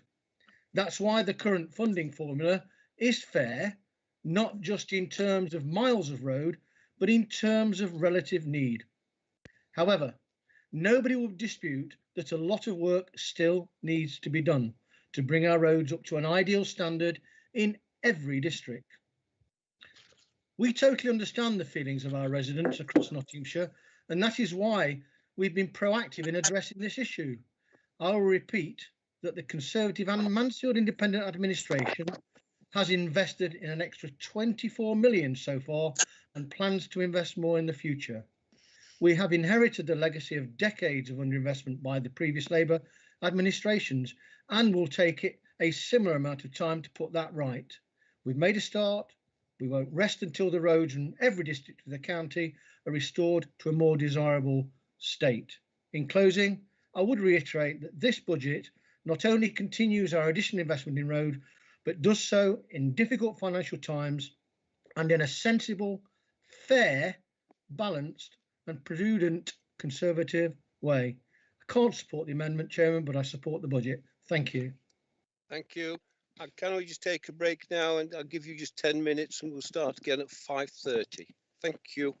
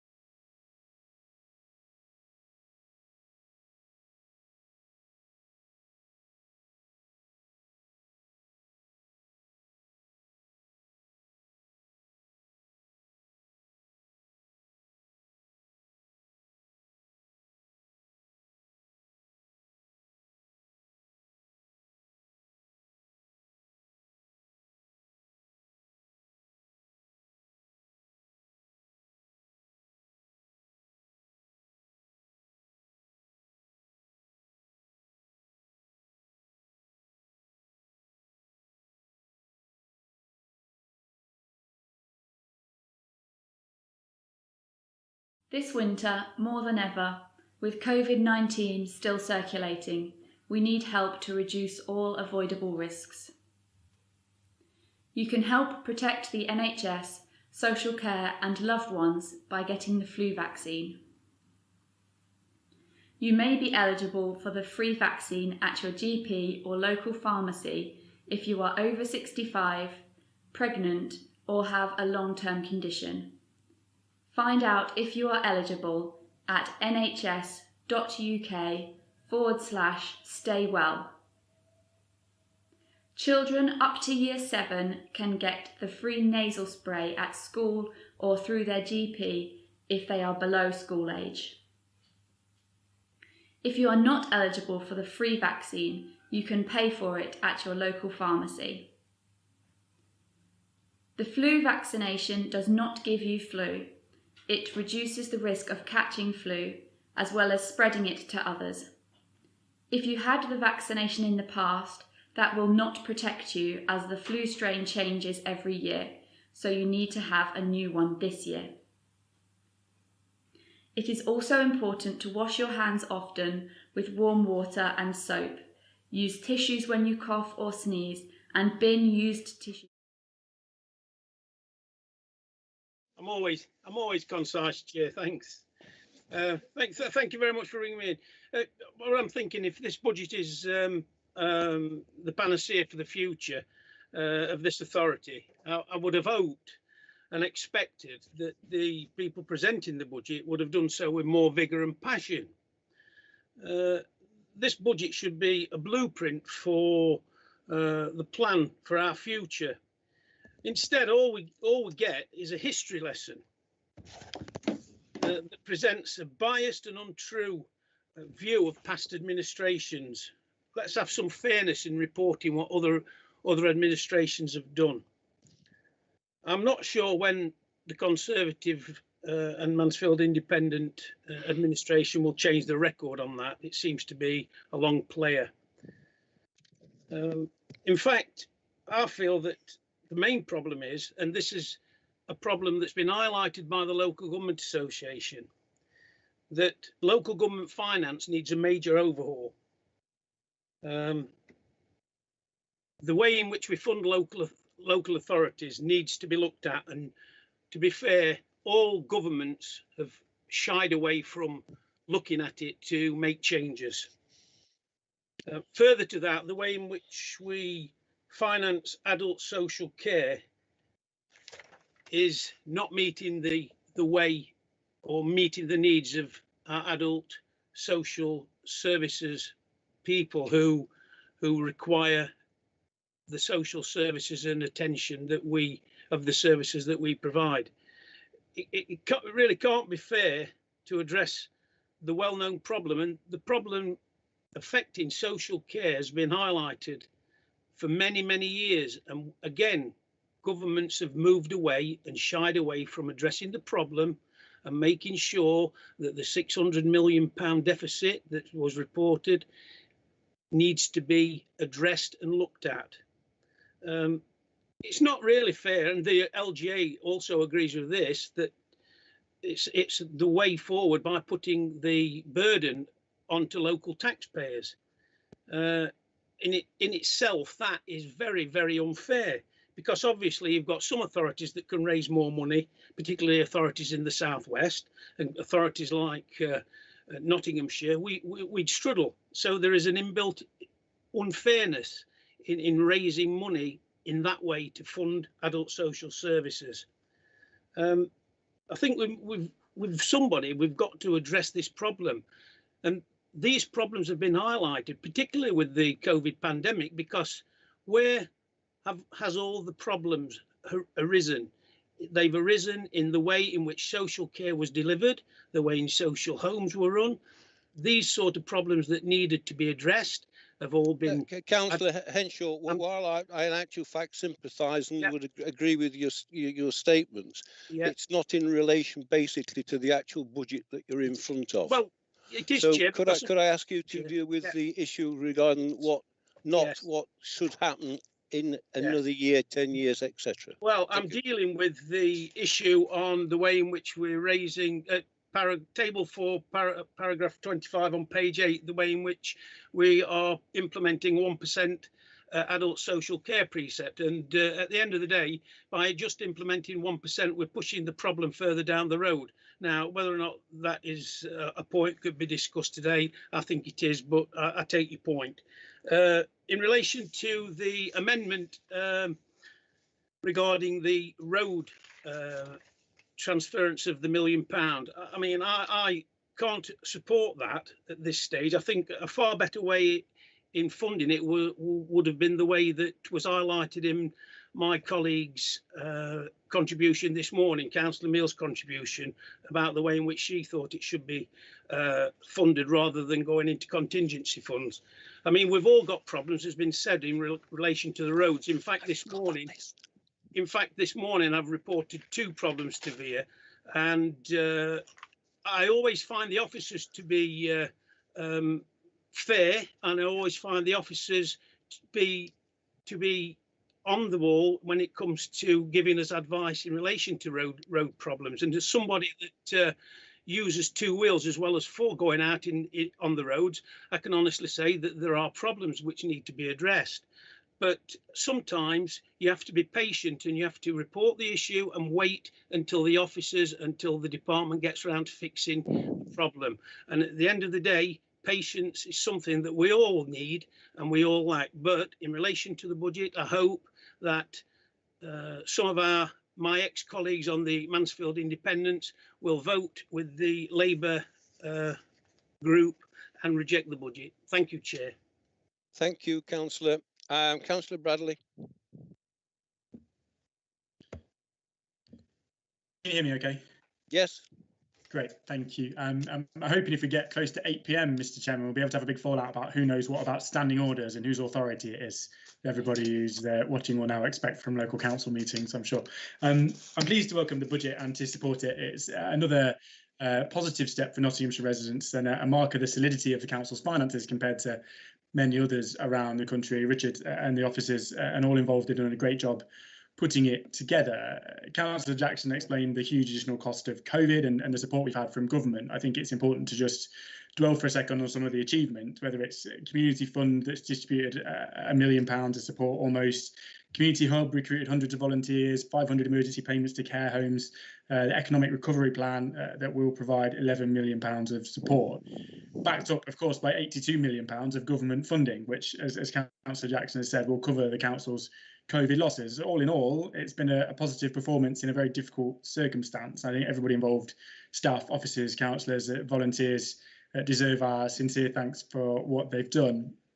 The highlight of the last 7.5 hours of conversation, of course, was Councillor Pringle, who was a joy to listen to with his trademark charisma and wit as he set about trying to dismantle, I think was his word, the budget with friendly accusations of deliberate attempt to mislead. It wouldn't be very parliamentary language, Councillor Pringle. Of course, it's total rubbish. He pointed to a lack of government funding when we know and we can see in the documents that we've had more government funding than probably ever in recent months, and that the income in COVID support has been enough to cover the losses we've taken locally. That was something Councillor Jackson covered right back at the beginning, and we all know, and it's blindingly obvious, I think, that long-term planning at this point in time is incredibly difficult. We don't know yet where we're going to be in 3 months or 6 months or 9 months, even with the virus. So if he thinks he can plan with certainty in the current climate, I might advise him that is just wrong. We have to be light on our feet and responsive at the minute, because these are the times we live in, and until the virus is in our rearview mirror, that's where we're going to have to be. And given that Labour have been responsible for this council for 32 of the last 40 years, it's hardly a surprise there's still an awful lot to be done to pick up the pieces. I know that the Labour Party are trying to appear more financially responsible at the minute and more pro-business. I didn't notice a union flag on any of their walls, so I hope they're also going to have the training on patriotic flag waving from central office that I'm told they are due. But they're barking up the wrong tree here, and the irony can't be lost on anyone when Councillor Rhodes talks about a budget with no ideas, with a lack of ambition, and yet once again Labour offer no amendment, no alternative, not one single idea of their own. And just like the national leadership, they seem to be here only to criticise and to moan about things, but to offer no ideas or alternatives at all. In truth, this is a positive budget. Despite challenging times, we've been able to cover costs, we've been able to protect services. We've been able to avoid making the maximum tax rises whilst doing so, and increase budgets in areas like road maintenance that are so important, and where we still have a huge amount of work to do to recover from that backlog that was left to Councillor Cotty 4 years ago. And that will take some time, but we've put an extra 24 million into that budget. We've increased the number of repairs from 60,000 in 2016 and 17 under the Labour administration to 200,000 in the last 2 years, and invested in new technology in the form of new machinery to improve the quality as well. And as Councillor Rossant said, that new machinery has an excellent success rate, and we can roll that out over the next 4 years. Almost 60 resurfacing projects have happened in Hucknall, along with new crossings, new flood relief measures. What's no doubt been one of the biggest periods of investment in road safety, road maintenance that it's ever had. So a far cry from some of what has been said up to now. To be honest, I think Councillor Wallace deserves a medal, I think, for taking on the world's biggest portfolio, where he's responsible for seemingly everything except the rotation of the earth, and still managing to deliver on these improvements despite COVID, despite flooding, and despite that mess that we were left. On the subject of highways, Chairman, I'll address the amendment if I may. Councillor Sir Drosney's acting training has come into good use today. He says his amendment is not parochial, as if he'd only talk about Ashfield. If it was, of course, it's total coincidence that he's picked out only the areas where he and his group and his associates are standing in the county council elections in a few months' time. That's total coincidence. In truth, of course, government's commitment to an extra 4 million for potholes in the last few weeks has already delivered more additional funding than they are asking for. But we should, of course, see that delivered fairly across the county. And of course, over the last 4 years, he himself and his group have voted against far more funding than that during the life of this administration. Councillor Hollis said that he and his colleagues report highways problems all the time and all year round, as the Ashfield Independent's phrase goes. But Freedom of Information request recently revealed that the 37 councillors, I think they are, between district and county councillors, have reported a grand total of 71 potholes over 4 years. I think that's 2 per councillor over the last 4 years, which paints a very different picture, doesn't it? And maybe if problems are not being resolved successfully in those areas with Ashfield Independent representatives, it might be because they're not reporting them, and it might be that councillors would be better served acting rather than using it to score points.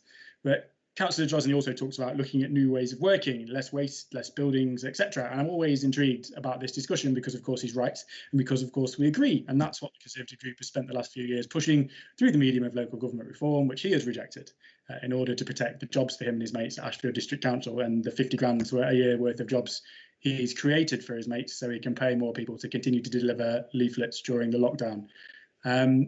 He talks about council tax and a political budget being a terrible thing, when of course ADC is freezing it this year, claiming a great victory despite having raised it by the maximum amount in previous years, and even raised it when government actually specifically gave them the funding increase. Bradley, can I interrupt you, please? I've got a standing orders 66. I'm not quite sure from the initials who has put it. Sorry, Councillor Hollis. What are you saying? There's been an inaccurate statement made, 66 potholes from a number of colleagues, which is clearly directed at me as I was named in the statement. That is completely factually incorrect. And frankly, the councillor doing the job in Councillor Bradley's division of Hucknall North, Councillor John Wilmot, reports far more than that on a daily basis. It's a factually incorrect statement, and I'd ask the member for Mansfield to withdraw the statement, which is clearly factually incorrect. Thank you. Thanks, Chairman. I'll send Councillor Hollis the email with the Freedom of Information request that lays out the data, and maybe you can argue with that.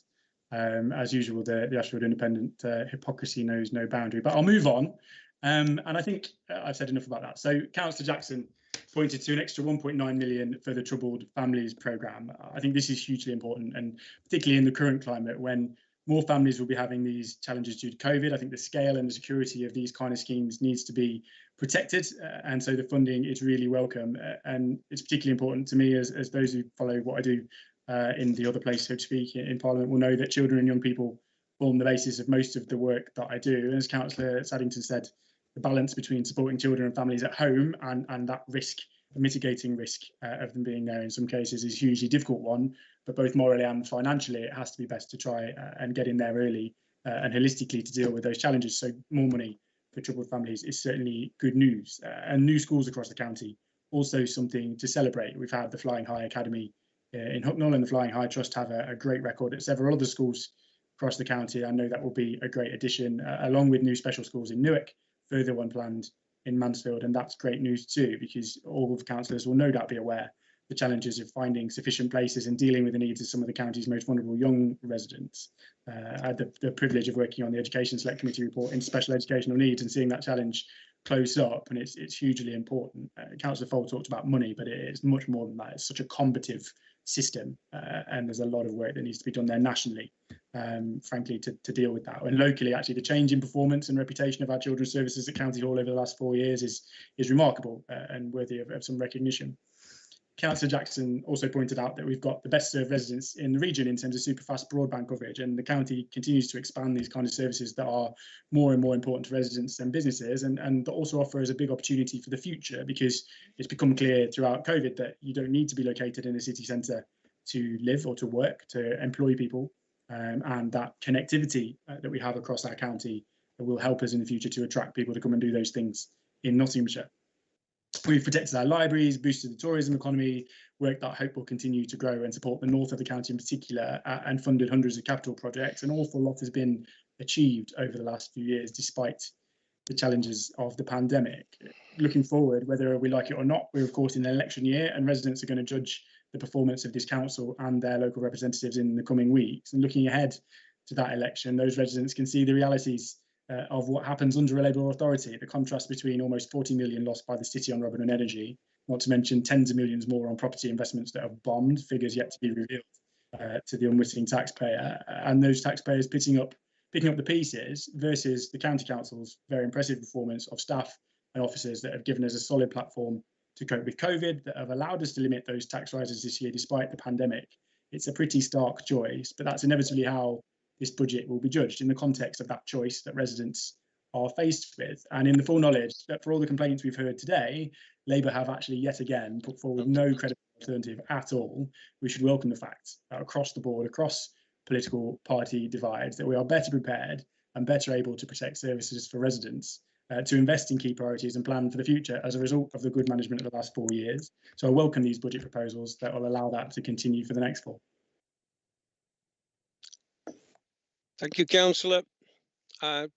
Councillor Horan, please, Francis Horan.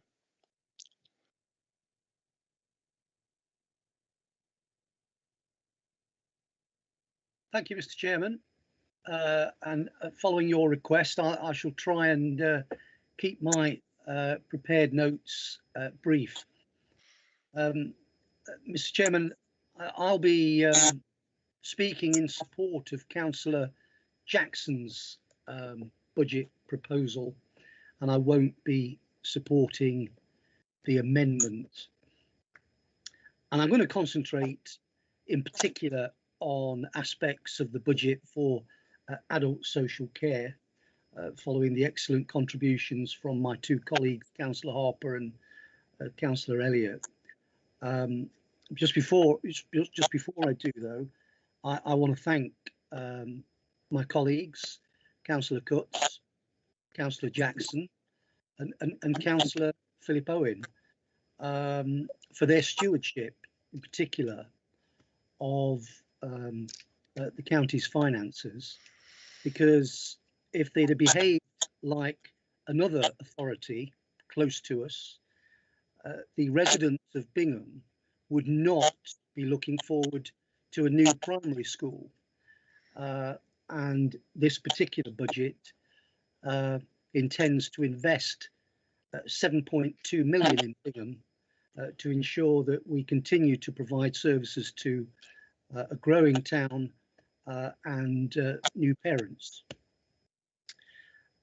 Mr. Chairman, the Conservative administration has done all it can to ease financial pressure on residents at this particular time by continuing to seek best value for every pound of public money we receive and spend. And Nottinghamshire County Council is now nationally recognised as a very well run and efficient local authority. And this puts us in a strong position to gain more government funding support in the future, because ministers can be confident that this authority will use money that we receive in a way that delivers real tangible benefits to service users. And I just want to give you an example of where this council now is in comparison to 4 years ago. 4 years ago at this meeting, the Labour administration proposed in its budget to cut the adult social care budget by over 2.6 million. Today, the budget proposed by Councillor Jackson proposes to increase investment into adult social care by over 9.2 million. And that is a real increase, 4.4%. And if we assume that inflation, CPI inflation is 0.9%, that is equivalent to a real terms increase of 3.5% for the most vulnerable in our society that we are charged to look after. That's how a small example of the enormous changes that the Conservative administration has done for Nottinghamshire. And just to run through some of the adult social care services that have benefited from. Could I trespass on your good feelings and say, can you actually move forward on them? Of course, Mr. Chairman. Thank you. Integrating services. We carried a pilot out, a national pilot in Mansfield and South Rushcliffe, and we were effectively a trailblazer for the vision of better integrated health and social care, now set out in the government's white paper on the future of health and care. All packages of care that are joint funded between ourselves and the health authorities are now set up with an integrated personal budget as standard. And this meets our aim of giving people the power to choose and control the services that they purchase from us or from other providers, while at the same time integrating these services to deliver a faster, more responsive and more efficient assessment and review service. Digital solutions. Out of 70 digital projects, Mr. Chairman, we have moved forward on many of those.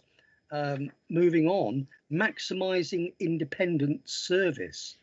Hundreds of people have benefited from our investment in services for people of all ages who need support for a short time to gain new life skills or regain independent living skills following a period of ill health, which may have included a stay in hospital or residential care. And I'm sorry, Mr. Chairman, if I'm concentrating on this, but we are here to serve the more vulnerable in our society, and I think it's worth at least acknowledging the hard work that our staff have put into what we have agreed at committee. For hundreds of people have been helped by our reablement service to regain independent skills. 1,000 carers have received advice, assessments and reviews of their needs. Hundreds of people have been offered benefits advice, and hundreds have gained from supported occupational therapy with advice, guidance and equipment. Living Well in Notts has provided appropriate help to vulnerable adults, is the central purpose of our Living Well service. Those with learning disabilities, mental health, autism spectrum disorders or physical disabilities. Although the service mainly supports people under the age of 65, it still takes an all-age disability approach, from helping younger people through their journey into adulthood to supporting people with complex disabilities in later life. and we help people to access the right service at the right time with a focus on people's strengths, maximising their independence as far as possible. Our Living Well teams, have been able to develop ever stronger working relationship with key partners such as health, housing and the voluntary sector to deliver a person-centred, joined-up approach. Our investment in these services is a win-win for the service user and the local authority alike, and that's all because of the stewardship of the Conservative administration. Mr. Chairman, Ageing Well in Notts, our Home First rapid response service, was launched in December 2017. It's mainly aimed at people aged over 65 and works with people in their own homes for up to 7 days while they recover from a period of ill health. This might be following discharge from hospital or to support them to remain at home during a temporary crisis. The service briefly provides personal care and daily support living while people need it, helping them to get back to independence. In the first full year of operation, it supported around 100 people each month, and now with further investment in the service in 2021, this has increased to an average of 170 people each month, all possible because of our careful stewardship. Moving on quickly, Mr. Chairman, I realise that everyone wishes to move on. Over the course of the current administration, we have invested an additional 3.2 million to increase the number of social care staff in hospitals and reduce pressures on hospital beds, and 6.6 million on a rapid response care service that helps people to regain skills for greater independence on discharge.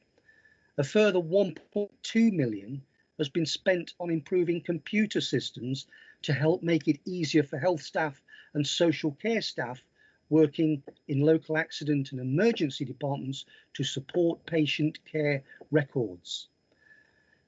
Nottinghamshire County Council has now been consistently ranked in the top 15 best performing councils for avoiding discharge delays due to social care. And since the COVID outbreak began in March 2020, the NHS mandated a new model of discharge and performance reporting. And despite the pandemic, the council has continued to improve. So far this year, 52% of discharges are made on the same day or the next day as the person is well enough to go home, compared with 32% in 2019.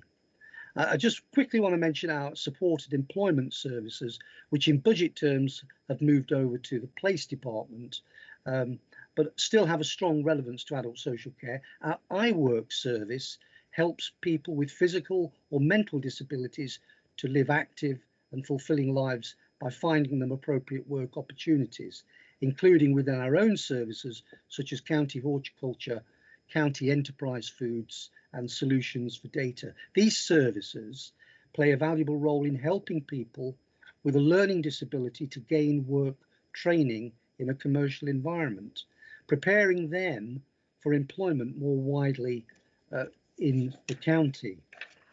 We have taken action to ensure that these services are sustainable over the long term. For example, with regard to County Horticulture, we've invested more than £500,000 in a major refurbishment and improvement project at the service's main site at Brook Farm in Linby, concentrating our operations there and making it a far more attractive and commercially viable facility than it was previously. Brook Farm supports with learning disabilities and Asperger's syndrome to learn transferable skills by growing and selling seasonal produce and plants, and forecasts suggests that the upgrade of this service will attract up to 250,000 of extra income, which can be reinvested to further increase the potential of the service. Mr. Chairman, Councillor Neil Clark was absolutely right in insisting that we recognise the efforts of our staff. And due to COVID, I doubt that many of us will remember this past year with great fondness, but perhaps one positive we can take from the experience is, as Councillor Harper suggested earlier, a greater public recognition and appreciation of the services of our council provides, not just in the time of crisis, but at all times. And of course, recognition and credit should go first and foremost to our staff, which is why late last year we held our first ever Adult Social Care and Public Health Departmental Awards, for which there were 4 categories for nominations: excellence in public health, excellence in adult social care, working creatively, and partnership working. And Melanie Brooks, our corporate director, is rightly keen to celebrate success within her department, and we were delighted to support these awards, especially in the light of the extraordinary efforts of our staff in recent months. Our intention is to put the award winners forward for local and national external awards in due course. As Councillor Jackson said earlier, a budget report deals primarily with money, but it is people, our employees, who turn those pounds we spend into action and value, and they do it more efficiently and more effectively now than ever before. That's a major change, why we've been able to cope so well with the challenges presented by the awful experience over the last 12 months. I congratulate our excellent adult social care and public health teams, and I support the budget recommendations which will enable them to continue their good work. Thank you, Mr. Chairman. Thank you. Councillor Wright, please. Councillor, can I just again stress we are running out of time and we haven't got the vote yet, please. So, Councillor Wright, could you be concise, please? Certainly, Chairman. Thank you very much. No member of this council will ever say that their division's roads could not use further investment, but finance availability is finite and has to be shared across the whole of the county. Councillor Cotty has already stated that 350,000 potholes are being filled during the current administration, but as we know, due to our ageing roads, new potholes appear across the county on a daily basis. ViaFix repairs are not pleasing to the eye, but ViaFix does serve to make the road safer. A rough surface to a road is preferable to a 40mm road hole. Just the other day, my colleague Councillor Hopewell reported a pothole. It was repaired via in 4 hours, which I think is a tremendous effort on behalf of those officers. Councillor Hopewell and I have worked with officers to ensure East Mansfield's main commuter routes are safe and comfortable to drive on. Yes, some estate roads look messy with ViaFix repairs, but all roads cannot be resurfaced at once, and members have to wait their turn in the queue. Chairman, I'm not at all impressed by the blatant electioneering amendment put forward by the Ashfield Independents, who seemingly are not content with serving the residents of Ashfield, but are looking to branch into neighbouring districts. The words "too big" and "boots" immediately spring to mind. Councillor Dobson has highlighted the great work carried out by our districts and boroughs during the pandemic, but we must not forget that Nottinghamshire County Council has punched above its weight in supporting local councils, their residents and their businesses in these extremely difficult times. Chairman, there's been a great deal said by there's not been a great deal said by members re the struggle being faced by many of our Nottinghamshire residents, some who have not worked since March 2020 due to furlough, redundancy and collapsed businesses, etc. Yet both budget proposals and the amendment proposes a maximum increase in council tax of 1.99%. Surprisingly, it's not being objected to by the main opposition because they think they will be in control next May and they will reap the benefit. Chairman, I will not be supporting the Ashfield Independent Amendment.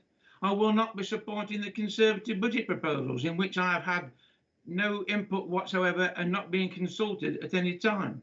Instead, much to Councillor Lawson's disgust, I will be supporting the struggling families of Mansfield and wider Nottinghamshire, those who cannot afford yet another increase in council tax. Thank you, Chairman. Thank you very much. Thank you. Councillor Payne, please. Thank you very much, Mr. Chairman. Same request. Thank you very much, Mr. Chairman. And let me start by saying thank you to not only our staff who've done an outstanding job at Nottinghamshire County Council in supporting our communities, but also to the NHS, to all key workers, and indeed to the voluntary sector for the amazing work that they're doing to roll out the vaccine and give everybody a glimmer of hope after what has been a tremendously difficult year. Let me also associate myself with the comments of Councillor Pringle in sending our love to those families who have lost people throughout this pandemic, either from COVID or from other illnesses. It's certainly been a testing time for all of us, and I know that some of our staff, whilst going above and beyond in their role, have also had to face their own difficulties in their own families. So I want to put on record my thanks to them. And that's where I want to start, really, Mr. Chairman, because we've heard an awful lot today about thanking staff and plaudits to our staff. But what I've not heard from one single member of the Conservative administration is them standing up and repudiating the disgraceful act of their Chancellor to now implement a pay freeze against those COVID heroes. Clapping our COVID heroes 1 year, Mr. Chairman, and then turning their back on them the next year when it comes to paying them properly. Our COVID heroes and public sector staff don't want platitudes and warm words, Mr. Chairman. They want to be paid properly to do their job. And let me also just scotch this myth about Labour financial mismanagement that we've heard pilloried around the meeting today from Councillor Cutts to Councillor Jackson and a number of other people. Councillor Jackson started by giving us a potted history about Croydon Council and then moved on to talk about Robin Hood Energy. We're not in Croydon, Mr. Chairman. We're not in Nottingham City. We're in Nottinghamshire. What we didn't hear from Councillor Jackson, of course, is the Tory incompetence in Northamptonshire, or the financial mismanagement in Conservative-run Peterborough, or Bexley, Conservative-controlled council, having to go cap in hand to the Chancellor for a bailout. I assume, Mr. Chairman, because they were inconvenient examples. And if you want to talk about financial mismanagement, Mr. Chairman, let's look at this year's budget, because the Labour administration led by Alan Rhodes brought down the deficit in this council from £154 million that we inherited from Conservative-run county council led by Kay Cutts to 31 million. And what do we see in this year's budget? The deficit and the shortfall increasing from somewhere near 26 million to 47.7 million. Yes, you heard it right, Mr. Chairman. The shortfall in this budget, 47.7 million projected going forward, higher than that which they inherited back in 2017. So if we're going to compare financial management, we'll compare our record with yours any day of the week. And we heard the Conservative leader, swan song, presumably Kay, talking about big plans, big schemes delivered. I'll tell you what my residents in Arnold North think about Rolleston Drive, which you closed between 2019 and 2013, which your administration left open to an arson attack despite warnings from me and Councillor Allen in Arnold North. What they see is no plan, no big scheme, and not delivered. A derelict site left on Rolleston Drive with no houses on it, and warm words will mean nothing. They remember you walking around on Rolleston Drive, Councillor Cutts, a few years ago, promising to get that site sorted, and you haven't. Let's turn to Gedling School in Gedling, which you flattened and which has got lots of green space on. No big plan, no big scheme, not delivered. And now we see you trying to get a capital receipt for it and you're trying to fill it with houses. And let's finally turn to another example in Arnold North, Mr. Chairman. Levers Court Care Home, which your Conservative administration closed despite 500 local residents arguing against it closing. No big plan, no big scheme, not delivered. A redundant site, derelict, left there rotting in Arnold North Division. This budget, Mr. Chairman, is full of risks. You only have to start with the first few words in the budget report. Councillor Neil Clark talked about uncertainty, and he's right. And why do we face that uncertainty? Because we've only got a one-year settlement from the Chancellor. as Councillor Alan Rhodes said, a county council having to live hand to mouth because we haven't got a 4-year settlement from the Conservative government, a postponement of the business rates retention scheme, a delaying of the fair funding scheme, a stalling to the adult social care green paper despite 3 consecutive Conservative Prime Ministers standing on Downing Street and promising to sort out the issue of caring for the elderly and caring for the infirm. So it's very clear, Mr. Chairman, that failures in Downing Street and incompetence in Downing Street are now being left for the people in our streets in Nottinghamshire to pick up the pieces. This budget is devoid of ambition, Mr. Chairman, and it certainly fails to meet the amazing community spirit and the amazing aspiration and ambition and innovation that we've seen from our community groups over the last 4 years. And we also heard from Councillor Caycuts about Gedling Access Road, claiming credit for that. Let's just clear the record, Mr. Chairman. It was Alan Rhodes' leadership of this county council, working with Labour-led Gedling Borough Council, that finally got Gedling Access Road off the ground and building, but now Councillor Cutts wants to claim credit for it, just like many other schemes that have taken place. And what else do we see in this budget, Mr. Chairman? We see the use of £17.6 million in reserves that we can only use once. A Conservative budget that is kicking the can down the road and leaving a new administration to pick up the pieces because these issues are all too difficult. And what led us here, Mr. Chairman? Let's not remember, we listened to Councillor Cutts' whistle-stop tour of the achievements over the last 4 years. I noticed that she didn't talk about the callous increase in care charges on the most vulnerable people over the last 4 years. Big on callousness, big on incompetence, same old Conservatives. No big ideas, no big plan, no big schemes, not delivered. And I warned, Mr. Chairman, I'll finish on this point. I warned last year that this Conservative budget last year was also built on huge risks by relying on capital receipts to fund the budget going forward. I warned that those capital receipts weren't coming in and that it was essentially living on Never Never Land. And surprise, surprise, it's coming to fruition. In 1920 last year, we were expecting 3.8 million in capital receipts. In 2021, 6.9 million, and it went on 13.4 million, 11.6 million, a total of 39.5 million in capital receipts over the medium-term financial plan. Fast forward a year, and that figure's gone up to a whopping £54.7 million reliance on capital receipts. And you've only got to speak to the Section 151 officer who will tell you that capital receipts are not coming in the way that are expected. A huge £15.2 million jump in reliance on capital receipts whilst we're in the middle of facing one of the worst public health crises we've ever faced. Councillor Bruce Lawton talked about a balanced budget. And how is this budget balanced, Mr. Chairman? It's balanced off the back of hard-working taxpayers in Nottinghamshire. 75% of the budget this year, 402.8 million, relying on council tax and the adult social care precept. This isn't money from the Conservative government. This isn't money from Rishi Sunak or Boris Johnson. This is money from the pockets of hard-working taxpayers over the last 4 years in Nottinghamshire. We hear loads, Mr. Chairman, about, Councillor Bradley saying on the TV and saying today the Tories are going to splash a load of money around now over the next 10 years. What they forget, Mr. Chairman, is that when the rain came pouring down over the last 10 years, they stole your raincoat, they stole your umbrella, and they've now got the cheek as the clouds are parting and the sun's coming out to saying, after you got wet through, do you want your raincoat back and your umbrella back? Everybody can see exactly through the Tory incompetence that we've seen over the last 4 years.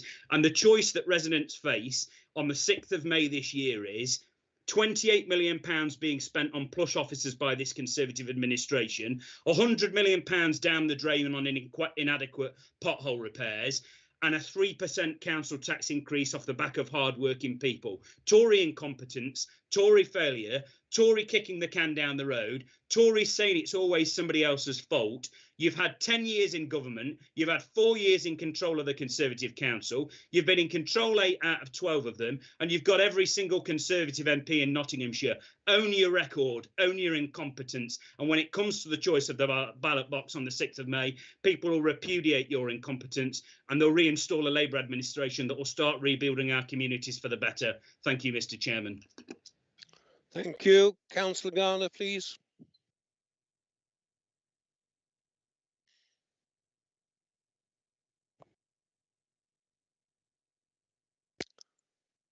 Steve, Councillor Garner. Yes, thanks, sir. Thank you. Thank you. I'm not to keep dwell on anything. Believe it or not, this is the 12th year of budgets for me, and most of them have never had amendments and alternatives, and we come here again.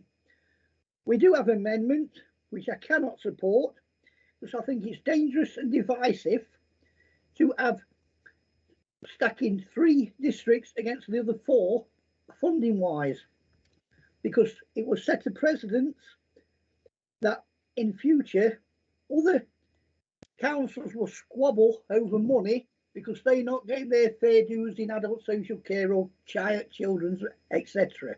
So I think that's a no-no. With regard the budget, it's the only one we've got on the table, and I should be voting it because nobody else has come up with any alternative, any other spending plans, any other ways of finding the money to pay the bills what Nottinghamshire Council have to pay. So, you know, it's the only horse in town, so I should be voting for it. Thank you very much.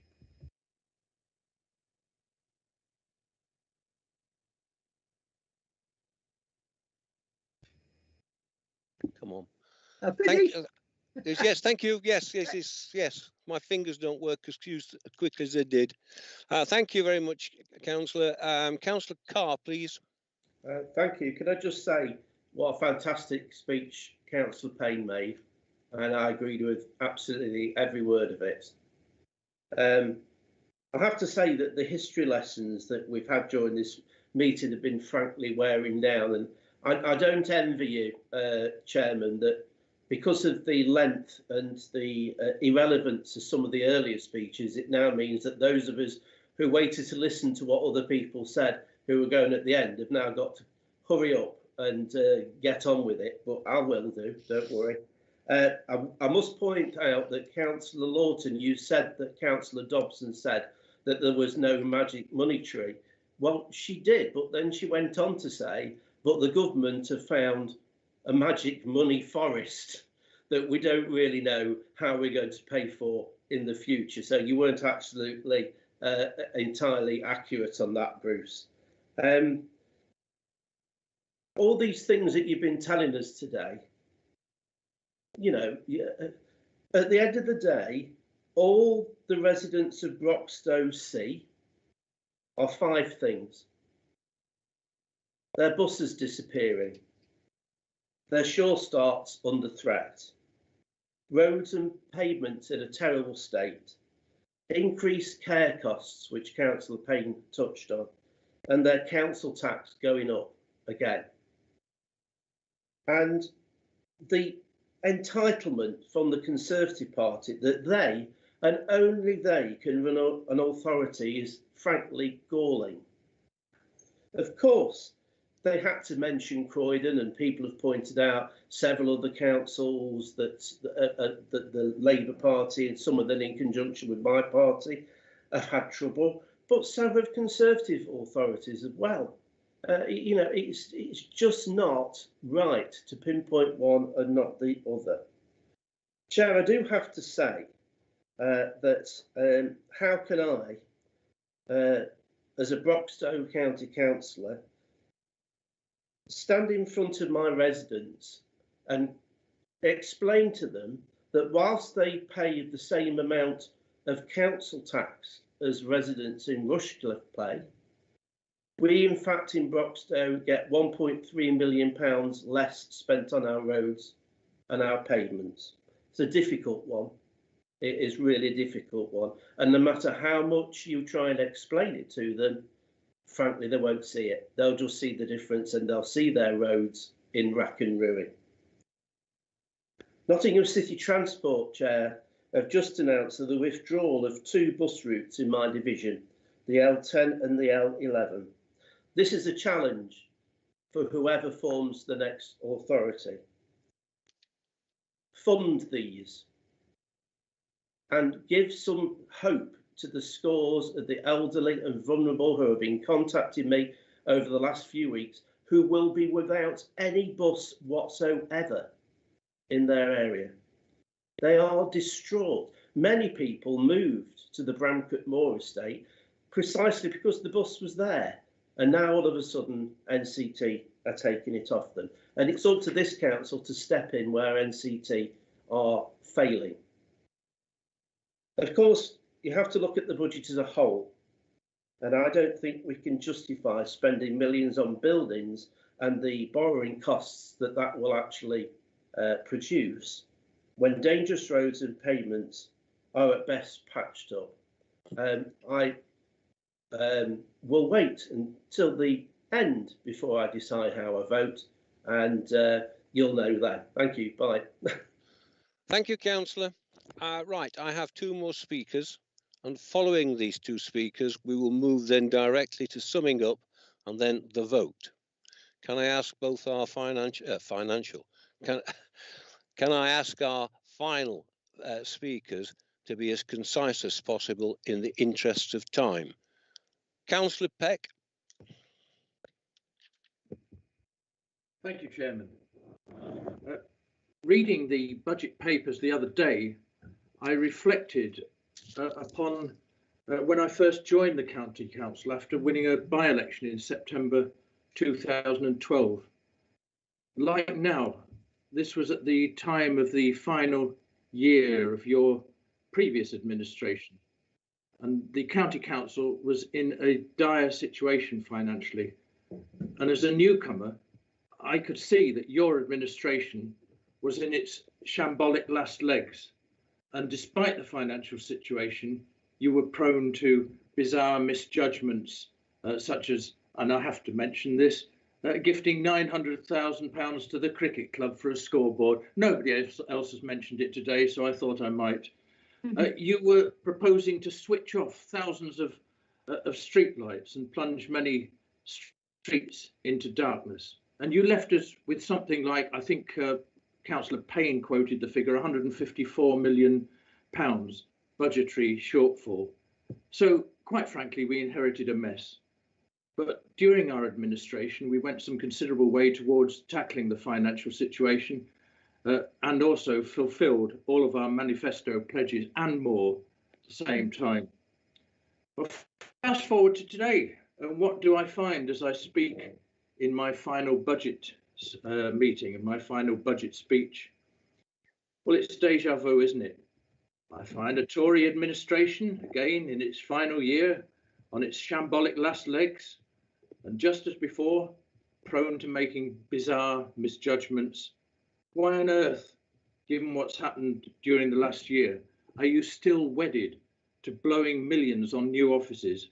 Hasn't it occurred to you that most other organisations will be wondering what on earth to do with their empty office space, but you're going to go ahead and build a whole load more? And I just can't resist reminding you, because again, nobody else has today, but I have a long memory of this one as well. You were seriously hoping to bid millions to buy most of a village in North Nottinghamshire and a bunch of fields, Laxton. So your two administrations have been littered with vanity projects, and thank goodness that that one didn't come off. And yet you can't get the basic things right. And speaker after speaker today has referred to the highways, the state of the roads. And the budget report boasts of the millions that you've spent on highways projects. But most Nottinghamshire residents might reasonably ask, where's the money gone? And certainly the residents of my division ask that very question. And they would say, why can't you fill the potholes in my street? And why can't you resurface the broken up pavement? And Councillor Lawton let the cat out of the bag, didn't he, as he often does. I don't think he thought through exactly what he was telling us, but he was telling us about the terrible state of many of the roads in his division, and told us that he had to tell a group of residents that it was either that or it was children's social care. Well, I actually don't make that connection at all.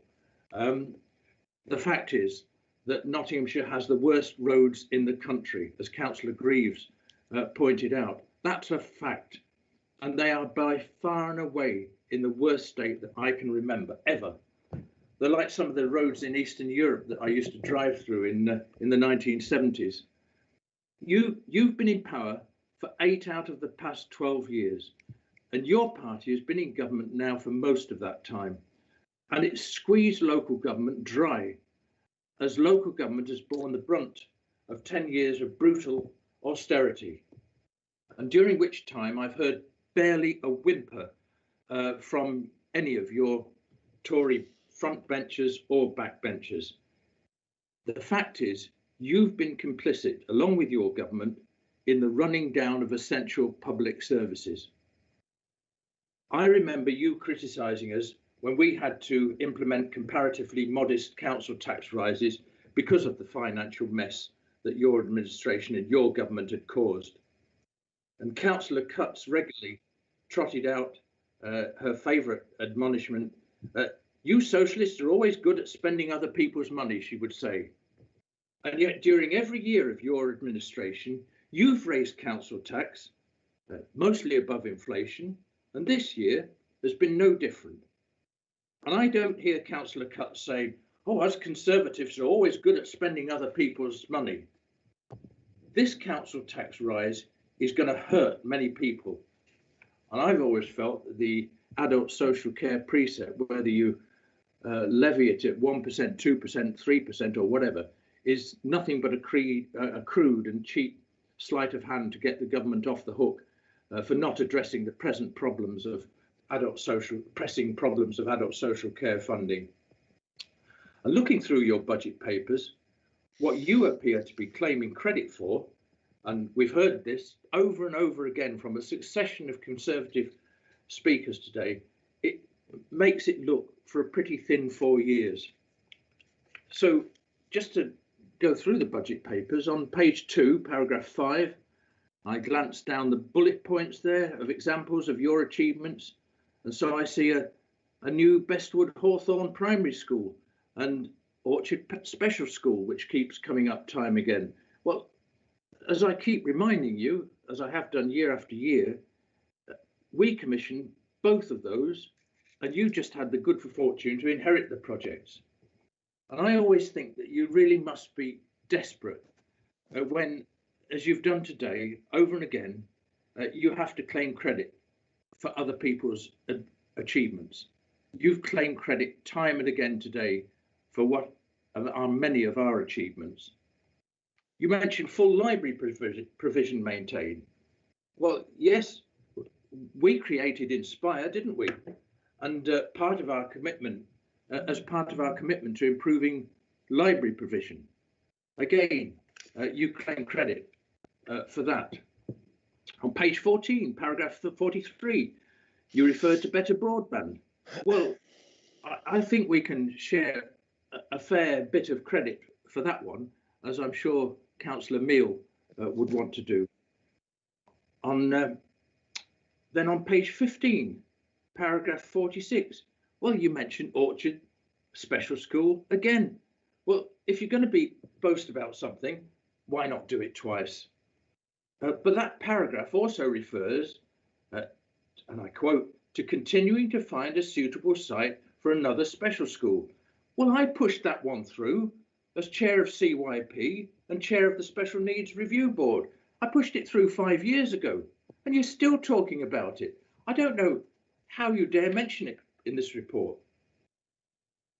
On page 17, paragraph 54, bullet point on street lighting, where you refer to the continuing programme of work replacing street lights with low energy lights to realise an energy saving. Well, I think we can thank our administration and Councillor Grieve for that one, because what were you going to do? You're going to turn the street lights off. And it wasn't until we came in and implemented that very programme that we actually changed tack, stopped the madness of you turning the street lights off and went for the low energy light bulb programme, which you have inherited. So all in all, it's a pretty limp end to your 4 years of bungling along, making crass decisions, vanity projects, claiming credit for some of our achievements, many of our achievements, financial ineptitude, and leaving behind a legacy of the worst roads in the country. And I say it again, the worst roads in the country. It's not much to boast about, is it? You've made a good fist of boasting about it. You've spent all day boasting about it at great length at times. But credit to whoever wrote this budget paper for you, because they've really tried hard to make the best of a bad job. And frankly, that just about sums up your administration, making the best of a bad job. So there you go. I'm leaving just where I started, in the final dying days of your administration, with a Labour group with vision, ambition and competence, preparing to retake the reins, clear up your mess once again, and deliver on our promises, as you're going to hear on Saturday, deliver on our promises to the people of this county. Thank you, Chair. Thank you, Councillor. Councillor Owen. Yes, thank you, Chairman, for calling me to speak. And it will come as no great surprise to everyone when I tell you that I shall be supporting the budget of the controlling coalition. And the reason, of course, is we've got to set a budget. We're legally obliged to set a budget, and we've got no alternative. All we've heard today is a series of criticisms from a coalition of the incompetent and the irrelevant, because that's what's been demonstrated this afternoon and this early evening. And I shall expand somewhat on that.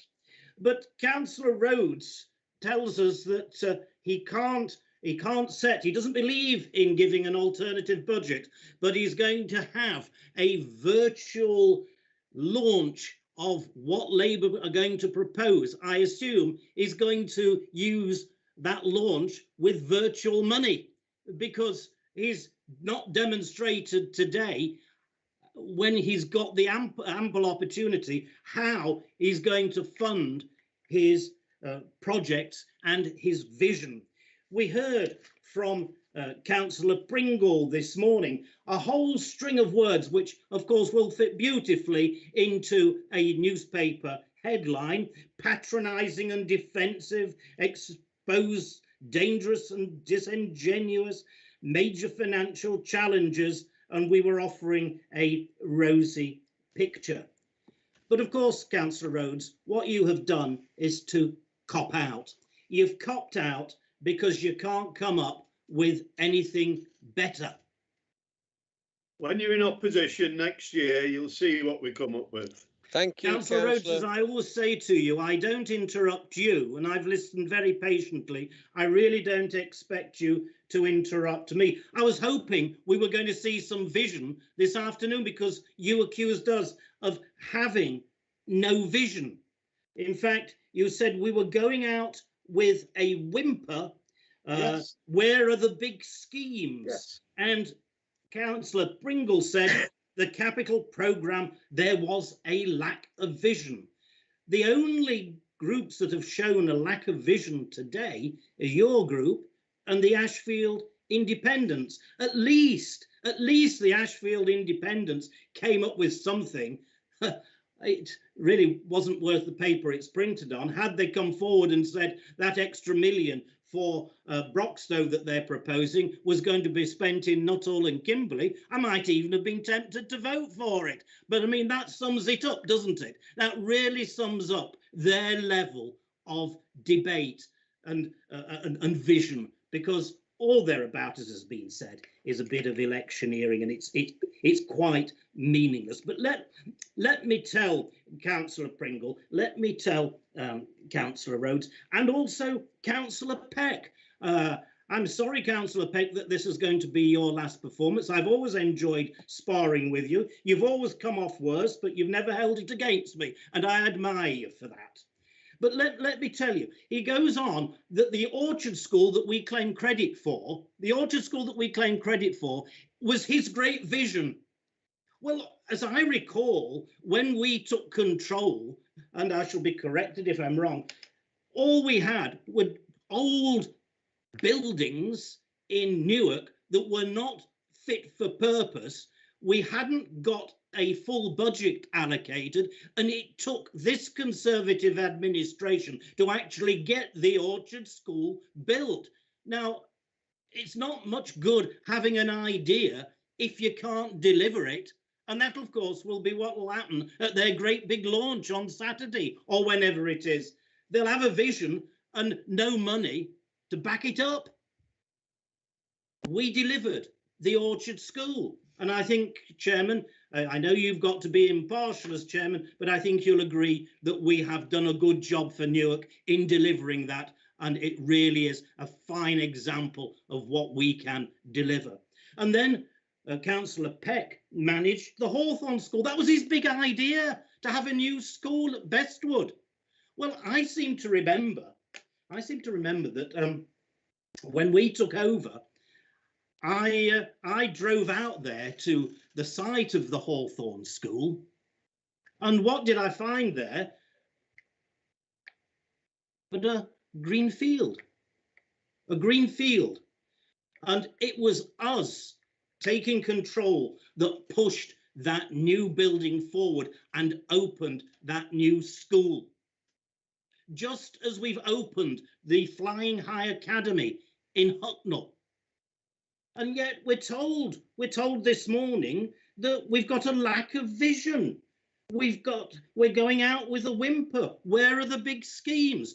The Orchard, Hawthorn, Flying High. That's just 3. And then, of course, as ever, we have the... Oh, cut off. Oh, have we lost him? Obviously. Hey. Magic to my ears. Who's the vote, Chairman? How can we be, Chairman, how can we be sure that is Philip if we can't see him? It's I'm definitely still here. I don't know who's muted me. Can we go back? Right, carry on, Councillor. Philip, your camera's off. This off my time. Right, Gedling. Let's talk about Gedling, where we're supposed to have under-delivered or not delivered at all. And Gedling School is mentioned. Well, Gedling School was closed by the academy that took it over because it was such a disaster area. Parents didn't want to send their children to that school. So I don't know whether the Labour Party and Councillor Payne is saying they should have been forced to, but they didn't want to. So, of course, the academy said, let's close it. We don't need it. We can manage elsewhere within the rest that area in the rest of our schools. But Gedling as a whole, let's think about let's talk about Gedling as a whole and our vision and what we've done there and what we are trying to achieve there. Despite the fact that the Labour Party, of course, has wheeled out young children of its supporters to go on the television and say, well, I've got a primary school place at the moment, but I'm ever so worried that in 5 years' time, I won't have a secondary school place. Well, let me tell you about the secondary school places in Gedling.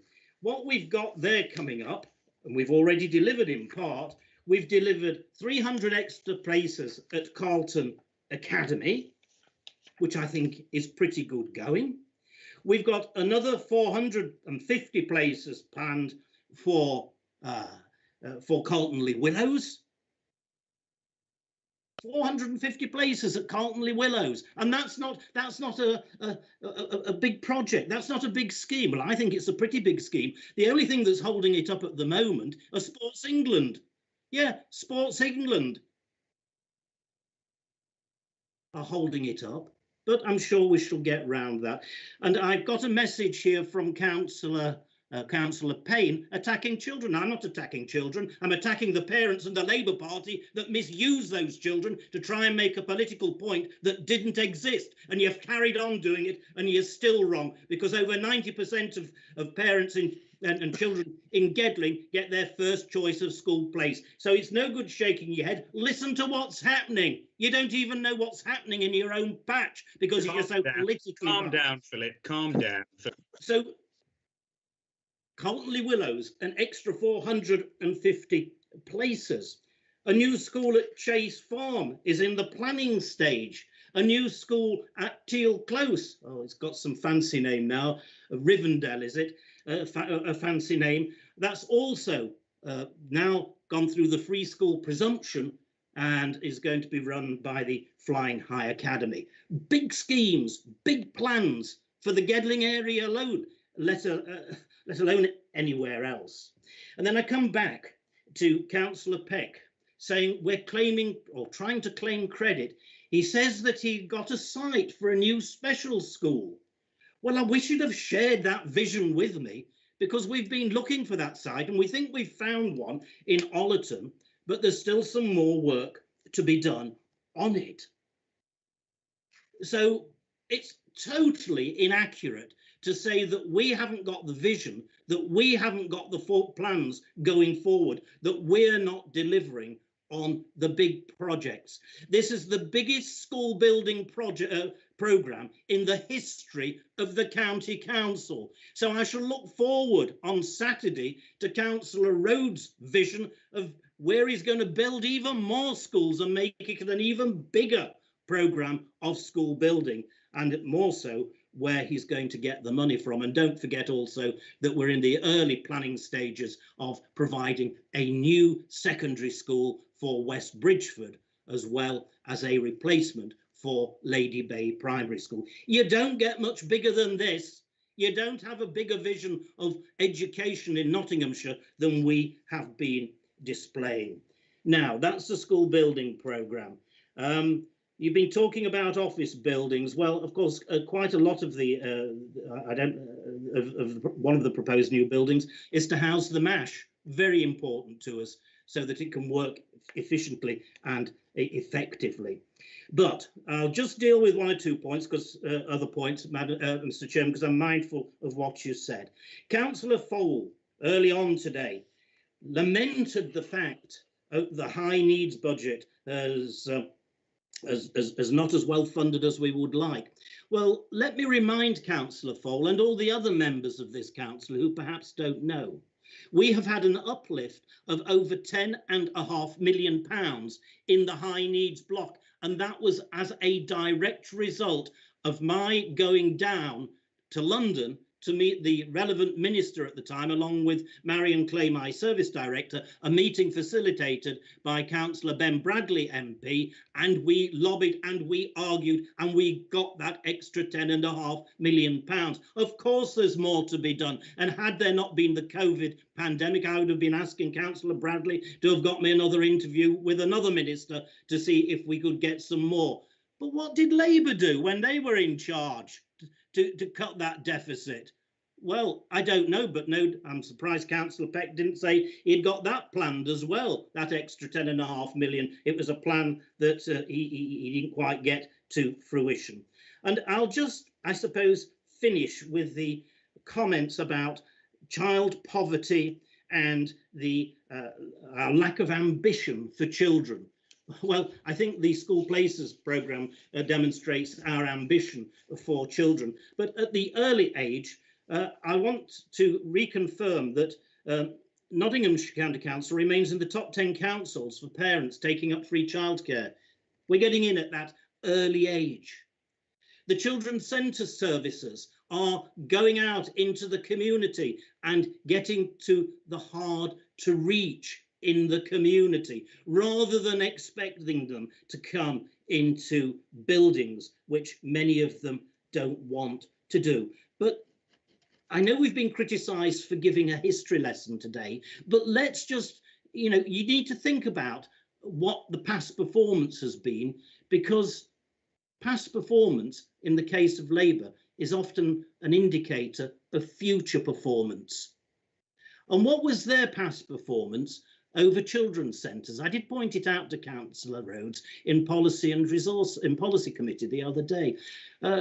Their commitment to early years and to the children's centres was to actually take £6 million out of the budget. They took £6 million out of the budget. That was their real commitment to children's centre services and child poverty. And I can't finish without talking about children being taken into care. And Councillor Lawton made a very, very telling point, which of course has been trashed, or an attempt to trash it. I think it was by Councillor Peck. He doesn't make the connection between spending money on roads and spending money on children's social care. Well, he wouldn't, would he? He wouldn't make that connection, because let me tell you, when Labour were in charge, and they conveniently forget that of the past 40 years, they've been in charge for 32 of them. They conveniently forget that their idea of trying to generate money was to fail to take vulnerable children into care who should have been taken into care. And when we had that awful Ofsted inspection in 2009, very shortly after we'd taken over, after 28 years of Labour misrule, we had to take in hundreds of extra children into care because they had been failed by 28 years of Labour rule. The barriers to being put into care were set so high that nowhere near enough of vulnerable children were being taken into care from abusive and neglectful families. And that is why they were able to spend that money that should have been being spent on children's social care. They were able to spend it elsewhere. What a disgraceful legacy that was from them. And having, and I'll just mention this as a final point, having spent time in front of an inquiry in London into child sexual abuse in our care homes under 28 years of Labour rule, don't you dare ever, Councillor Peck, tell me that we don't care about the young people that we have responsibility for. Of course we do. And we've demonstrated it palpably over the 8 years that we've been in control. Children's social this is outrageous. now so much better. Can we absolutely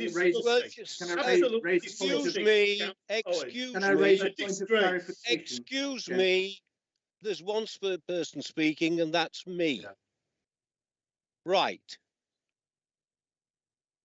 Councillor Owen, would you move to summing up, please? I've got a point of clarification, Chairman. What is your point then of clarification? I don't think any councillor at all in the virtual chamber heard me make that accusation. I think Councillor Owen has made that one up, and I'd like him to retract it, or if you would do it on his behalf. I don't do anything on other people's behalf. They do it themselves. Would you therefore confirm that I did say that? Thank you.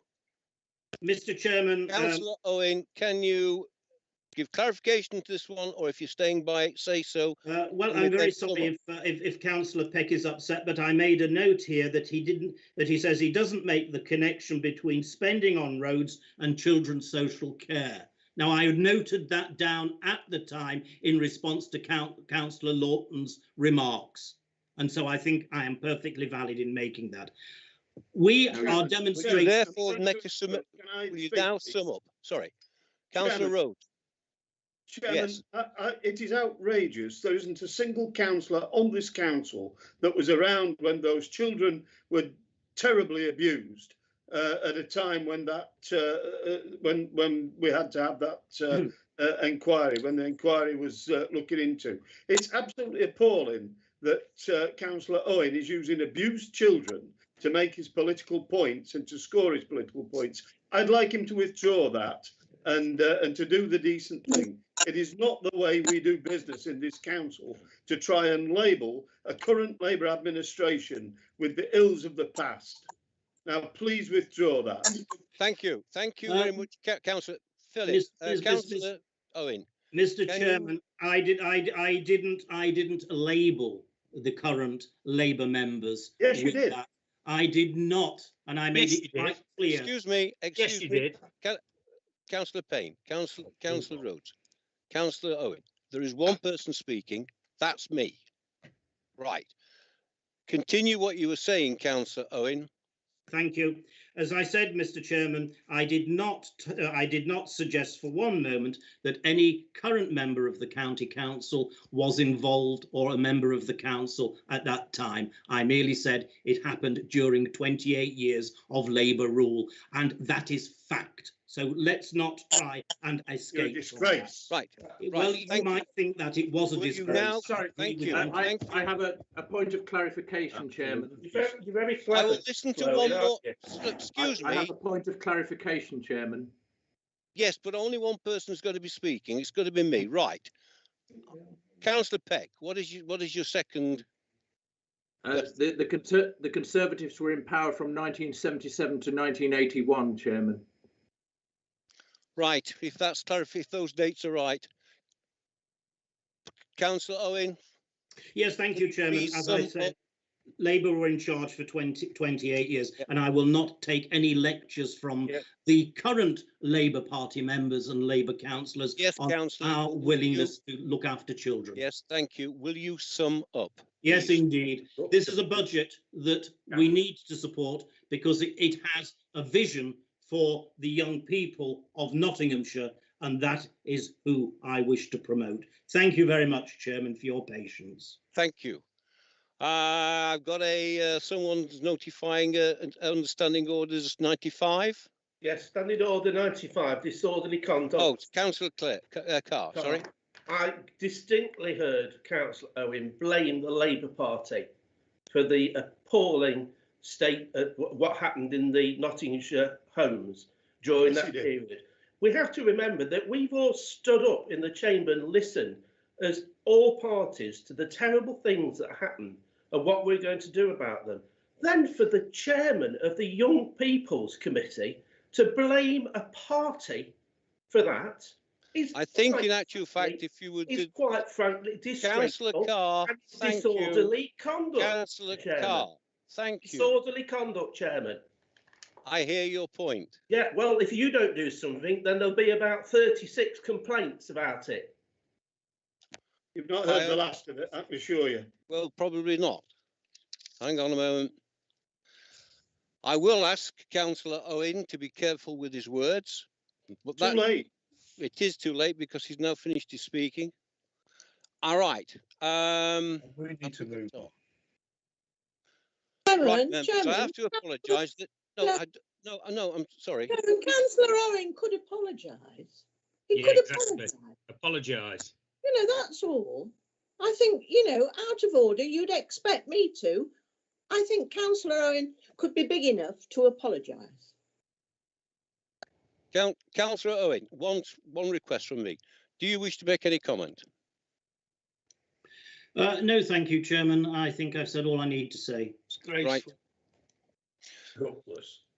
Right, okay. Let me move on, please. Let me move on. Let me make this point. I was the first leader of this council to apologise to the survivors of abuse. The first leader of this council ever to apologise, of any council actually, to apologise to those abused, those survivors who were abused as children. And I'm outraged to hear what's been said today. And for party political point scoring, those kids have been used by Councillor Owen. It's a disgrace. He should resign as the chairman. Thank you for your words, Councillor. Thank you. Members, I have to apologise that Councillor Roger Jackson had also indicated a wish to speak. It wasn't picked up by us. Councillor Jackson, wish to speak. If you do, I must ask you that you be brief and move on to the summaries as fast as we can for the vote. Mention kids. Thank you, Chairman. Yes, I will be very brief because been listening to this all day, and I can't understand how an opposition party can argue against a budget when they can't put their own budget, alternative budget, together and present it to this meeting, which only means to me that Councillor Richard Jackson is doing a wonderful job as chair of the Finance Committee, or they're just not fit to take office because they don't know how to put a budget together.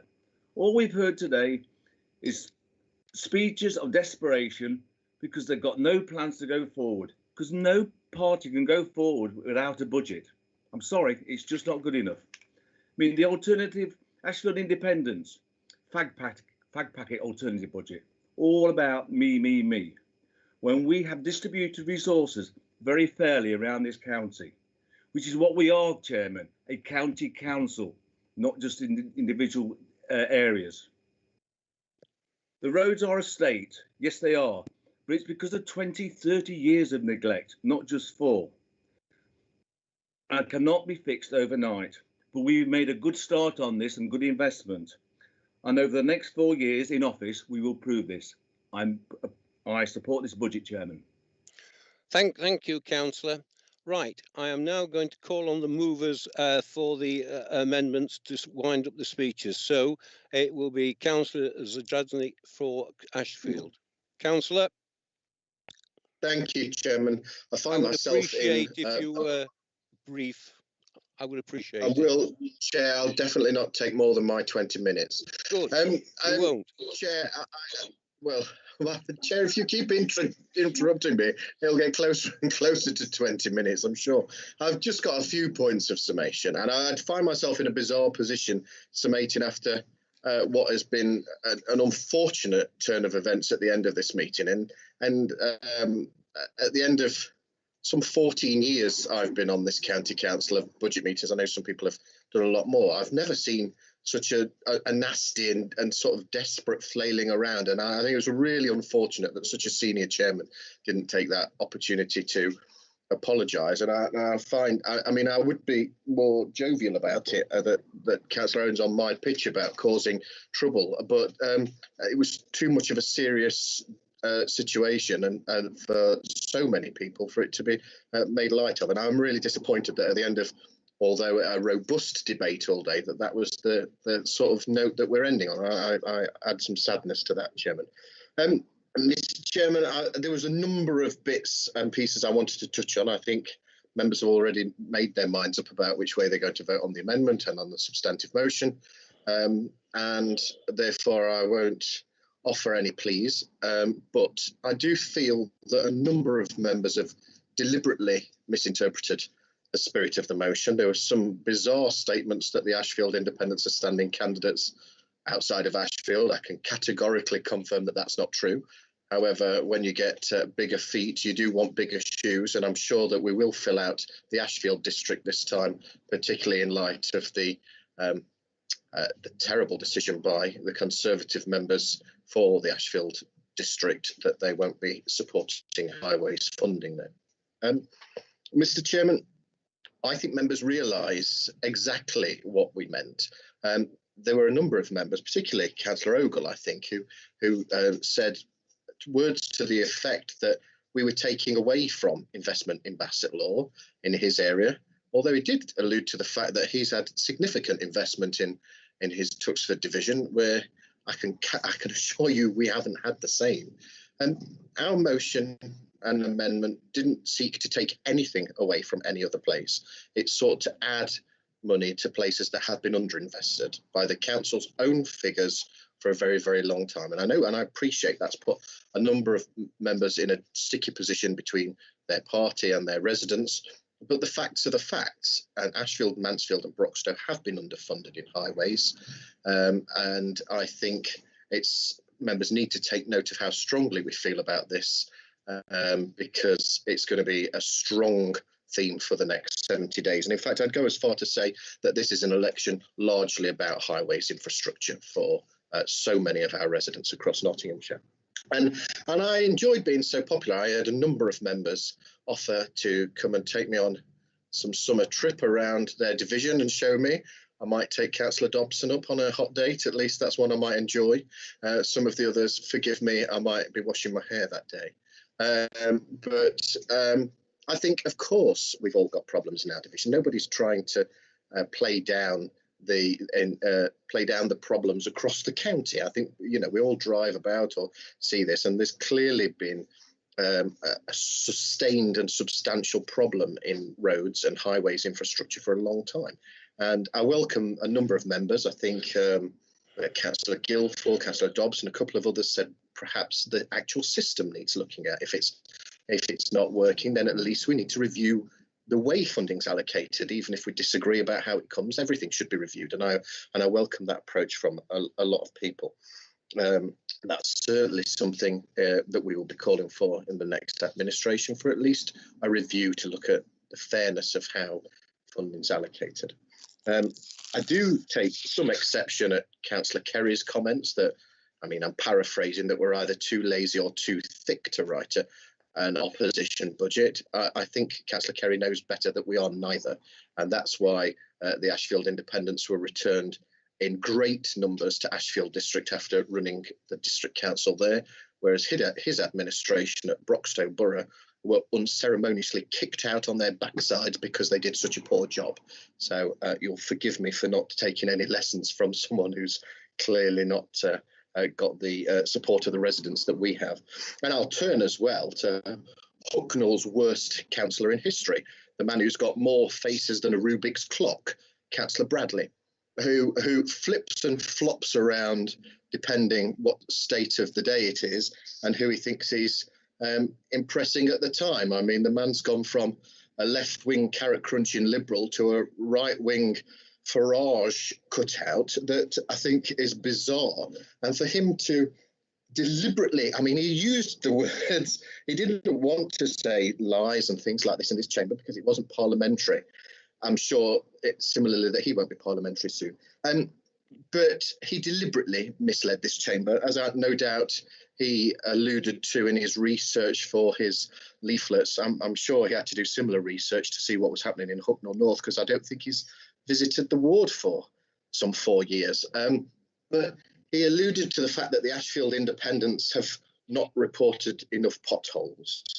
And we all know, Mr. Chairman, that Councillor Bradley wasn't talking out of his mouth at the time. Councillor Bradley was deliberately misleading this chamber, because I assume what he's referring to are direct emails to officers.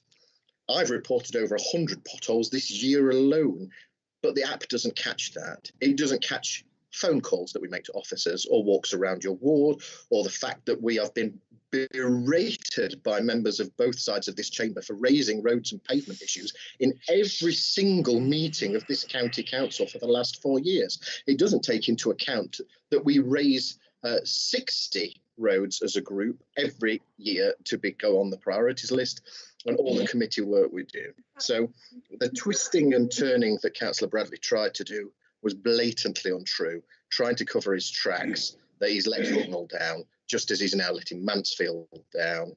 No doubt the roads around Newark, where he lives, are palatially resurfaced, and that's why he's not so worried about the inequality of where the money goes. And he then had the audacity to talk about the council tax rises at Ashfield District Council, failing spectacularly to realise that it wasn't us that made those rises when the government were in, when the government offered the incentive to councils. Labour were in charge, but actually we supported Labour's not raising council tax when the government gave the incentives. He knows, because he's part of one of the most brutal governments in peacetime, that they've taken a slashing axe to local government finance, and not only cut local government finance in the most brutal and callous way, but also taken away any of the certainty that is left with local government, because they've taken away for county councils the certainty about the adult social care paper, which has been bounced around 7 or 8 times. They've kicked the can down the road with the fair funding review, with the business rates review, with the new homes bonus, all because they are desperate now to find ways of repaying the money that they've spent in a mad trolley dash through COVID, most of which we'd support, but needs repaying back. And so now, as I said before, the last sort of bastion of hope for any sort of Conservative plan is to abolish councils, because they see the cost of everything and the value of nothing.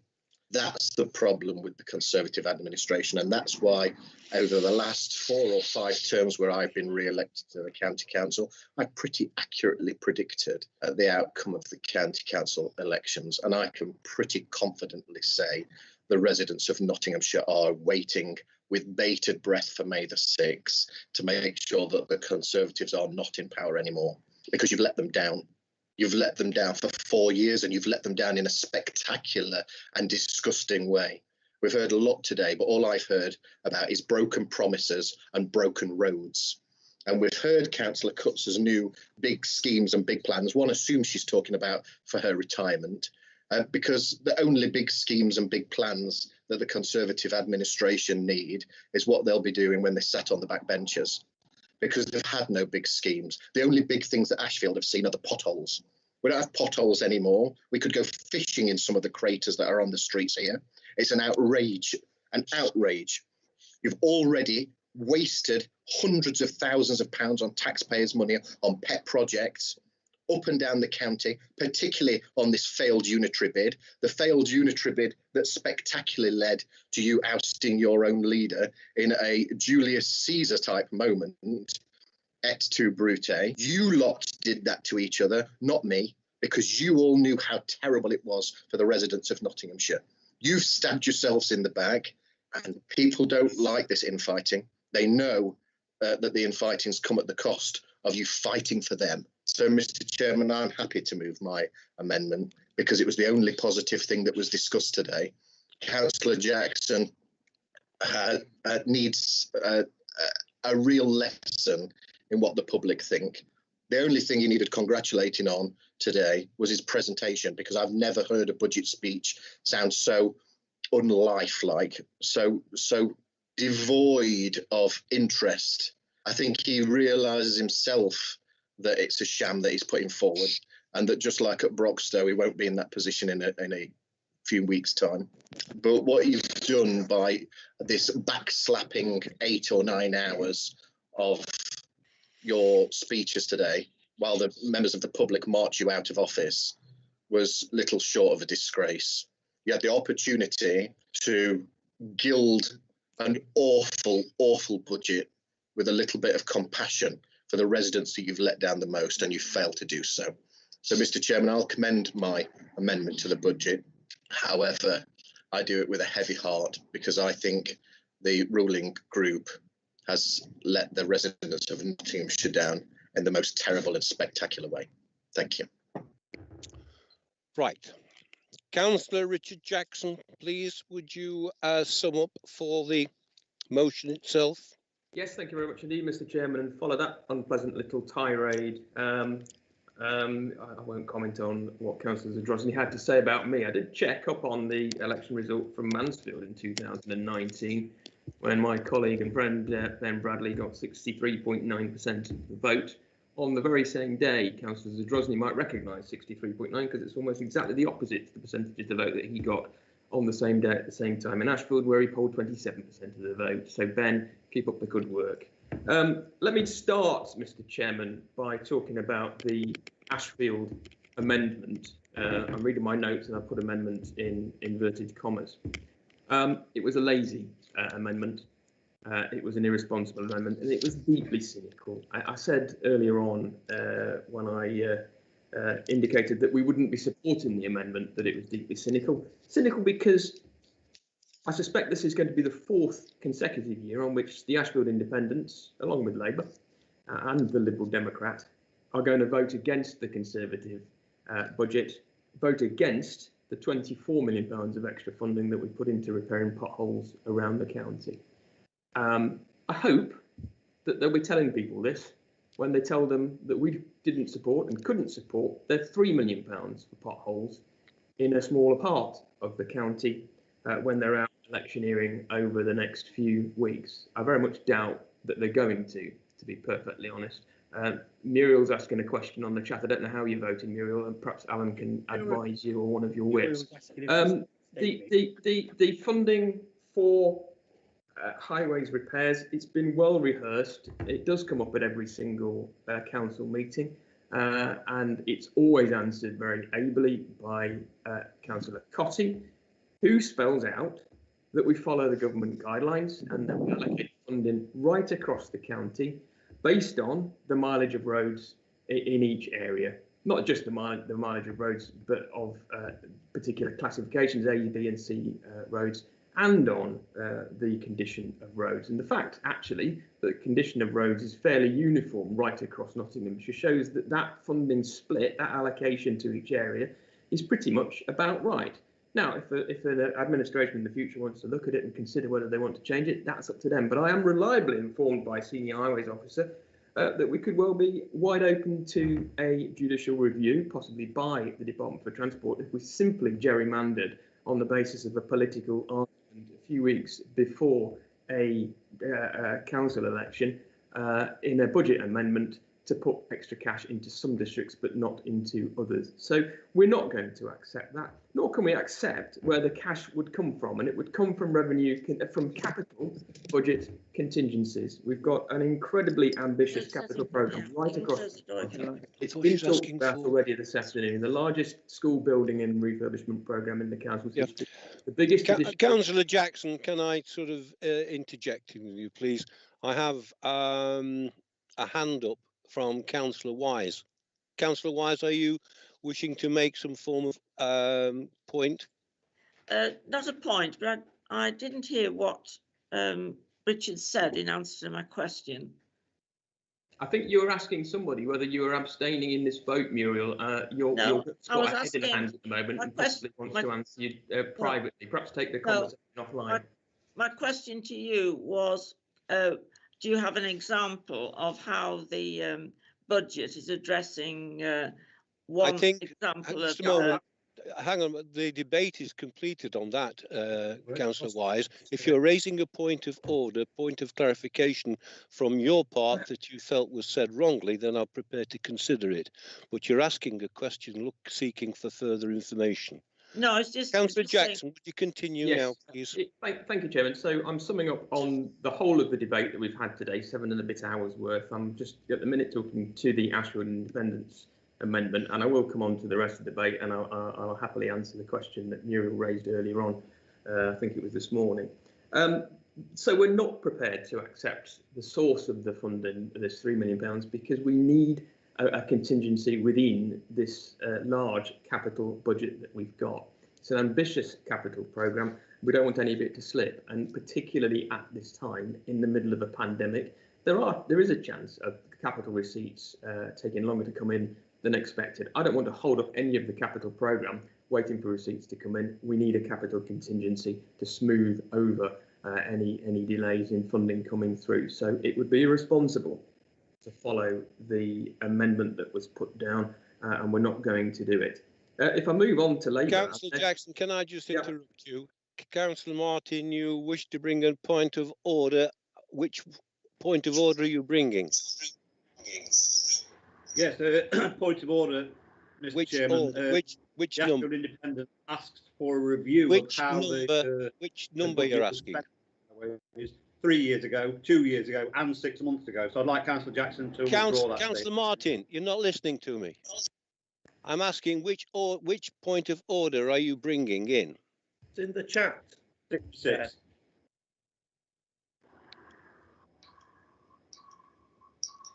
The Ashfield Independent asked for a review of the Highways Equitable Share funding 3 years ago, 2 years ago, and last July. Thank you for your point of order. I'm overruling it. Councillor Jackson, please continue. Thank you, Chairman. I hear the point that was made, and I think we explained 2 years ago, 3 years ago, and last year why the allocation is as it is, and I would explain why it's a fair allocation. We were accused by Labour, no amendment from Labour, which absolutely staggers me, and even more staggering was the comment from Councillor Rhodes that he doesn't think it's their place to put down an alternative budget. It's not their place as the largest opposition party. 70 days, is it, out from an election? A few days before launching their election manifesto and campaign to actually tell people what they would do differently, how they would fund the promises that they've been making for the last 4 years. The real reason is they haven't got a clue how they would do it. And also, I've no idea what happened a year ago, because a year ago, apparently it was your place to put down an alternative budget because you did so. It was a smoke and mirrors one. It took some from contingencies. It took some from reserves, and it put an extra 4 million back into the base budget. But it seemingly was the right thing to do a year ago. It wasn't 3 years ago. It wasn't 4 years ago, and it isn't today. So it really is time that you make up your minds on that. But the public will see it for what it is, and the public will look to our nearest neighbours, our nearest Labour-controlled neighbours, the nearest upper-tier Labour-controlled neighbours just up the road in Nottingham City, and they'll see council that wouldn't make the tough decisions, that consistently, according to the government report, failed to grasp the seriousness of the situation, failed to make structural changes, failed to get to grips with its financial problems, and ends up in the position that it's in today. Given the way that the last Labour administration coasted for the last 2 years of its period in office, I have absolutely no doubt that's exactly the position we'd be in today had Labour won control of this council 4 years ago, and I am very thankful that that didn't happen, and that we're here today with a sound budget and with a sound financial platform as we move forwards. There was talk about, and there were inaccurate figures banded around actually, about the budget gap that was left by the last administration, which was 64.8 million, and the budget gap that's being left by this administration, which is significantly less than that. The big difference between the two is that there is a concrete plan as to how this is going to be funded moving forwards, and that there's every likelihood, as we've seen in the last 12 months, that there's extra funding now coming through from central government. I think it's perfectly understandable that we had a single year spending review and that most of the spending, the funding from central government was rolled over. We're in the middle of a pandemic. I want the government to concentrate on putting this country in the best position to move on and to get through the coronavirus pandemic that we're in, rather than try to work out a 3-year spending review in the middle of that kind of a national, international emergency. I have no problem with the spending review being delayed by 12 months, and I look forward to it next year. And I think there's every indication from the lobbying that we've been doing, the conversations that we've been having formally and informally, that we'll get a good funding settlement for this council and for adult social care in the fullness of time. And actually the gap that's in the medium-term financial strategy today will be nothing like that when that spending review shakes itself through the system. There's been an awful lot of talk about potholes. Today's debate wasn't about potholes, and it wasn't about Ashfield. It wasn't even about the Ashfield Independence. It was about a £530 million county council budget and some very important services right across the board, right across all the services that we deliver. I will pick up on potholes, because I want to make the point that in the last year of the last Labour administration, not only did they put no county capital whatsoever into repairing roads, actually that's the last 2 years of that last Labour administration, but they averaged 60,000 potholes a year repairing. In the first year of the Conservative administration, a period when you couldn't accuse us for a moment of being responsible for the potholes that we inherited, we repaired 100,000 potholes thanks to John Cotty and thanks to the extra investment that we put in, and we've done that every year since. That's a big difference. That's making a difference to the roads, and we all know that there's more to do, but we've put the money in. We put £24 million in over the last 4 years, and it's you that have opposed that consistently. Chairman, I could go on. I could talk at length about Ashfield District Council's budget, but I think this, as I've already said, is a debate about the County Council's budget, and about inevitably about the last 4 years, but also about the next 4 years. We are very proud of the record of this administration. We are looking forward to the 6th of May, and we're looking forward to coming back. We're proud to have been part of a £100 million school building programme, an improvement programme. We're proud to have put that extra £24 million into the roads and the £40 million into the Gedling Access Road. I could go on, but I'm very conscious of the hour. Simply commend this budget to colleagues. Thank you, Councillor. All right, there will be separate votes on the amendment and on the motion. As set out in the Constitution and required by law, there must be a recorded vote on any budget amendment and the final motion using a recorded vote procedure. Remember that there will be no show of hand votes. The executive will call the roll and he will inform me of the result.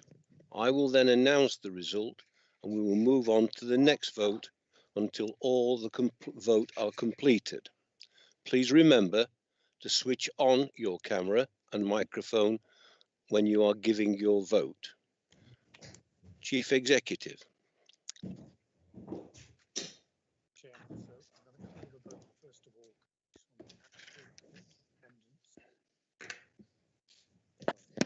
I beg your pardon, colleagues.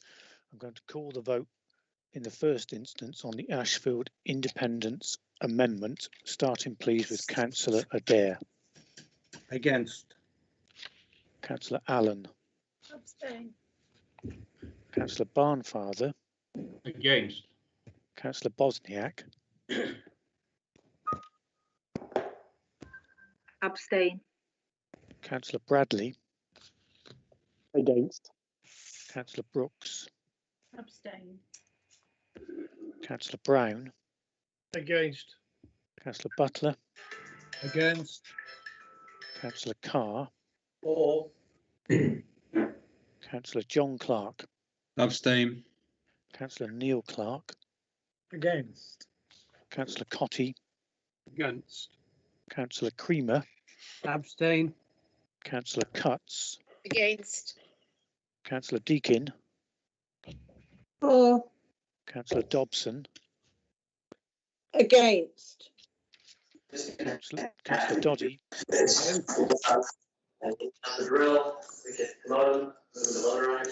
Sorry, colleagues.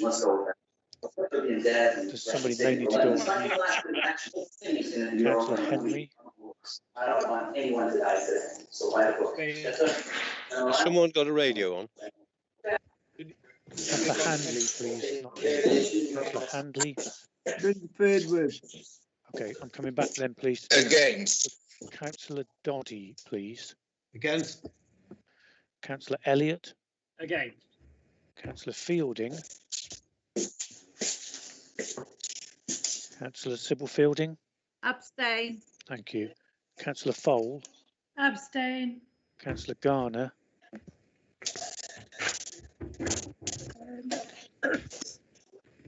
Against. Councillor Guilfoyle. Abstain.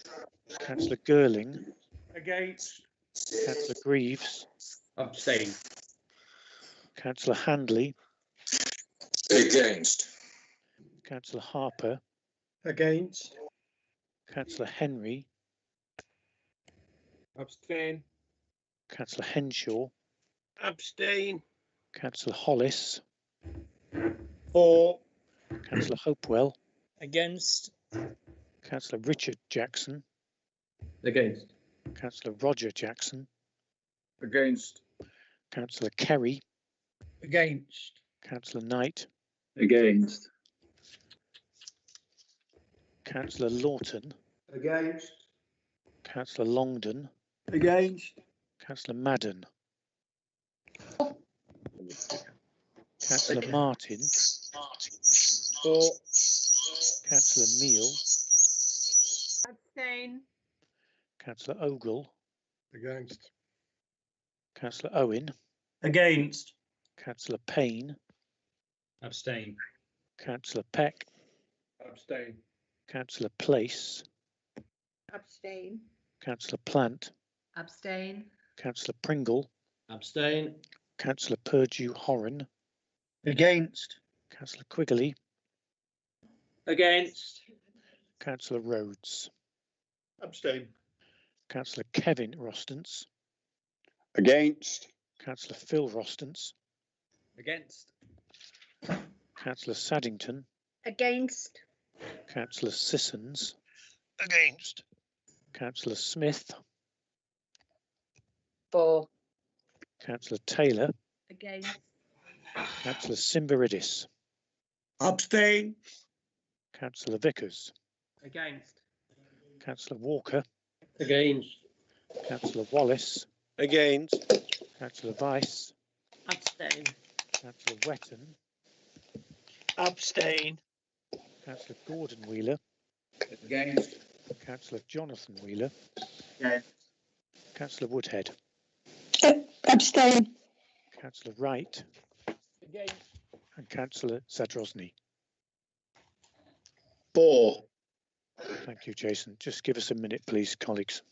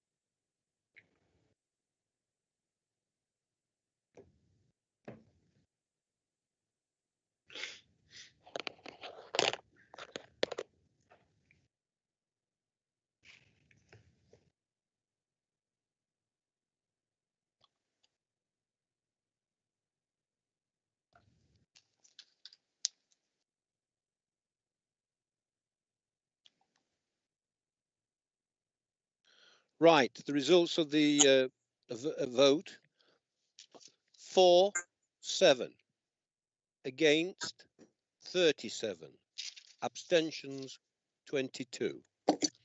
Now, Chief Executive, will you move forward for the full motion? Thank you, Chairman. So I'm going to take the recorded vote, colleagues, for the original motion. Starting again, please, with Councillor Adair. 4. Councillor Allen. Councillor Pauline Allen. Sorry, I was muted. Against. Thank you. Councillor Barnfather. 4. Councillor Bosniak. Against. Councillor Bradley.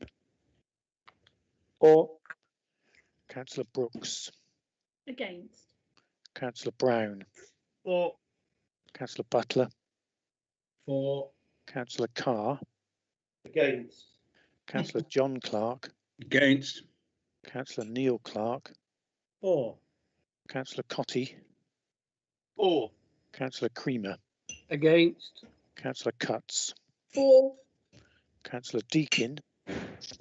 Against. Sam's got a skin on, so no. Councillor Dobson. At the risk of being harangued by David Martin, I'm going to abstain, Chairman. Thank you. Thank you, Councillor Dobson. Councillor Doddy. 4. Councillor Elliott. 4. Councillor Fielding. Against. Councillor Fole. Against. Councillor Garner. 4. Councillor Guilfoyle. Against. Councillor Girling. 4. Councillor Greaves. Against. Councillor Handley. 4. Councillor Harper. 4. Councillor Henry. Councillor Errol Henry.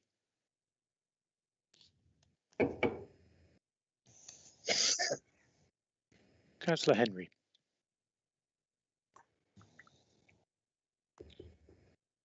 If colleagues could track Councillor Henry down, please, I'll come back to him. Councillor Henshaw. Against. Councillor Hollis. Against. Councillor Hopewell. Against. Councillor Richard Jackson. 4. Councillor Roger Jackson. 4. Councillor Kerry. 4. Councillor Knight. 4. Councillor Lawton. 4. Councillor Longden. 4. Councillor Madden. 4. Councillor Martin. Against. Councillor Meal. Against. Councillor Ogle. 4. Councillor Owen. 4. Councillor Payne. Against. Thank you. Councillor Peck. Against. Councillor Place. Against. Councillor Plant. Against. Councillor Pringle. Against. Councillor Purdue Horan. 4. Councillor Quigley. 4. Councillor Rhodes. Against. Councillor Kevin Rostance. 4. Councillor Phil Rostance. 4. Councillor Saddington. 4. Councillor Sissons. 4. Councillor Smith. Against. Councillor Taylor. Councillor Simbaridis. Against. Councillor Vickers. 4. Councillor Walker. 4. Councillor Wallace. Councillor Vice. Against. Councillor Wetton. Against. Councillor Gordon Wheeler. 4. Councillor Jonathan Wheeler. 4. Councillor Woodhead. Against. Councillor Wright. Against. And Councillor Zadrozny. Councillor Jason Zadrozny.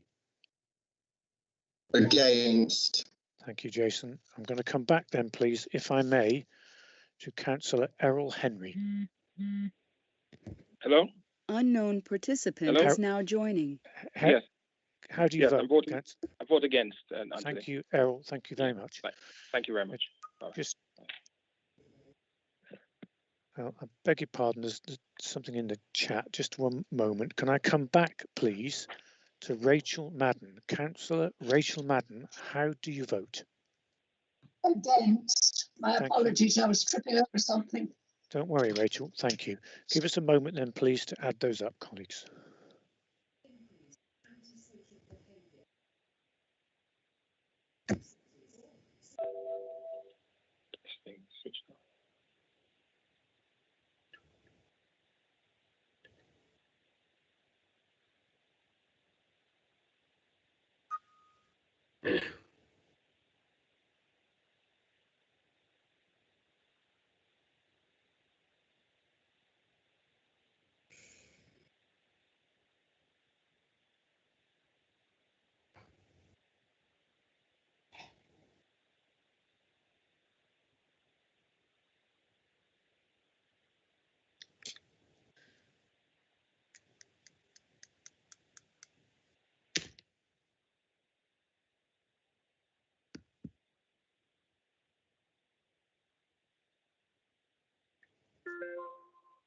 It's back on now.